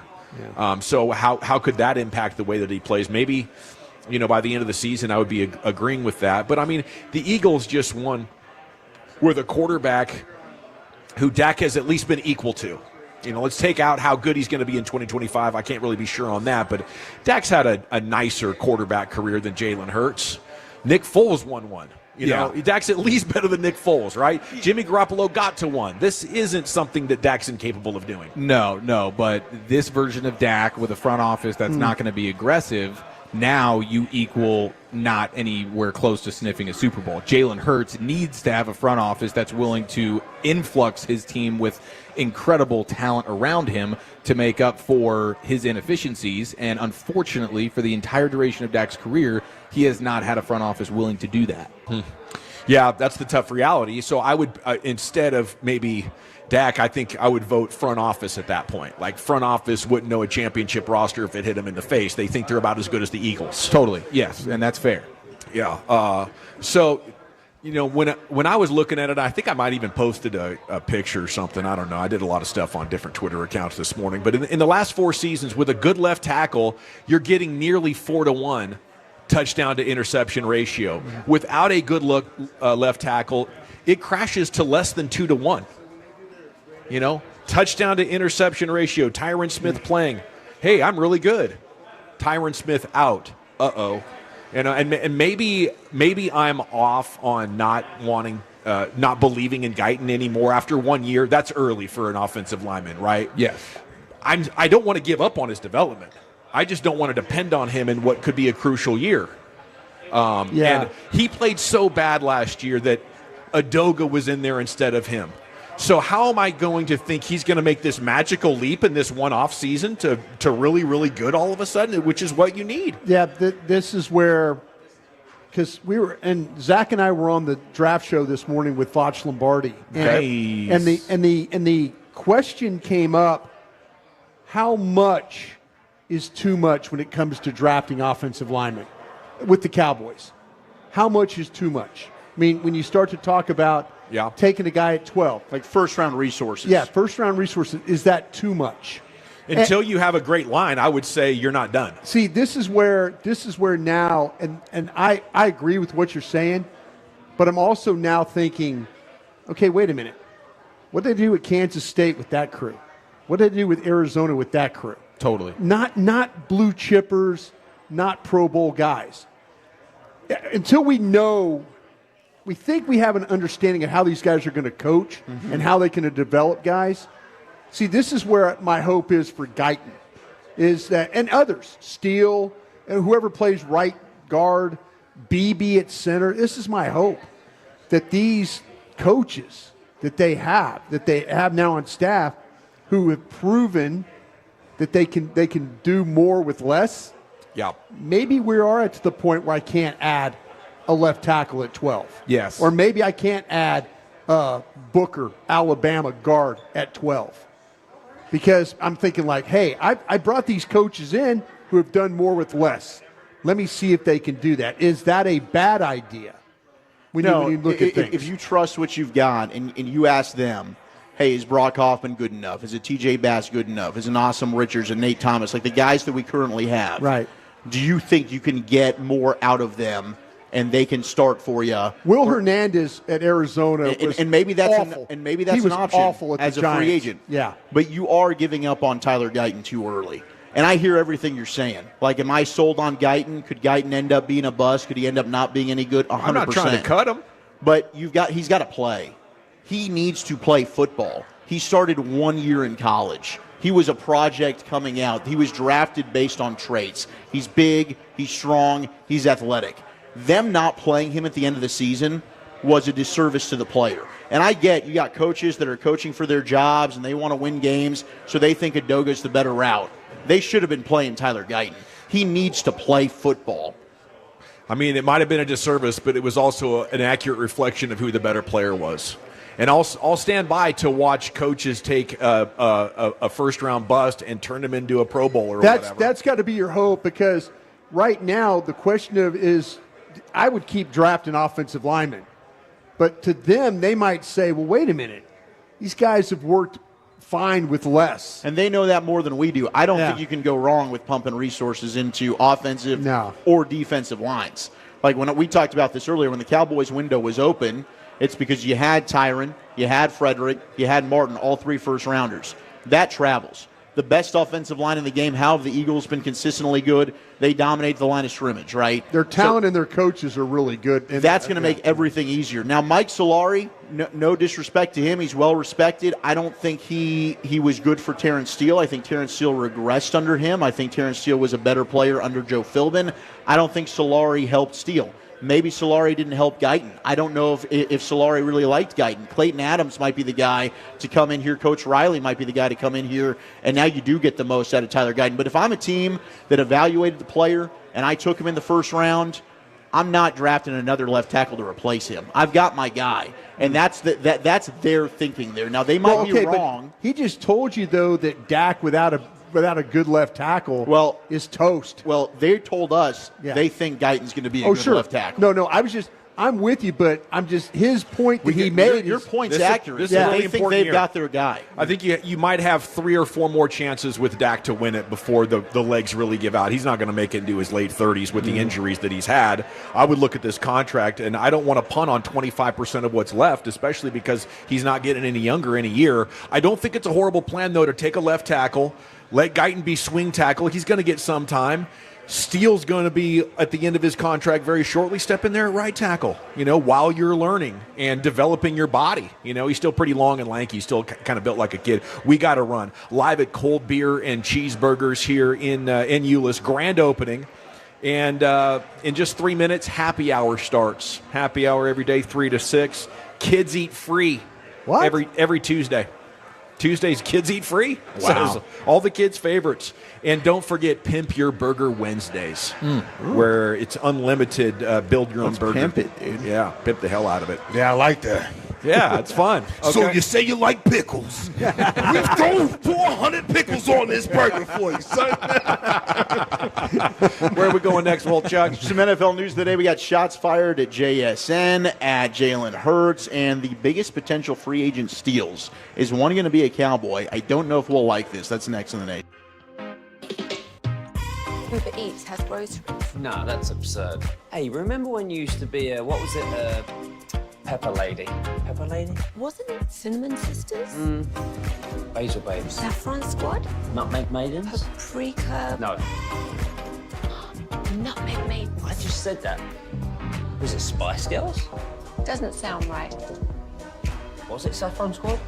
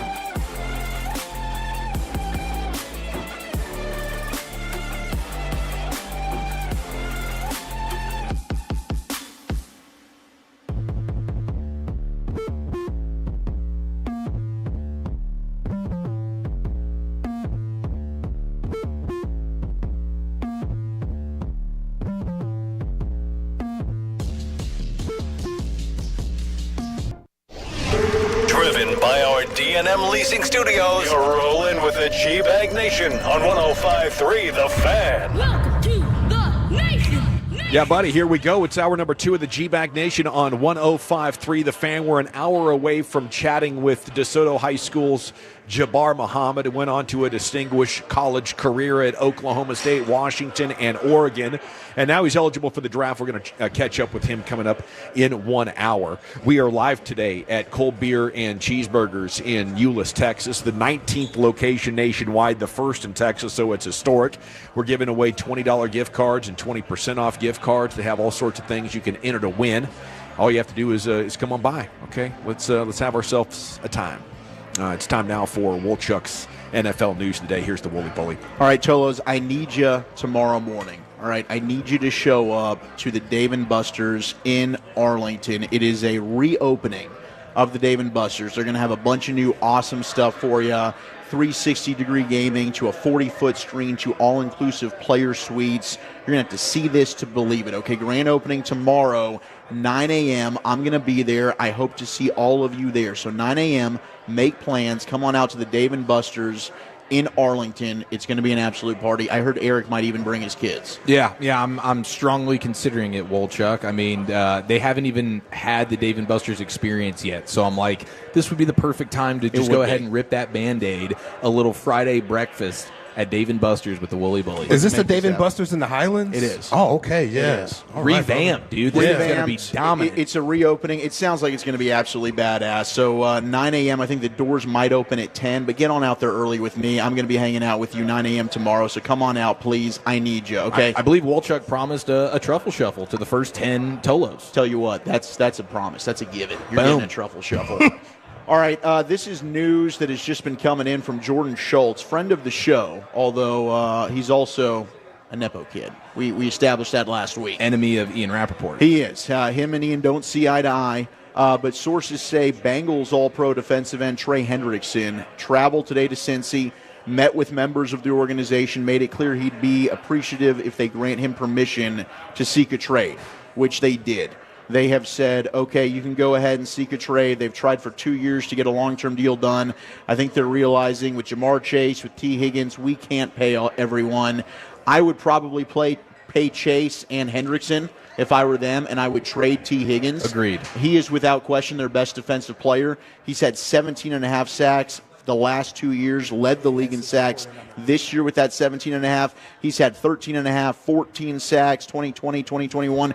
This dude's one of the most underrated ends in all of football. Yes. And it now appears that the Commanders are the favorites if he's going to get traded, which is not a surprise because they've got all the money in the world to go ahead and try to extend him, and the Browns are playing hardball on Myles Garrett. Their GM is still saying he's untouchable. We're not trading Myles Garrett despite Myles wanting out of there. So Trey Hendrickson becomes probably the sexiest trade target from an end perspective. I'd love the Cowboys to get in on this. I don't know what the cost would be, but the thing is, not only are you trading for him, you're also now giving him a big-time deal at 30 years old.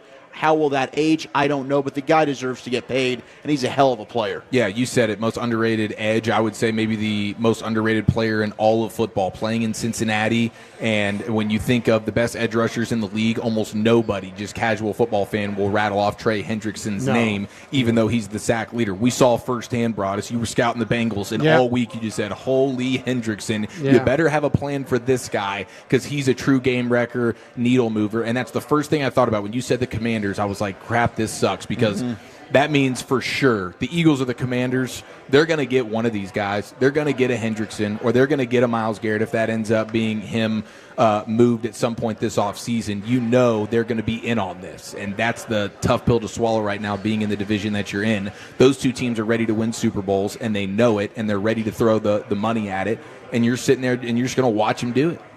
Yeah, from a Cowboys perspective, I'm kind of about building around Micah here. Let's make this defense as good as it possibly can be. Let's get the run game going, which they're clearly doing with this new coaching staff. But, my gosh, with him out there, I would make a play if I could. I don't know what the compensation is going to be like, and I don't know what the Cowboys feel. Okay, we got to get an extension done with Micah. Can we also then pay a Trey Hendrickson? The answer is probably no. I know that already. But I'd love to kick the tires on that idea because much like with Myles Garrett, if you made that trade, you've now got one of the best supreme pass rushers in all of football. Let's go get after it. Joey Bosa also got released. I brought that last week. He was probably going to be a cap casualty. They are really interested in trading for DK Metcalf. We got what the Seattle Seahawks want from DK. It's a first and a third. I don't think they're getting that. I don't think any team's giving a 1 and a 3, and we've got to go ahead and pay him some money. Yeah. That's probably a pipe dream. But you go out there and you throw in the highest asking price possible. But Joey Bosa now out there as a free agent. Now, he is banged up. He's not always reliable. That's the difference between Joey Bosa and Trey Hendrickson. Hendrickson he's been relatively healthy throughout his career. Bosa's 72 sacks are tied for 10th most in the NFL since he entered the league, and they're second in Chargers franchise history. He's the last player that was playing for the Chargers prior to their move from San Diego to L.A. He's the last San Diego Charger. So this is kind of an end of an era, but now they're looking at Khalil Mack could be gone. Joey Bosa could be gone. Certainly rebuilding that defense there in L.A. with the Chargers. But what's Bosa's number going to be? Does he want to go play and link up with his brother in San Fran? But I'm sure he'd be interested in pairing up with Micah Parsons. But again, it all comes down to what is it looking like financially? What's his market right now? But that's another player out there. You got to certainly kick the tires on it. And a player you could see Washington being interested in. They need edge players so much. I think it's 28 games over the last 3 seasons for Bosa. That's all he's been able to play. So you're getting about 9 games a year. When he does play, he's still really good. Yeah, I mean, I think it's one of those deals where the financial numbers have to reflect his role, which it would be a non-starter if this dude's trying to come in here and be a starter for me and be a first and second down player. You are only a situational pass rusher at this point. Brought us, I know we kicked it around on the Star Pod today, and brought us anti-Bosa, let me tell you. Well, you were never a Bosa guy. I just feel like, though, to me now, here to a point where he's really unreliable, as, you know, when you start to talk about health. Yeah. You know, and am I going to have him for, you know, am I going to miss him for weeks 3, 4, and 5? You know, I just feel like there's always going to be something there.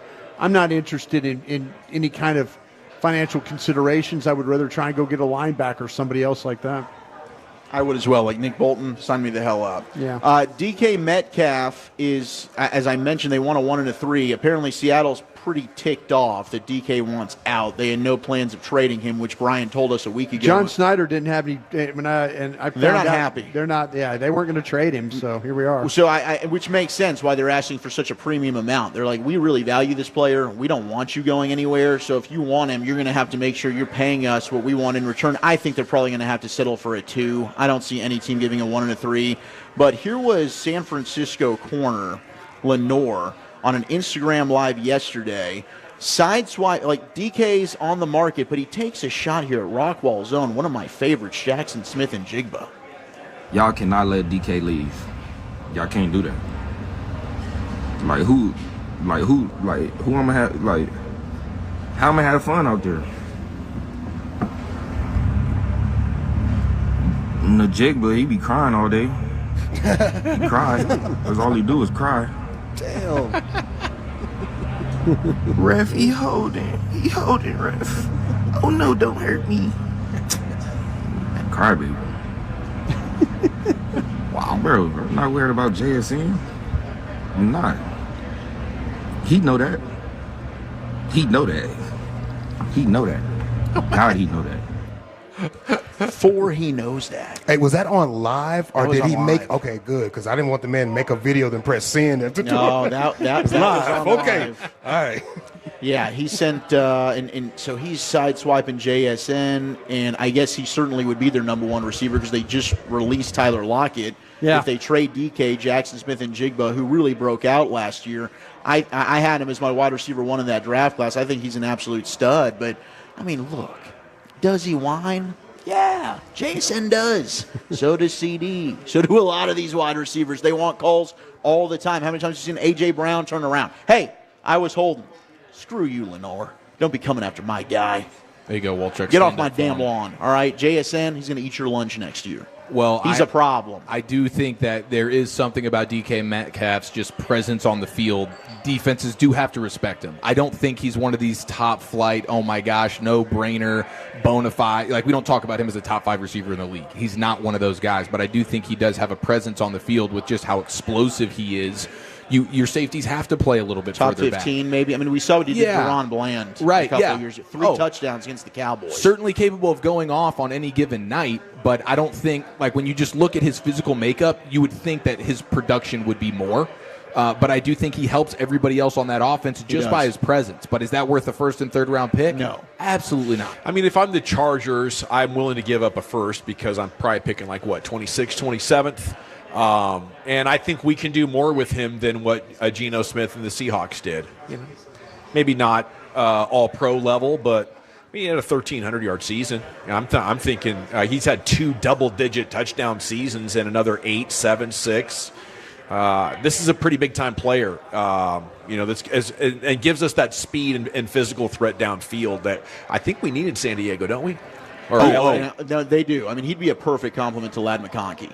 Right. He's their rookie sensation. Yeah. He'd be fantastic. I know New England's going to kick New England might be the team that you can get a pretty good. Like, if they give you a 2, that's right at the top of the second round. That'd be a good get if you're Seattle. I'm probably looking at New England. Hey, give me a 2, maybe give me a 4. I can start day 3 of the draft at the top. Those could be premium assets there that they'd be interested in. T. Higgins, you have a lot of teams that are still calling about him, and I don't know. Maybe Cincinnati does end up having to trade him because they're far apart on Jamar Chase. They just let Trey Hendrickson seek a trade. I don't know what's going to happen with T. Higgins. You had Deshaun Watson restructure his deal. That frees up $36 million in cap space for Cleveland, which they needed. Now, staying in the division here. Was there a plan to bring him back? Miles Garrett. Watson. Right now, I mean, he's under. I don't think that they can really get out of the deal right now. No, they're just going to have to eat it. Yeah, so I'd post June 1 it and try to get out of there. But they're restructuring and extending it? Yeah. Are they spreading the hit out over They're trying, they can yeah. I mean, they're in such a world of pain. They got to sit on it for a couple years still? I think part of this, too, instead of eating a bunch, they seem like they really don't want to get rid of Myles Garrett. You just had the market reset with Max Crosby. They might be opening up enough money to where they can give Myles Garrett the offer he can't refuse that could be if they're just hell-bent on keeping him there. So, I mean, but yeah, I think they're stuck with Watson for a bit. Andrew Filipponi, who covers the Steelers and is pretty plugged in, said that he is hearing